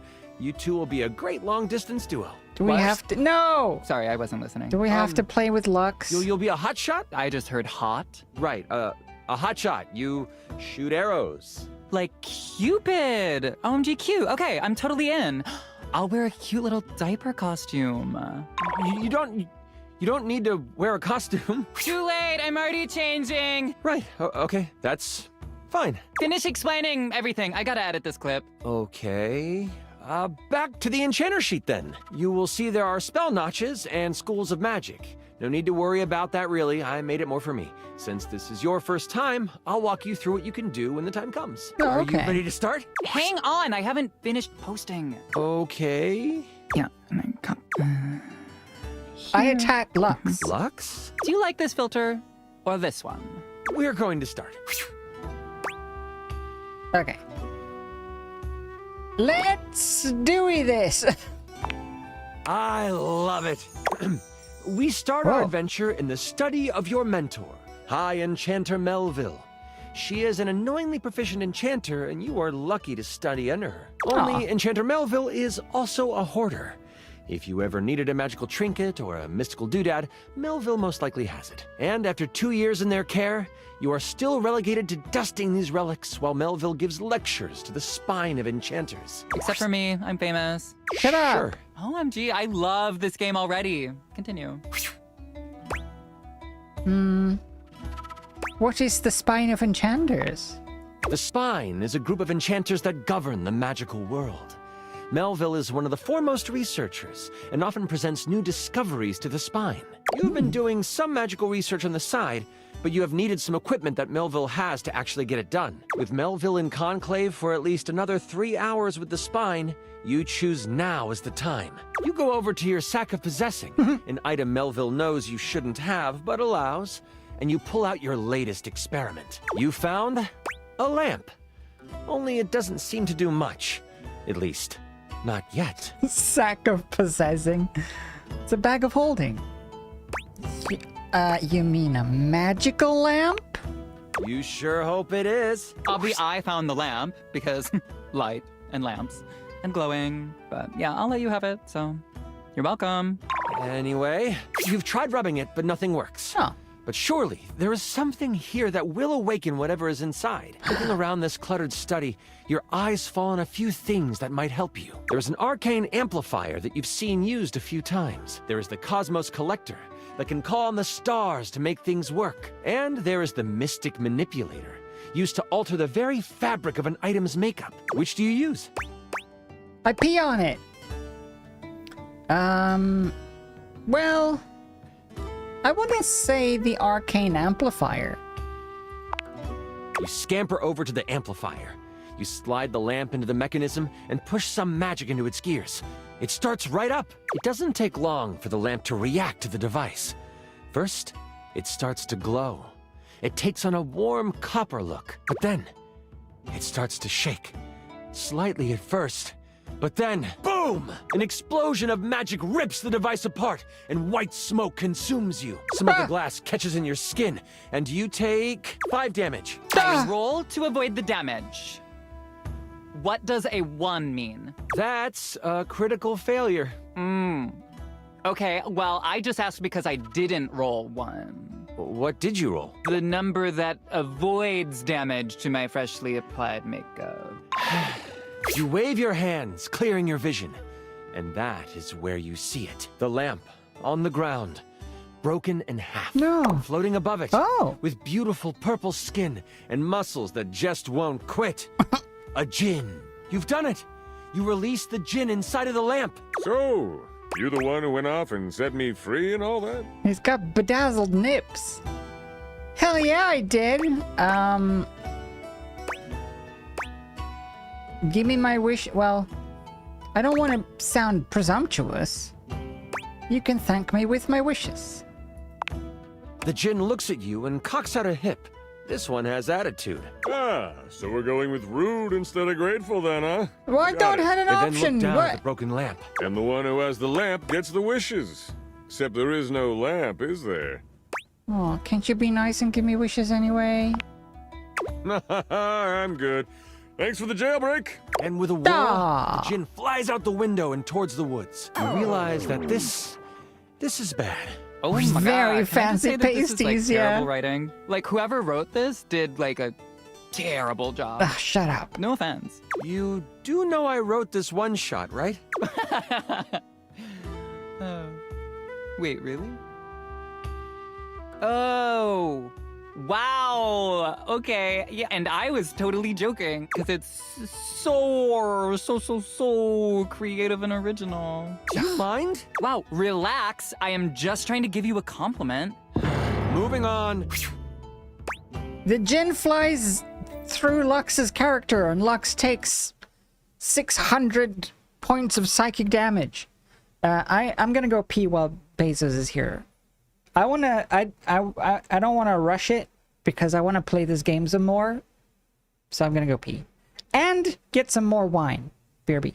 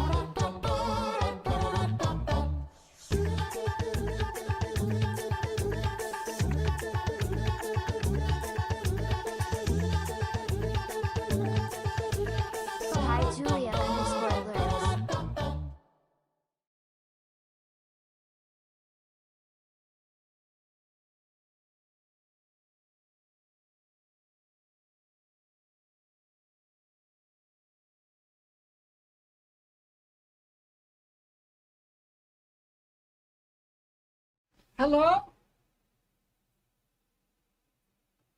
Hello? Hold on.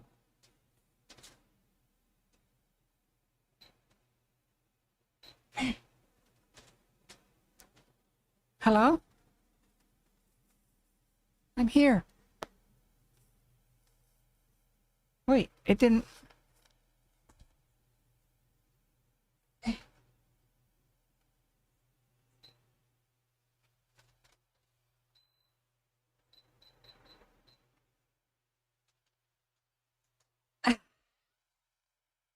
Hello? I turned off, I wanted to turn off the AC. It's getting cold in here. And my 3D printer has finished 3D printing. Listen to this.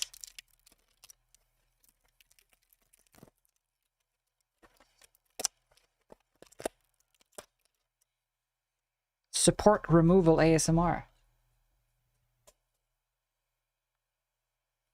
Okay, I think that works. Yeah, that'll do. Nice.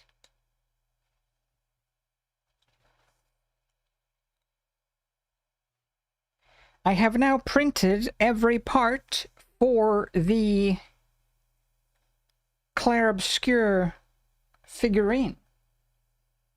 Now I can polish them all up and assemble.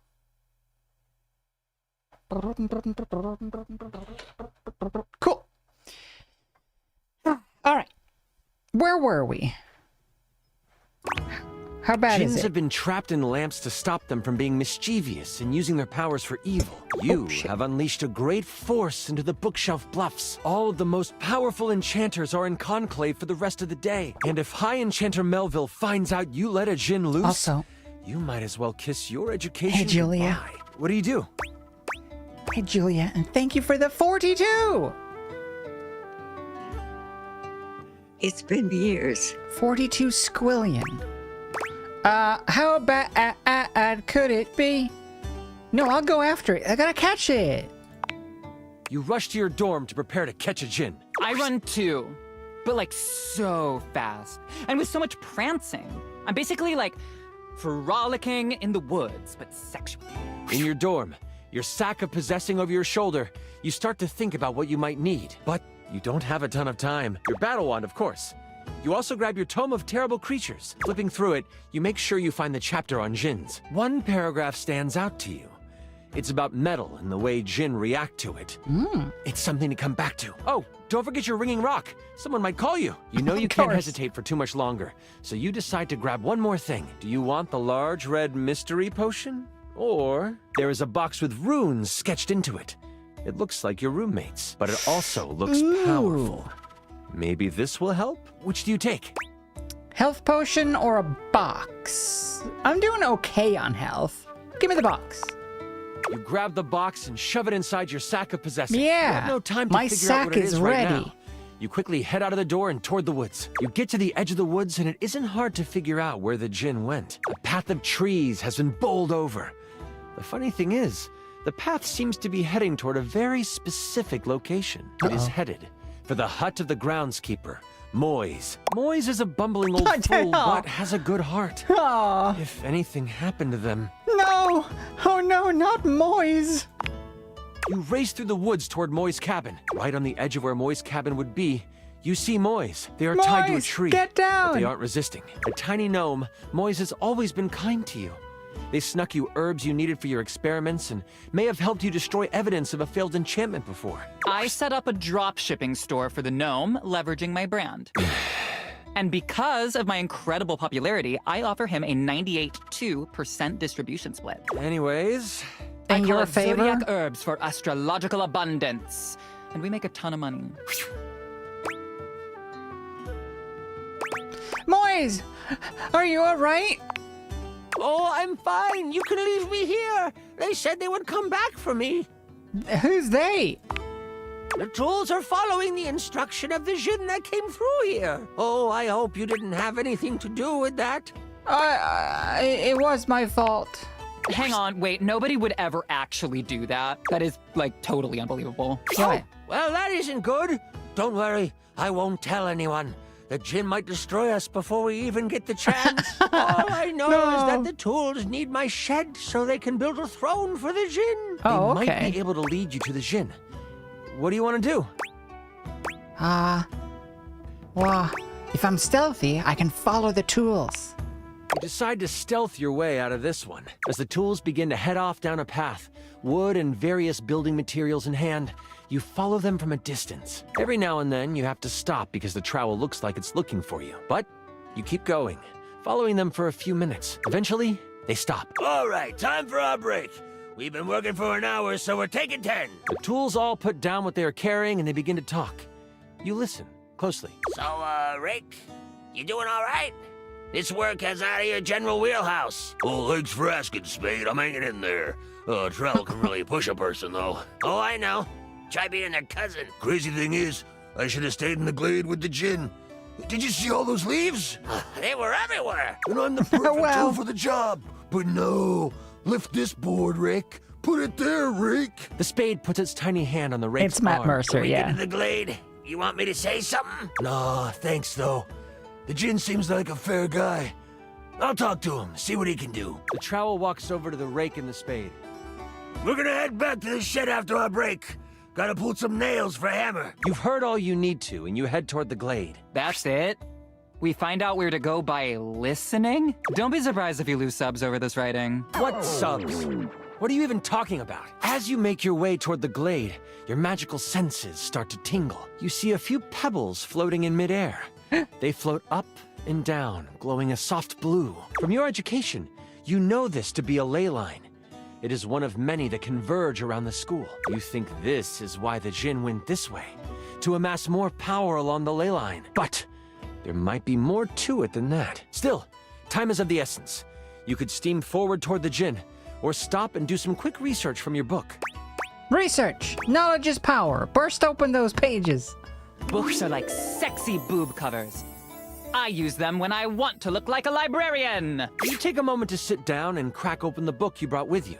Flipping to the back of the book to find a ley line in the index, you quickly find your page. It says that while they were great sources of power, they can also be a great source of healing. You find a ritual of rejuvenation and you partake. You have gained an additional 15 health. What do I get? Can I have some additional likes? I feel like my ritual of foot picks should give me something, right? Nothing else in the book really helps you, but at least you feel more prepared for what is to come. With your sack on your shoulder and your wand at the ready, you venture toward the glade. You travel for another 10 to 15 minutes. It is then you see it. A glade surrounded by trees and, in the middle of it, the djinn. He is feeding off of a ley line. Behind him is a half-constructed throne. As you contemplate what to do, you hear a magical tone. You search for where it is coming from. Oh, your ringing rock. Oh, Christ. Not now. Get it. The rock is like a phone. And after you're done with it, let me have it for a bit. Then we'll be able to get some real powers. You quickly search your sack for the ringing rock and answer it in hushed tones. Katie, it's not D&D, it's G&G. It's gargoyles and goblins. Goblins and gargoyles. Hello? Who's this? Oh, there you are. Where are you right now? That voice is one you pooping. would never forget. High Enchanter Melville is on the other end. I've come looking for you. I need you to help me in the lecture hall. We made a bit of a mess. You weren't in the study, so I figured you are done with your chores. Almost. Why does it sound like you are outside? Is that a ley line I hear? Oh, dang, she is powerful. You know that Melville isn't the biggest fan of lying. You have a choice to make. Do you come clean? Or do you hide the truth from your mentor? We all know what the answer is here. No, I'll come clean. I'm fixing it. I might have unleashed an evil djinn onto the school, but don't worry, I got it. What? I just want to go on the record saying that I had nothing to do with those. The ringing rocket's so hot you can barely hold it. And Chuck let it. me guess. Throw it at the You're djinn. trying to capture it on your own, aren't you? You hear her signature mumbles along with some choice words rolled in there. All right. Listen closely. You need to bind this stupid thing. If you do exactly as I say, you should be fine. Mess it up, and you will be blown to bits. Got it? You Don't listen worry, closely, I got a taking mysterious every action box to with memory, something and even inside that repeating it back isn't to Melville. mine. First, Circle the area with soil from where you stand. Then, begin an ice spell, only touch it to the ground. Lastly, recite the haiku of holding. You should know it from class. I'm on my way to you, but you must do this first. Hold tight. I'll be there soon. And don't expect to get off easy. The ringing rock disconnects. She hung up on you. None of that matters now. You have to complete exactly what she says. You start to follow the steps set out by Melville. The first thing you do is... I saw this trending. It's a circle of salt or Get something? out of here, Lux. Shut up. I'm doing it. Circle the area with soil. You grab a pile of soil in your hand and, staying tucked in the trees, complete your circle. The next step was to start what kind of spell? Fire. No. It's Leo season, and that is a fire sign. Lux, I swear, can we sacrifice Lux? An ice spell. The bitter cold pulses through your finger. I offer Lux as you touch the dirt, tribute and hear it snap together. to the gym. Now, the last step. What did you need to recite? This is a weird, hard magic system. I don't like it. Do you, chat? There is no chat! Haiku of holding. It comes to you quickly. It's short and sweet. You hear the spell complete, and you see a dome of magical energy surround the djinn. You hear rustling of leaves behind you. Melville quickly comes by your side. The ringing rock has tracking now? Ooh, that's good for location tags. That's not the point. Can I continue now? Yes. She gives you a smirk and a nod. I see you tamed the thing. The djinn puffs up. Psh, no one can tame me. Melville gets a very serious look on her face. We'll see about that. Stepping toward the djinn, Melville holds something in her hand. It's a lamp, not just any lamp. One covered in runes and etchings. You'll have a choice, dear djinn. Enter the lamp and be trapped for all eternity, or join me. What's going on? Melville speaks to you without taking an eye off the djinn. With the djinn by my side, I would be the most powerful enchanter there ever was. I shall have his power. One way or another. The lamp starts to glow, and the djinn begins to be sucked into the lamp. Make your choice, djinn! Drunk with power! Cackles. Make it now! The djinn, with a panicked look on his face, shouts, I'll aid you! My power is yours! Whoosh! A flash of light overtakes you. You can't see, but you can hear energy most intense flying around. Before you floats Melville. But she is huge. The djinn has fused with her, and she lets out an evil Now we laugh. bind her. Before I go on, I should tell you, this is the part where I would, monologue as Melville. Is it cool if I do that? Yeah, totally. I'm gonna monologue too. Oh, for heaven's sakes, Lux!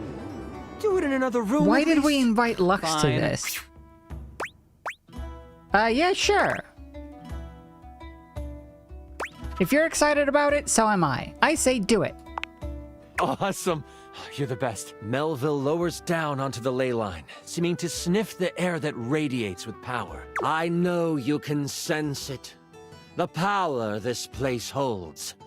These grounds hold a wealth of energy. Energy that could have us enchanters rule the entire world. Mold it into our image. Could you imagine if every place was as ideal as Bookshelf Bluff? A place where learning was the only goal? It would be glorious, wouldn't it? If only we could make that happen. Oops! We can! The thing is, we've always been able to. But the idiots of the spine want to make sure we use our magic for good. What good? The world is full of evil all around us. From the shoelace shores to Cantalopia, evil is everywhere. But we can make it ideal. I can now make it ideal. What I will do will not be found in books. It will not be found in scrolls. The world will learn the peace we have found here, and I will force them to. There is only one problem to clean up first. You. What? You know my plan, and you could stop me. I can't have that now, can I? Oh, what a pity. It seems I must finish you now. Melville begins to float again. Sling your spells if you want. At least you will die knowing you tried to stop me. Melville flies at you, a spell spinning in the palm of her hand. Only she hasn't quite got used to her new body and powers. The spell goes wild and crashes into a tree. The tree bursts apart, giant splinters flying everywhere. One hits Melville directly in the arm. She rears back, a pained wince on her face as she pulls out the large piece of wood. This gives you time to react. You are panicked and aren't sure what to do. Well, I mean, I guess the overall ambition is admirable, but the execution feels a little bit too totalitarian for my liking. Looks is annoying, but yeah, the voice acting is great. I mean, the voice acting is spot on for the character. It's like Umbridge. Like it's really well acted. It's just the character is the worst. Where the hell is the lamp? You sprint for the lamp Melville left on the ground. Upon touching it, you see it is covered in runes. A quick scan shows you there are runes of capturing. Put that down, Dewey. You don't know what you're doing with that. I'm gonna Melville is Jafar scared your of ass. this thing. What do? Read the runes. You are instantly glad you paid attention in runes class. The words come flowing from your mouth like water. And with each word, Melville gets pulled closer and closer to the lamp. Stop! You don't have to do this! I won't kill you right now! It's Right obvious now. she has never known humility. As she gets pulled in toward the lamp, you hear a voice next to you. Well, ain't that something? You look away from Melville for a moment, and you see Moise and the tools appear beside you. Moise! The trowel groans. You're destroying all the works we done did. This distraction, though momentary, makes you slip on the pronunciation of the rune Slimthumplach. That's a hard one anyway. No. Melville uses this opening to fling a spell at you. It makes contact, hitting you for 15 hits. I hide behind a tree and film the encounter, commenting as I do. As you are hit, the lamp flies out of your hand, and Melville goes to catch it. Only, it burns through her hand. Aha! Djinns are weak to metal! The memory of the tome comes back to you. Good thing you have metal tools right next to you. Aha! Lend me your steel, you tools! I don't know about that. Trowel protests. Moise picks him up and hands him to you. Here you go. He's mouthy, but does good work. You lift the trowel like a magical focus. A grayish silver orb of pure metal collects at the tip of the trowel. This is kind of awesome. Trowel yells, and you unleash it toward Melville.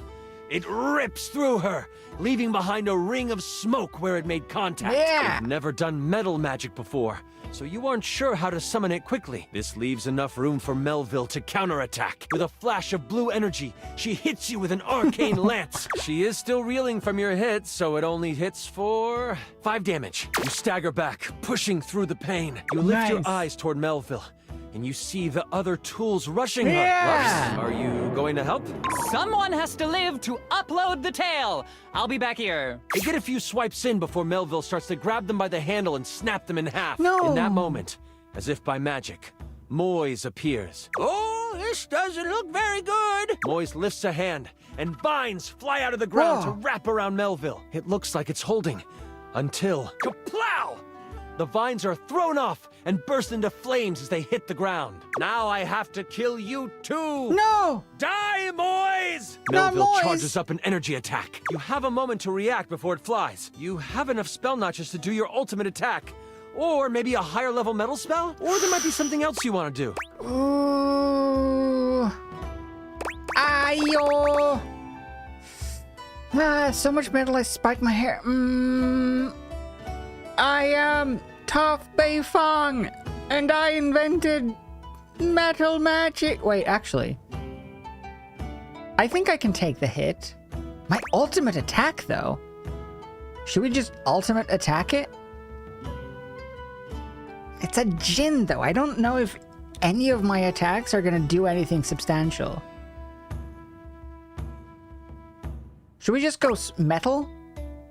No, I gotta save Moise. I take the hit. Oh, well, crit! You step in front of Moise before Melville can unleash her attack. I step in front of you and Oh. strike a hot, mysterious pose.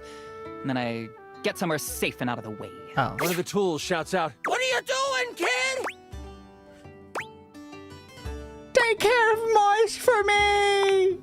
You release your hold on the trowel, letting him tumble to the ground. That is all you have time for before Melville hurtles the attack at you. She hits you for... Oh no. I rolled a crit. That means she hits you for 93 damage. I'm so sorry. You feel the magic hit your chest, and in that moment, you are known by everything in the universe that ever was or ever will be. The bright light from the attack doesn't burn out. Instead, you open your eyes to find yourself swirling in magical ether. Melville unbound your soul from the earthly plane, but in doing so, released you from pain. Everything is beautiful, and you are in tune with all things. But wait, that's not all. I bet he's making this up on the fly. You are zooming through time and space and existence, and you slam into something, and then it is black. You open new eyes, and a voice in your head tells you that your sacrifice has earned you another chance. You see the sky. You feel grass under you. You realize you have been reincarnated. But where and who you are is a mystery to you, and that mystery is a story for another time. We'll leave me to clean up your mess, which I am not going to do. My character bows down and becomes a servant of Melville. So, now you are an evil character and the adventure is over. So, good job. But I got like 480 new followers. How many did you get? That was incredible! Yeah! Oh, the way you sacrificed yourself? Holy crit! Oh, that was better than I could have imagined. That was... You are... perfect. I'm sorry. That's super embarrassing. But like, if that's how you roleplay here, I'm excited to see how you might like some... other roleplay. Katie! Wow! Katie, thank you for gifting 5 subs. 5 whole ones. Was it my birthday, my reincarnation birthday gift? Thank you. This is a great setup though, right? Because now I've died and been reincarnated. So now I can like build up my life with the sole goal of avenging my past self. So in like 20 years, I'll seek out the djinn and I'll be like, hey, remember me? And then I'll get my revenge. This is like the prequel for the real story. You passed the cute check for sure. That was such a good session. Listen, I appreciate you so much, and I would love to play with you again. Yeah. I'm so damn glad you sat down with me to do this. You're amazing. Aw. I need to wind down because that was intense. But please, please, please, come see me again soon. Oh, I'd love to have you play with my dice again. I mean, bye. Wink wonk.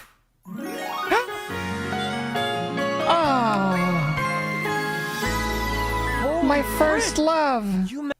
Oh, whoops. Sorry. My first love. Matt Mercer is my first love. Sorry, Marisha. Screw you. Actually, let's go talk to Whoa. Let's go talk to Marisha.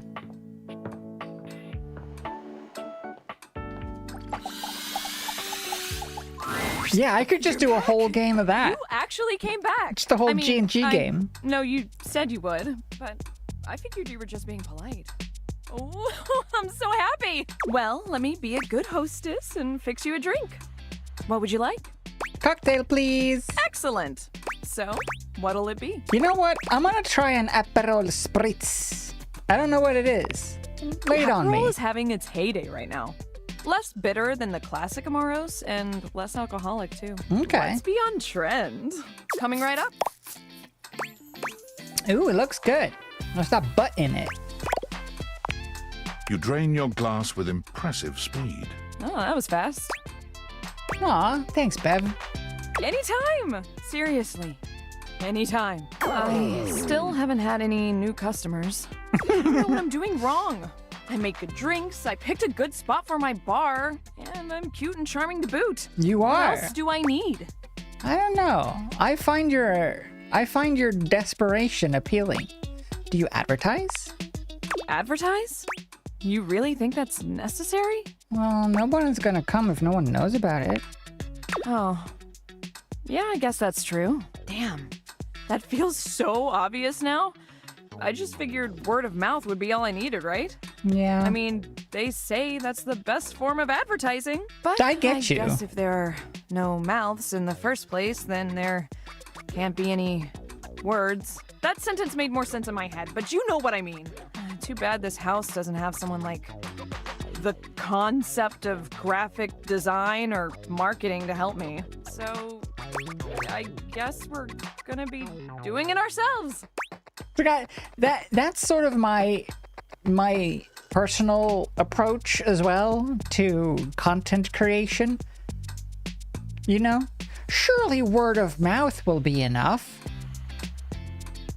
Cut to 5 years later.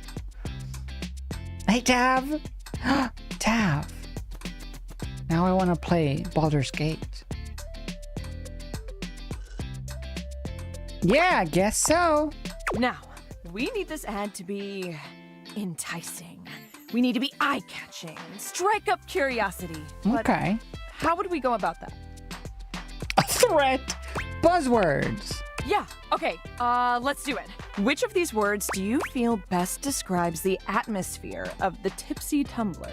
Fun! A good start, but I think we can do better. We gotta bust out the thesaurus. Show that we're smart, too. Yeah. Now, Lyric won't come by anymore after I tricked him into saying some drunk tongue twisters, but he left behind some good pages on his way out. How about one of these bad boys? I mean, they're all just different ways of saying fun, I think. Or at the very least, they sound like they would. Whoopee! Let's go with vivacity. That's fun to say. Yeah. Vivacity. Vivacity. Yeah, now we're cooking. Vivacity. Very good. All right, let's go back and talk to our sex toys.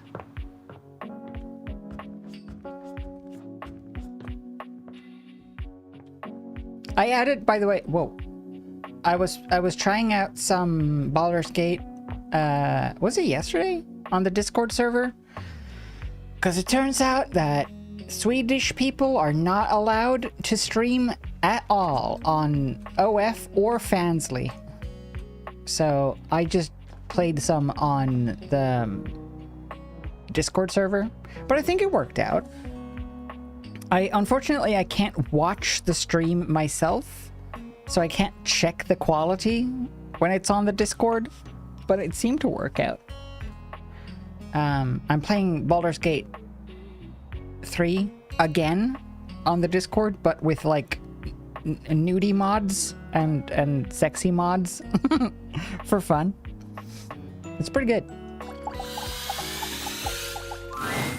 Benoit is in a graceful split on the ground, bending forward so that their nose touches their knee. Whoa. They smile when they see you. They take their sweet time getting up. Perhaps they intend to show off for you. Well, well, well. Surprised you can walk without a limp after all that. I'm glad you came to see me.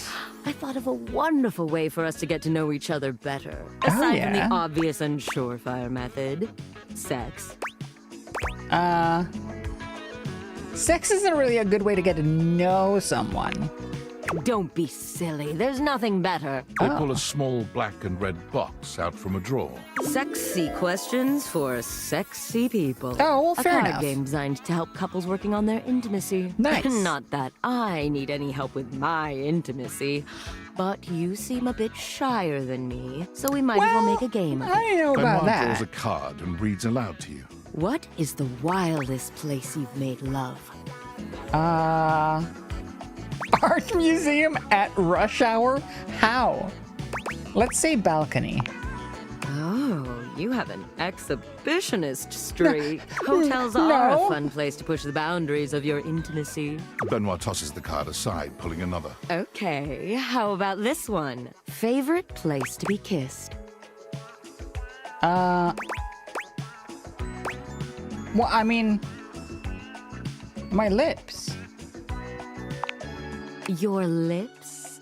We can be more creative than that, surely. For the record, my favorite place to be kissed is just above my hip. You know, if you are curious. Benoit rummages through the cards, frowning at the ones they pull up. Surely there are some more interesting questions than this. Oh, God, no, not this one. Eventually, they finally pull one that puts a twinkle in their eye. Describe your perfect date night. That sounds surprisingly chaste. It doesn't have to be. Besides, it'll give me some great insight into who you are romantically and sexually. And to sweeten the pot, I'll tell you mine too. Straight to bone in for minute 1. Anything both of us enjoy doing.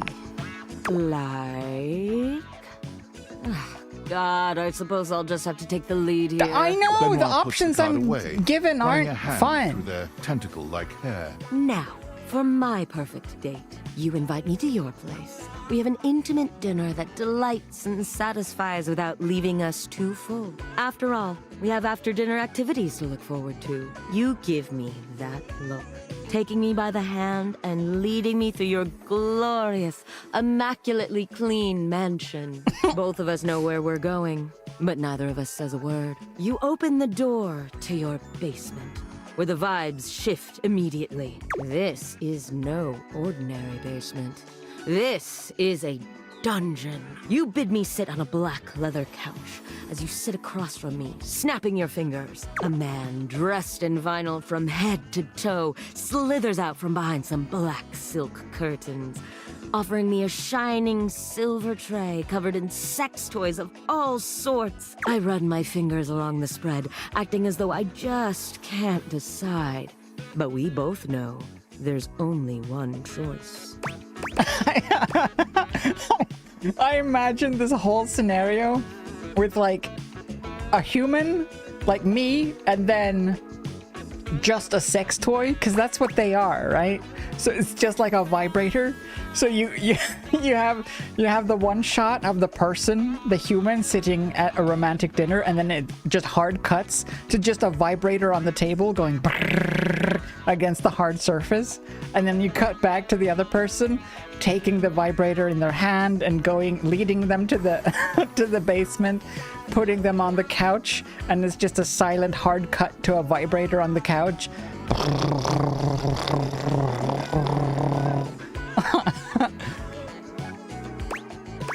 A silicone foot with a vagina in it. What?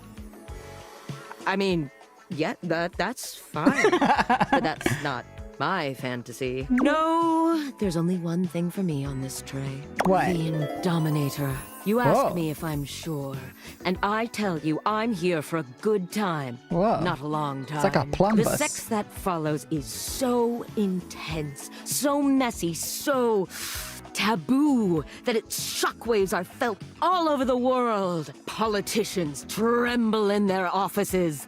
Couples feel an unexplainable draw to do that thing they've been curious about, but too scared to try. The ripple effect of our joining causes a worldwide tidal wave of nut that ends in world peace. Great. 16 substances, ranging from moist to hurricane. 125 variable adjustable speeds seems unnecessary. How could you tell the difference between 123 and 124?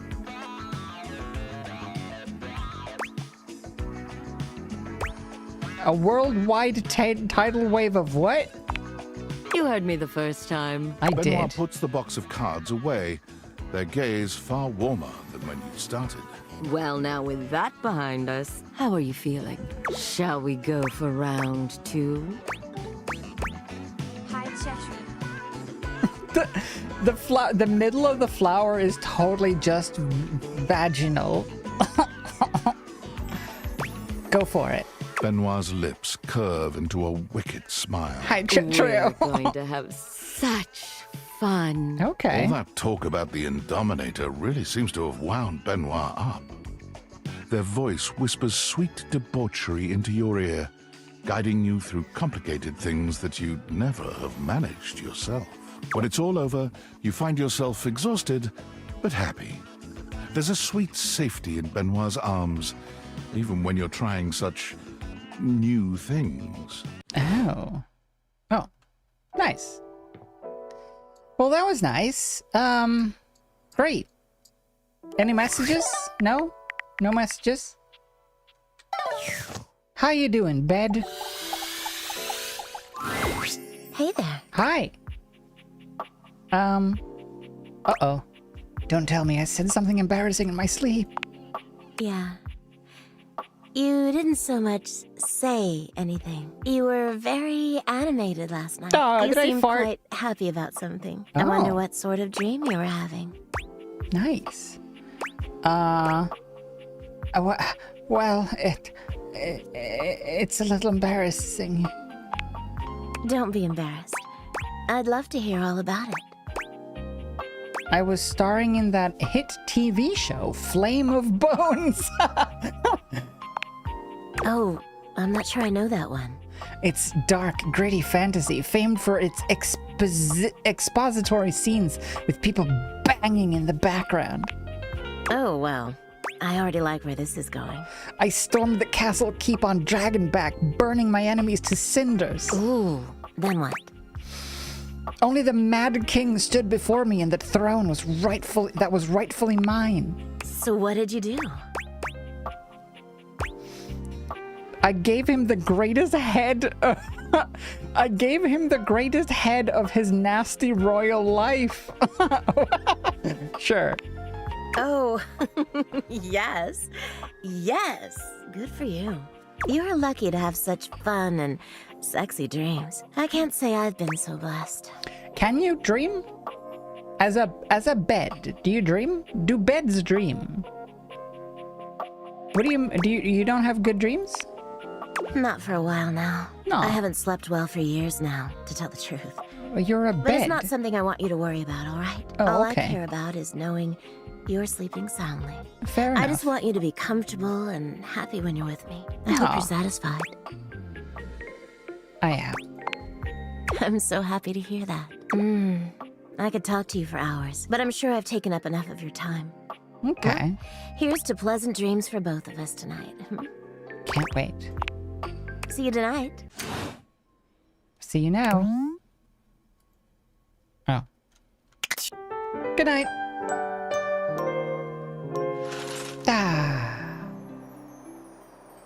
All right, Saturday. We'll do this day as well. This will be the last day. What should we date today? Is there anything we should... What is this? Romance. It's a romance novel. Let's date a romance novel. The distinct scent of books, that slight hint of vanilla and mystery, fills your nose. And while it's not at all unwelcome, it is strange to smell it when you're not actually paging through any of your books. How do we get It air? only takes you a few moments to track down the source of the smell. What appears to be the spirit of literature hovers a few feet away from you, nose in a book. When he sees you, he nearly drops the book he's holding, rewarding you with a glare. Oh, for God's sake, you cannot sneak up on me like that when I'm reading. You have Sorry. no way of knowing what world I've been in. I might mistake you for a zombie or an ill-mannered country gentleman, and, well, I might have to act accordingly, you see. I am not a gentleman. How dare you? Well, neither am I. So I suppose we're already well met. Well My met. name is Lyric. Oh, this is Lyric. Nice. Oh, okay. I chose the name myself, you know. I was originally written as Lionel. Can you imagine? No. I am the embodiment of all literature, an indisputable master of the written word. I have read positively everything. I am voracious with books, poetry, magazine articles, any genre, any length, any style. I love it all. I know you were curious about all that, so I figured I'd offer it right up front. That's true. I just finished the book, The Housekeeper? Housemaid? The Housekeeper by Frida McFadden. It was good. I'm totally curious. What are you reading right now? What am I not reading right now is a shorter answer. This one right here is 20,000 Leagues Under the Sink, a riveting account of voyaging in a submersible to rescue a clean sponge from a dirty band of moldy criminals. Nice. This one, Angles in America, is a non-fiction history on the American phobia of rounded spaces. A bit dry, but it does make you see space and architecture in a new light. And this one I picked up on a whim, and I won't put down until they pry it out of my cold papier-mâché fingers. Pounded in the butt by the abstract concept of self-improvement while my gym equipment watches. This Chuck Pringle fellow. Excuse me. A gay Dumble fucked my car's butt, and now they're both pregnant. Is a book.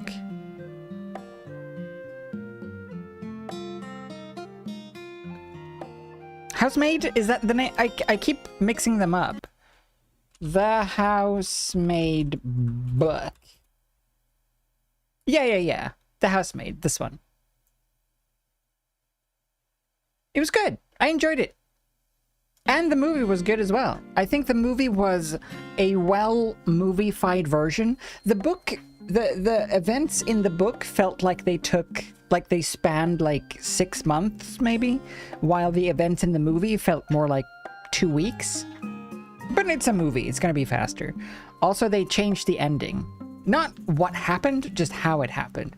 And I think it both worked. Like the ending they did in the movie felt more like a movie ending, which was fine. I like them both. The only thing I didn't like about the movie was the casting. I think they didn't do the casting great. Specifically the husband and also the wife. Like the wife in the book is supposed to like have deliberately let herself go and like packed on a few pounds or packed on quite a bit of weight and like kind of become a bit disheveled. But in the movie, it's just Amanda Seyfried, and she just looks like Seyfried. She just looks as hot as Seyfried always does. So it's like, well, I'm not really getting the deliberately let yourself go vibe from you. And the husband character wasn't really as charming as I wanted him to be, or as apologetic as I wanted him to be, or as meek as I wanted him to be, based on the book. But maybe that's just because I knew where things were going. It's good though. I liked the movie and I liked the book. I liked the book more though. It was good. Do you have a favorite? That's like asking if a potter has a favorite ball of clay. I couldn't possibly choose among my balls. They all contribute to this chaotic and adorable additive sculpture. Okay. It's me. Do you have a favorite genre to write? Right. Do I have a favorite genre to write? Well, we have arrived at my tragic flaw much more quickly than I would have liked. Usually I get at least a few minutes of stimulating conversation at this stranger before I'm forced to share my great shortcoming. How do you do a book club? Not a writer. Sadly, I have never even written a paragraph. Not a single line of text. Not a word. Not a punctuation mark. He can't write? Oh no! We gotta do something about that. We do? We? Do you mean that you would help me write? Yeah. Write with me? Sure. Co-author the first book of lyric? Yes, indeed. First book of lyric is a pretty cool title. Well, I never. This is most excellent. What is a book club? To become the first human in history to help a book write a book. All very exciting. True. I have some materials together. Pens, paper. We'll probably need quite a bit of extra paper to crumple dramatically on the floor when writer's block sets in. Oh, how fun! I'm about to experience writer's block. All right, I'll get to gathering. I'll need some time, but when you return, ready shall I be. Great. Oh, okay. Good luck. Righto. Who else should we date today? Let's see, we have 4 more to go. I do kind of want to talk to the toilet again. He was fun. I want to hear more of his sick raps. Ooh, is that the Easter Bunny up here? Sorry. Sorry, Dorian. keep bumping into Dorian. Or maybe the stairs. Is it gonna be Fred? Or the windows? I need to cool the place down, I guess. Maybe I can just talk to the vent. I want to talk to Zuko again. Okay, so 4. Let's see. We go Zuko, vent, toilet. Let's do that. Well, well, well. The enigmatic Amber returns for another lesson. You ready? What on earth does boobly mean? It gives me boobs. It gives me jiggly boobs for a few minutes. I'm so stoked. Nice. We're gonna stick with getting to know you, but it's time for a new kind of icebreaker. Look, as you might know, I got ice boobs. Sucks, so we gotta break it. First off, what's the worst way to get someone's attention? My eyes are down here. The worst way is... The worst way to get someone's attention. Well, I want to say unwanted touch. All of these are bad, but touch is the worst. Right! That's just an insincere and unsolicited form of selfish flattery. And for what? Someone who does that isn't trying to get to know you. They're just being a creep. Exactly. So the real question is, how do you start a conversation with someone you don't know in a respectful way that also shows you might be interested in them? And hopefully makes them interested in you. Tricky, right? That's what we're gonna explore. It is. Isn't that always... Like, I'm always so scared of making someone else uncomfortable. Like, I won't compliment... In Sweden, I won't compliment someone on, like, a cool jacket because I don't want them to feel like I'm judging their appearance. So I'm afraid of saying like, hey, that's just such a cool jacket. I don't want to say that to someone because I worry that they're gonna be offended somehow. It's tricky. So if I want to get everyone to hate me, I just do the opposite. You're really passionate about this kind of stuff, hey? You ain't lying. I am fire after all. A flaming hot, hopeless romantic. You know what I've seen? How many proposals Flameo I've hot, warmed? man. First date flirting in the living room, Valdiva flicks and chills, wine night cuddle sessions, bearskin rug rub-downs. Let's just say I've done my research on this sort of thing. And not to mention, well, I'd like to be in love one day. Aww. Anyway, I know about fiery connections. That's why I can help you. But nothing could happen without the icebreaker. And the icebreaker is observation and interest. I love that they got Zuko to be a fire, literally fire. Observations? Right. It might seem basic, but first you gotta notice them. But not just that. You can't be like, oh, they're hot, I'm gonna go talk to them. Nah, yo, you gotta really take them in. What's their demeanor? Yeah, same How do they Daisy. look? Are they with someone? All that and more. Then, use the information you glean to guess what they might be interested in, and lead with that. Wow. Alright, say there's somebody you meet for the first time and they're wearing merch of a show or a game or a book, you know? What do? Maybe compliment them on it, right? But what could you immediately follow that compliment up with that's even better? It's easier, I find, not in Sweden, because Swedish people in general are much more sort of reserved and like, we don't talk to strangers, period. So it's easier to do it in another country. But just when I was in Edinburgh, there was after the Critical Role show, there was a girl who had like a really cool handbag where the handles were like handcuffs that were like cuffed to the body of the bag. And I went up to her and I just said, sorry, I just have to say that's such a cool bag. And she said, oh, thank you. They come off like the handcuffs. And I joked, hey, so you're always prepared. And she laughed and said, yeah, exactly. So that was a fun interaction. but I wouldn't do that in Sweden because I would be too nervous about it being like weird. It's strange. It's much easier in English. Anyway, I would ask them who their favorite character is. Tell them about my favorite episode. It's boring because it's just like, oh, me. I want to know more about them.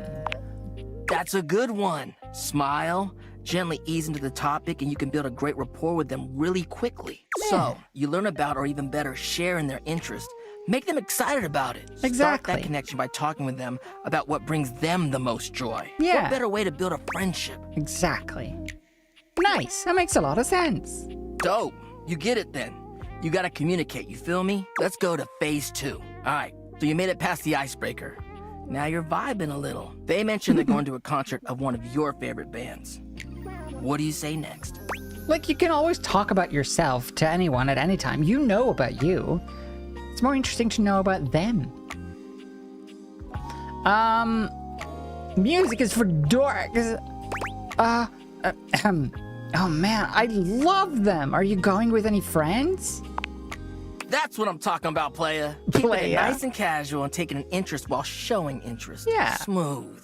If they say no and they don't really have any friends who are into this band, let them know you might be down to go if they want company. Exactly. If they say yes, maybe just tell them you're stoked for them.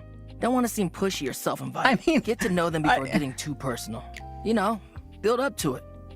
Maintain that good balance of digging somebody, learning about them, and gauging their boundaries. It doesn't really feel like isn't really a strategy as much as it's just logical. Like this just seems like the normal thing to do.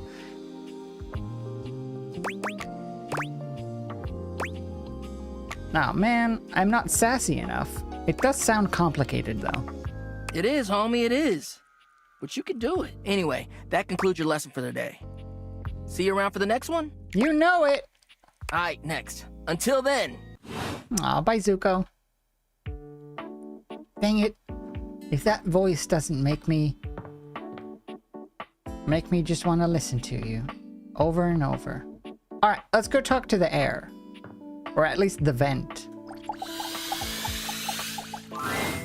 A cool breeze tickles at your neck.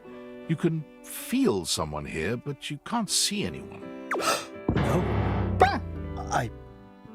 Why are you here? What are you doing? Just saying hi. Hi? You're saying hi? Yeah. You're greeting me so casually, like it's easy, like it's nothing. Not now, not here, not yet. Please, Okay. please, I'm not ready, not like this. I've dreamed of this, of meeting you, finally. And now the moment is here. I just can't. Not yet. I'll be ready when you come back. Okay. Okay, that's fair. Take your time. Don't worry about it. I'll talk to the toaster in the meantime. You hear her before you see her. A charming musician with literal coils of curly hair that swing cutely as she paces back and forth in your kitchen. She's clearly absorbed in something. She appears to be talking to herself. Hi, Mira. Look at all these crumbs. I'm gonna be writing some great music soon. I can tell. I'm at my most creative when I'm a little messy. Oh no, you have a Spanish accent. It's so sexy.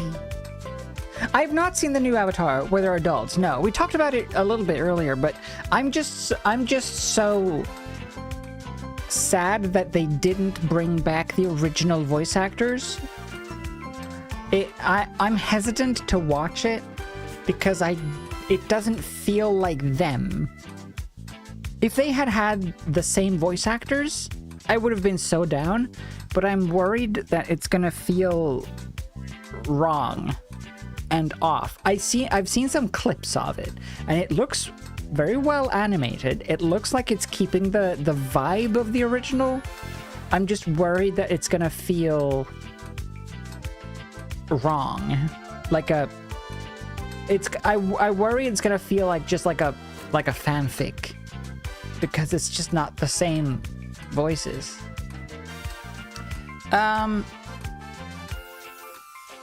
Do you need a writing partner? The musician starts with a cute little yelp, placing her hand on her chest. Aye, you can't sneak up on me like that. You never know what's gonna pop out of these slots. You gotta be careful. I'm not even gonna get started on you as a writing partner.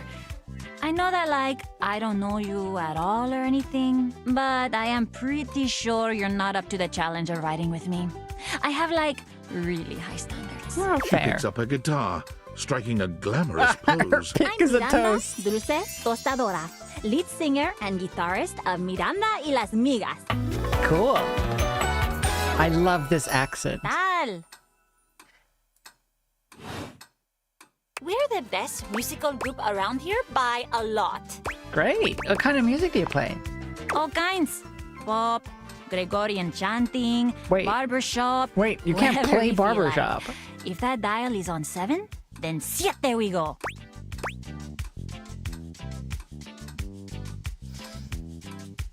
Yeah. Oh, yeah, I think that visually it's fine. Like the designs of the character is good and the animation seems good. Like it has that like whimsical, wacky anime vibe. It's just the voices. The voices is the biggest thing that puts me off. If they had had the original voice actors, I would be so down.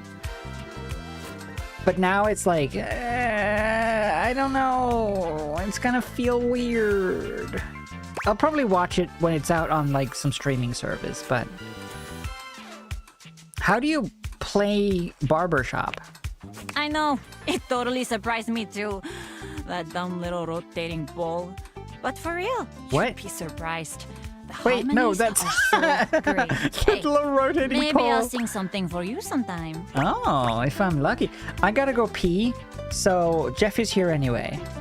BRB.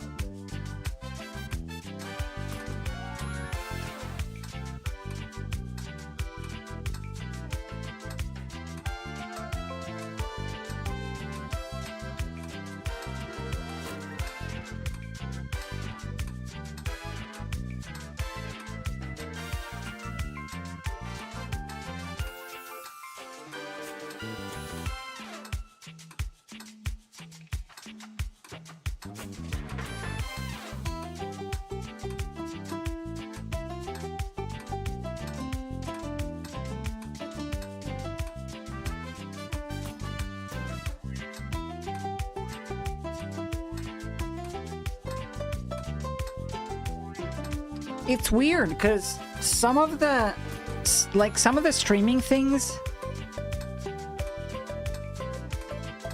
I know the clock not being in sync with the beat is maddening, isn't it? I don't think we have Paramount Plus here. Like South Park is also Paramount, and here it shows up on HBO, I think. And a lot of the, because we don't have Hulu here either, Hulu stuff shows up on Disney. So it's weird. Like, some of the things show up on other platforms here, because I guess they license it out. And you would be lucky too. I'm really good. Just stay on my good side. ¿Me entiendes? Oh, and obviously, if you like neat toast, I'm here, okay? Sure. Busy, sexy little tostadora with a gig coming up. Time to make the toast. Hasta luego. Hasta luego. Nice. Good, great. Should we just talk to the clock as our last for the day? You see a slim, dainty gentleman in a well-tailored suit. He's absorbed in the ticking of a fancy pocket watch, but it's the feline ears on his head that most catch your attention. A tail sprouts from just above his backside, moving back and forth It's a butt plug. Watch. Tick, tick, tick. Talk, talk, talk. Do not taint the perfection of the clock with your disgusting imitation. What? Why have you come?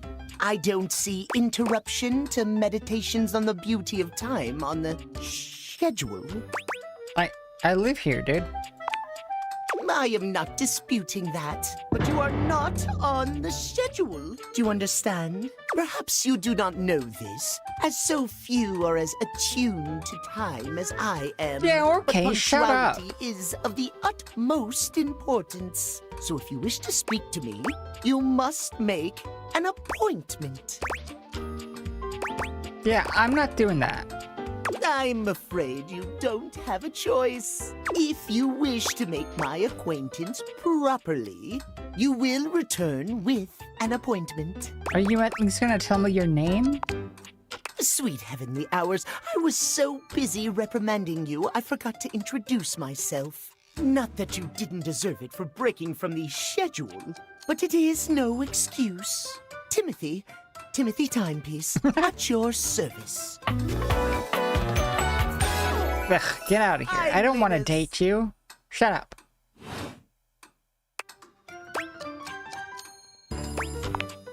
It most certainly does not. We should all be obsessed with the beauty and perfection of time. The safety of it. As long as one abides, you will abide by the schedule, won't Yeah, you? all right. Fine. Excellent.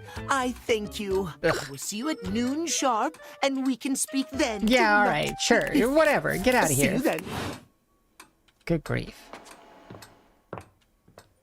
What a guy. Oh no, I didn't talk to the toilet. I forgot. Oh, I wanted to date the toilet. Damn it. Now I gotta go to bed.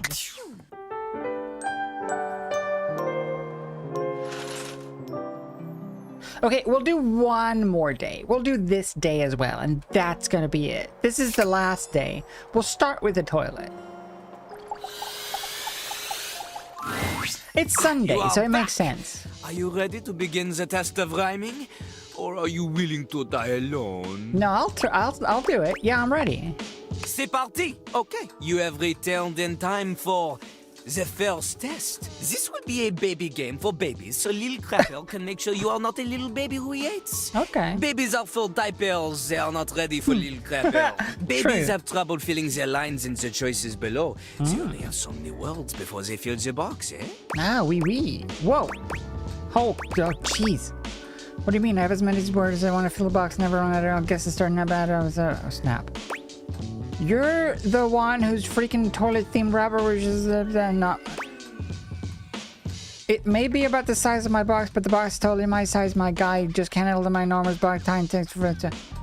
There's no way I'm reading that what's in this dialogue box is complicated based time. It's probably... No, this one. See? Look how tiny your presence is. A rapper needs big presence. They need to shout. Luckily, Little Rapper has an assistant for someone with a little baby voice like you. This is Ballcock. Jean-Loup holds a strangely mic-shaped object in his hands. It's round and black and almost balloon-like. You're sure you've seen it before, but where? What are you? Are you a plunger? Yeah, okay. Look at Little Crapper's mighty hand. Watch him stroke his own Ballcock as he sings. Okay. Put it near your mouth and witness. Okay. Okay, here goes. You have a big heart and tiny mouth. Ballcock has a big mouth and no heart. He is ruthless. Together, you will show Little Crapper that you can be a match for him. You got it. Okay, got it. Here is how the test goes. First, That you match? pick a name to rhyme with. One syllable, easy. Little Crapper, he picks for you Jacques. Okay. Okay. Little Crapper will say the first part of a Yeah, sentence. okay, this is perfect. You This is what I will finish wanted. the sentence. The word you choose, she must rhyme. Okay. Example, yo, I know a lad and his name is... This is the part where you say Jacques. Jacques. Jack. Okay, good, good. You are not stupid. We go. Remember, only the best can kick it with Yeah, all right, I get yo, it, I yo, get it. Yo, yo, yo, yo, yo. I know a guy and his name is... Jack. Jack. Never in front, always in the... Rear. Back. Back. Keeps his stuff in a burlap. Sack. Sack. Lives all alone in a tiny... Shack. Shack. In a fight, he'll give you a... Whack. Whack. Woo! Okay, okay. You have rhymed one word with 4 other words. This is very impressive. I am To très a bien. normal person. Unfortunately for you, Jean-Louis is not normal. He is above normal, paranormal. He is like a ghost because he is so amazing that only 40% of people believe that he even exists. You 40%? at the bare minimum. That's sad. But you keep proving yourself at this rate. Maybe, just maybe, you can just barely keep up with Jean-Luc Pissoir, the crapper himself. And maybe someone will want to date you. Oh, I just wanna... Yippee! Yippee? Ugh. Almost anybody can do the basic rhymes for babies, but meter and flow. For Okay. clarity, Lil Crapper. No, I get it. Paper only. He does not want your wet wipes. If you need something more to wipe the buns, install a bidet. Anyway, this test will be checking if you understand flow. I want him to Syllable do counts more of that his are basic to a raps, genius like though. Lil Crapper. But for someone like you, His bars were sick. ready? Yeah, I'm ready. You are not. There is much, much more to cover, and you look like you need a break. Jean-Luc Aw, understands this. but whatever, then get again, out of here. Fine. It's cool though. But wait.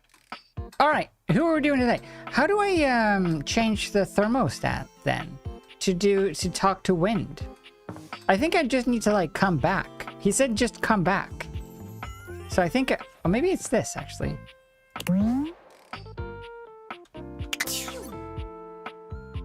I did something. I've done something. Maybe now the wind is at our tips.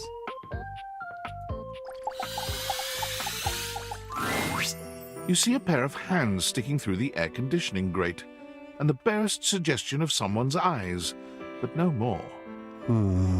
What do you think? Come on. I can't fall in love with you if I don't know what you look like. Oh, I can show you a picture if you wish. I wish. I will have to get it ready. Hello.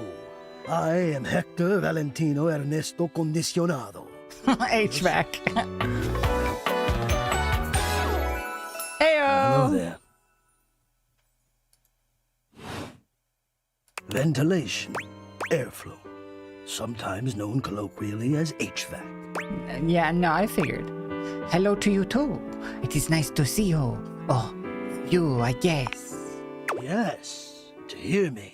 I would wish you to understand. And if not understand, then at least believe me when I say that hearing me is the most pleasurable way to meet for both of us. Okay. Seeing me, well, it's not a compliment to me. And it would be a great disappointment to you. Ah, My greatest relatable. wish is to give you pleasure. Relatable. But I'm getting ahead of myself. Tell me, how much do you think about me? Now, yes, I understand that our meeting in this way is so very new for both of us. I truly never expected to be able to speak to you this way, face to... Great. I have accustomed myself to this seemingly unavoidable reality that you would always be human and I would just be this. But even as this, I have dreamed, and I would know. How You much kidding? do you think about me? A lot. I love me some AC. I couldn't survive without it. Ah, and do you? I have noticed. I so look forward to you coming home on those hot summer days. Aw. The look on your face when you feel the first blast of chilled air upon opening the door. Yeah. Aw. Yeah, as soon as I get cooled down, I feel better about life. Yes. And when it is cold outside and you walk in and you can slowly warm up and remove your coat, your hat, you can begin to get comfortable and relax into the evening ahead of you. I can remove more than that. Sounds like you're a fan of relaxing. I don't relax for myself. I can't. But for you, there is almost nothing I wouldn't do to help you relax. To watch the play of warm and cool across your skin. I'm ahead of myself. I never thought I would get to say this and to say it to you. Let me explain. You are the prime feature of my thought. Whatever power courses through me, I turn to your pleasure. Whatever warmth or coolness I possess, I direct in full to your comfort. I wanted to meet you here through the grates because I wanted you to hear my voice. I want you to hear the melodies and resonance I create through these ducts and know that it is all and only another gift it honors me to offer you. I watch the play of air over your skin and I feel deep joy that I have the air to give you. I adjust my own temperature and my intensity until I see the flush of contentment spread across your face. And then I rest in contentment of my own. I never thought I'd be able to say this, and in a way you could truly understand. And now I have. My God. Yeah. Now I have. You blow so good. Hot. No, I would say I'm set to more of a temperate zone right now. Ah, I see. Hot. I think perhaps I've heard the word used this way. Do you mean you find this sexy? Yes. Of all the dreams I'd held of how this moment might have unfolded, that you would be attracted to me too was surely the most fantastical. Perhaps I might share more. As I share with you, I can feel more and more air moving through me, as though there is a storm brewing, a cyclone beginning. I have never felt it before, this build of energy. Even more fun if you keep it going. I wonder sometimes about how I knew it was you. What was the moment? What was the sensation that told me you were it? I can only ask this of myself, of course, but I realized that it was how I felt around you when you push my buttons. When you move my temperature setting up or down, I exist only in service to you. Everything okay. Only is because you will it, because you direct it. Do you understand this? I move your settings, your temperature slider up and down, up and down, up and down. Faster, faster. I'm in control. Completely. You do understand. Can you also understand what that does to me? You telling me what to do. And I am powerless to do otherwise. Okay. So now it relaxes me. And to know that I'm giving you precisely the thing you want at that moment. Oh, it fulfills me. It makes me whole. As soon as I fulfill your command, your desire, you ask for chill, and I will ask for warmth. I get it. I take it upon myself to shift my temperature and my intensity all on my own. You tease. I know. But sometimes I cannot resist playing your sensation. I hope this is all right. Yeah, okay. It's great. It's nice. How could you have? Until now, I haven't had the courage necessary to even show my face. Well, you're brave. I love it. You love it. Does that mean you love? But no, I dare not ask. And do not answer, please. Let us enjoy where we are, here, now. Let me care for you. Care away. I need you. Yeah, and okay. Now I have truly said too much. Or I have said enough. Either way, I must ask a boon. Say nothing. Take this knowledge with you and promise me you'll ponder it. That you'll ponder me. Sure, bud. I promise I will. You haven't said too much, you know. Oh, I always feel I've said too much. Probably because so often I say nothing. But I appreciate your generosity. I'll speak with you again soon, yes? Yes? Sure. Sure. Freaking weirdo. I want to go talk to a gamer girl again. The game console turns on. Team 17, Sassy Chap Moon Surgeons. Here you are once again, back where you started, with your beautiful companion urging you to make a decision. She looks at you just the same way she did the last time, with a strange familiarity, but still not quite recognizing who you truly are. You're here. I didn't think you'd make it back. No, I'm good. What's up? Oh. Hello. Which way do you want to go? Wait, we've met before, don't you remember? Of course we've met. We've been about 17 hours into this quest line. No, but wait, we've been through this, remember? No. I would definitely remember something like that. I've got quest updates and relationship statuses in my Statadex anyway, and I don't see anything about an actual connection we've had aside from mission partners in here. But it happened. I didn't save. How can I get you to believe me? All right. I'm familiar with the trope, okay? When I was little, I thought up a secret password that only a time traveler would be able to tell me. The password for me is Lincolnberries. Just give that to me next time you see me, and I promise I'll believe whatever crap you hash at me. Okay, fair enough. Got it.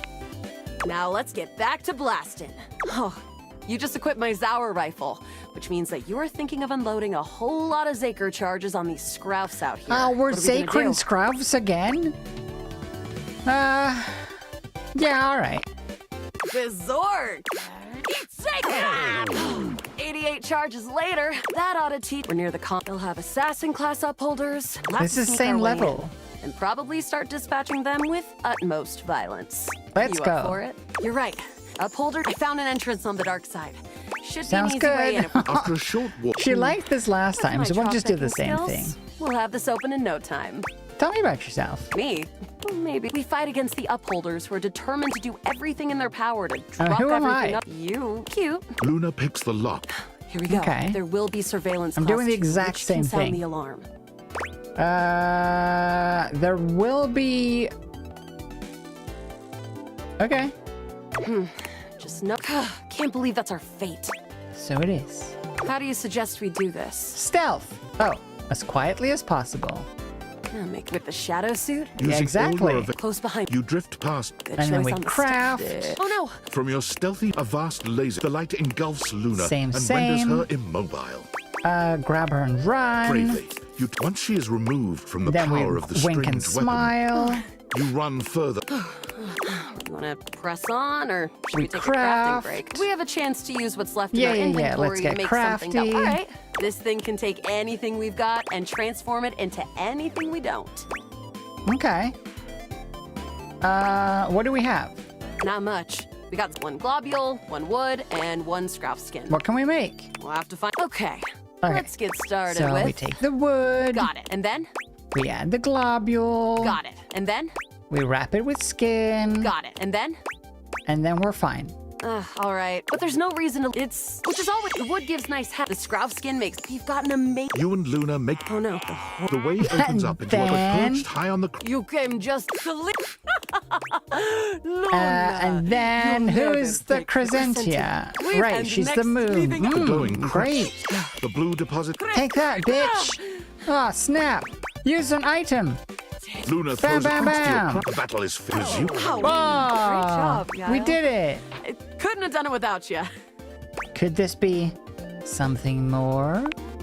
Well, I'd love to be friends with you. Even though it can be Hey. dangerous out there in Novaya Moskva, having a real friend by your side means you keep your KD ratio. Sounds good. Wait, well, come. We're friends. Again. All My right. friend. This time for good. Lingonberries next time. All right. 2 more for the day. Who else should we do? Should we go for, like, maybe the couch?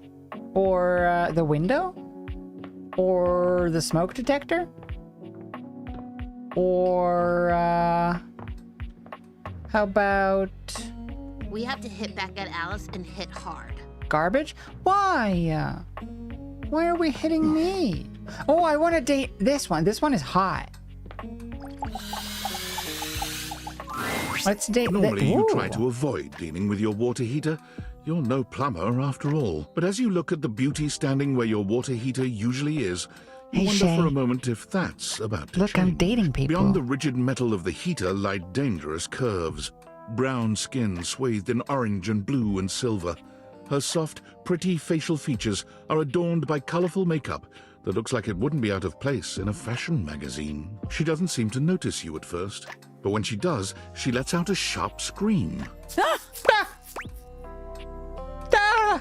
Bubbling boiler rooms. You scared the living. It takes her a moment to calm herself down.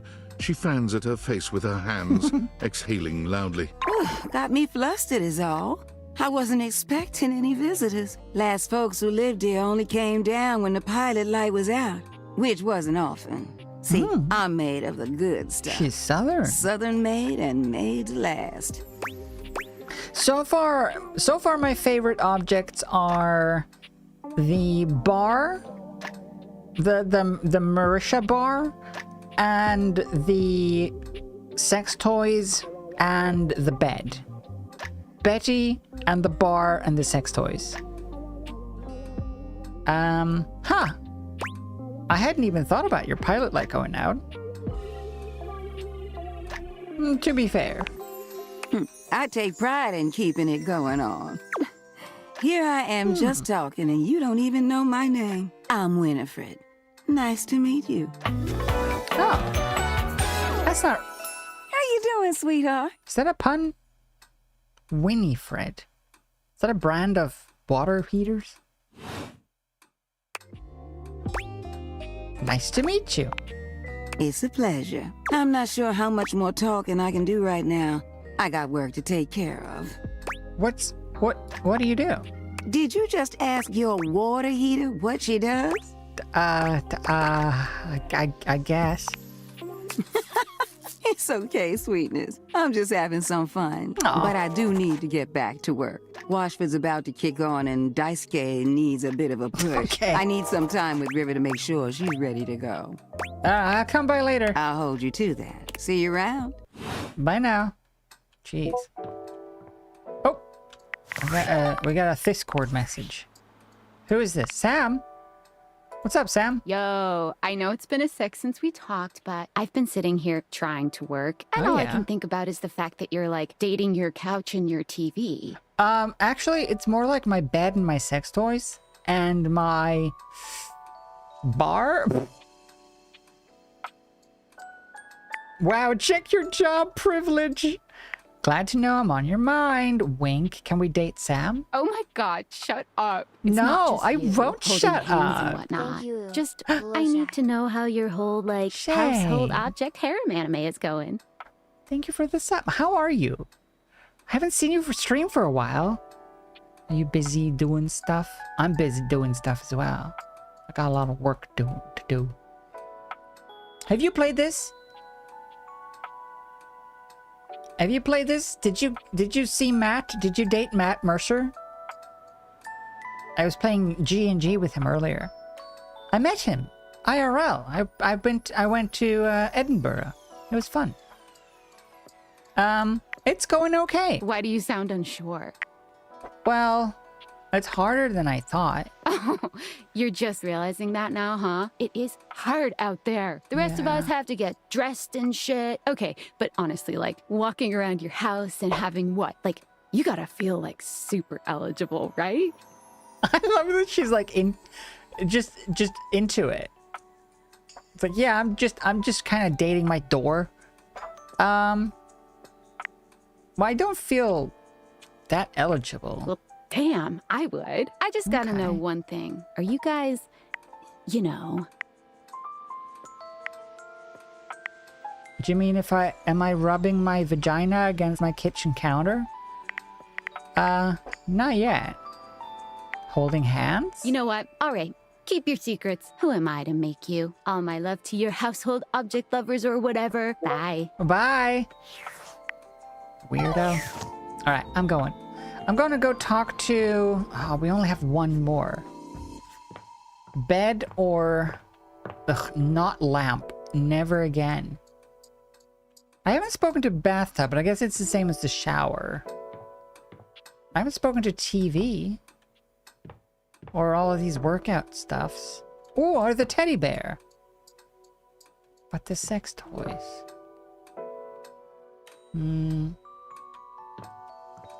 Let's go with teddy bear. No, let's go with the toys. This will be the last one for the day. There you Hey! are. Come. I have something fun for us. What's Benoit up? waves a massive bolt of what looks like plastic wrap at you. Dude, are you gonna wrap me in plastic? Don't be silly. This is just to protect your bedroom from our activity. Oh, and while I'm hopeful okay. it will end in Of sex, course. that's not the activity. They beam at you. We're going to bond over food and the sensuality of the human body. Oh, that's I saw fun. them do this on an episode of The Confirmed Bachelor. They stripped down to their underwear and covered each other in lettuce, tomato, shredded cheese, sour cream, and ground beef. When it was all over, they rolled up into a blanket-like tortilla. Oh. It was very sensual. Yeah, all right. Yeah, I'm in. I'm down. I knew you'd understand. Come now, help me get this plastic down, won't you? Sure. I'll have sexy fun if you have to do a bunch of unsexy cleanup. Yeah, this is gonna be fun. I want to You be a help Benoit burrito. spread plastic all over your bed and the It's like a surrounding Dexter areas, scene. ensuring that you won't make a It taco-scented doesn't sound good, mess does of it? your It sounds bedroom. messy When and it's all done, unhygienic. Benoit Ground gives you beef? a coy glance. Time to get naked. Like whipped cream, chocolate, all that stuff. Fair enough. It still sounds a little bit messy, like a little too sticky. I don't mind messy, but I don't like sticky. I don't know about ground beef, though. You got it. Do keep your underwear on. As sexy as this is, it's far sexier to undress after. Both fair of you enough. strip down to your underwear. Do you have But it's underwear? hardly a sexy atmosphere. Benoit is too busy preparing both of your toppings. Beautiful. Now, which of us should be the first to go? Me. Love the enthusiasm. Lie down then, won't you? Benoit helps you lie down on your bed. The plastic squeaks beneath you as you shift into place. There now, my scrumptious little taco. Lie still. Everything's going to be very, very cold. Okay. Good. Benoit lifts a bowl up and grabs a handful of its contents, raining cold ground beef down upon your mostly bare body. Great. You naughty thing. Next come the lettuce and tomatoes, both unpleasantly cold. I'm a human. I'm a hamburger. You can barely feel the shredded cheese at this point. And now, the pièce de résistance. The final glory of the human taco. Bring it on! The sour cream. Yeah! Benoit has a distressingly large condiment bottle in their hands. They give it a shake to help the sour cream shift in the bottle, but there's a distinctly threatening feel to the motion. Hey, I'm ready, whatever you want. I'm just happy someone else is in charge. Creamy, baby. You absolute deviant. Benoit aims the condiment bottle at you, and everything goes white after that. It's cold. So cold. But somewhere in the coldness, you feel yourself being rolled up into a tortilla. It hits you that this makes you more of a human burrito than a taco. But it's hard to focus on the technicalities semantics. when you're wrapped this tightly. Beautiful. Just beautiful. I'm ready to be devoured. You are a hungry little taco, aren't you? Seeing you like this makes me want to skip my turn and get straight to the real fun. How about it, darling? What do you say we turn you into human taco salad instead? They're normally I don't know what that confident means, smiles for just but a moment. You know, because the ingredients are gonna be all jumbled around. Sex. I'm offering you sex. Oh, okay. Yeah. I'd rather just stay burritoed. No, I just like this. I just want it to be an ingredient. No, let's do it. Your bodies come together in a distressingly taco-seasoned encounter, where Benoit guides you through yet more acts too complex and obscene to enumerate here. Despite the strange taco backdrop, Benoit pushes your body to new heights of pleasure. Why making taco? you deeply grateful for all the plastic you laid out together prior. This may be the strangest, messiest sexual experience of your entire life. You've plenty of years yet to live, but some part of you is confident nothing else will top this. We put down plastic for a reason. If ever there's a time to go for it, why not? When you got your Dexter-ass murder room set up, might as well. Alright, I'm off to bed. Maybe this should be a fansly stream, or an only... Well, neither of those work. To bed.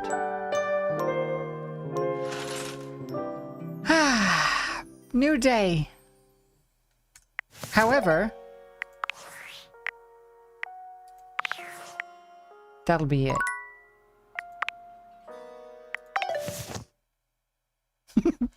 What a weird game.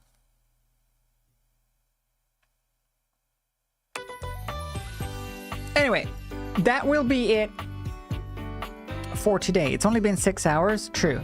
Well, it wasn't 6 hours of Date Everything. We finished all of Lost and Found. We did a whole game, and then we did that one as well. Pretty good. But that'll be it for today. I will see you maybe tomorrow. I don't know. We don't really have anything specific to play other than, I guess, more Date Everything. But other than that, we're out of stuff for now. So we'll see if we can find anything to hold us over until, I guess, Breath Edge 2 comes out. Or other things. But for now, it's the... Excuse me. For now, it's the end. I'm glad the YouTube stream worked as well, though. The multi-stream.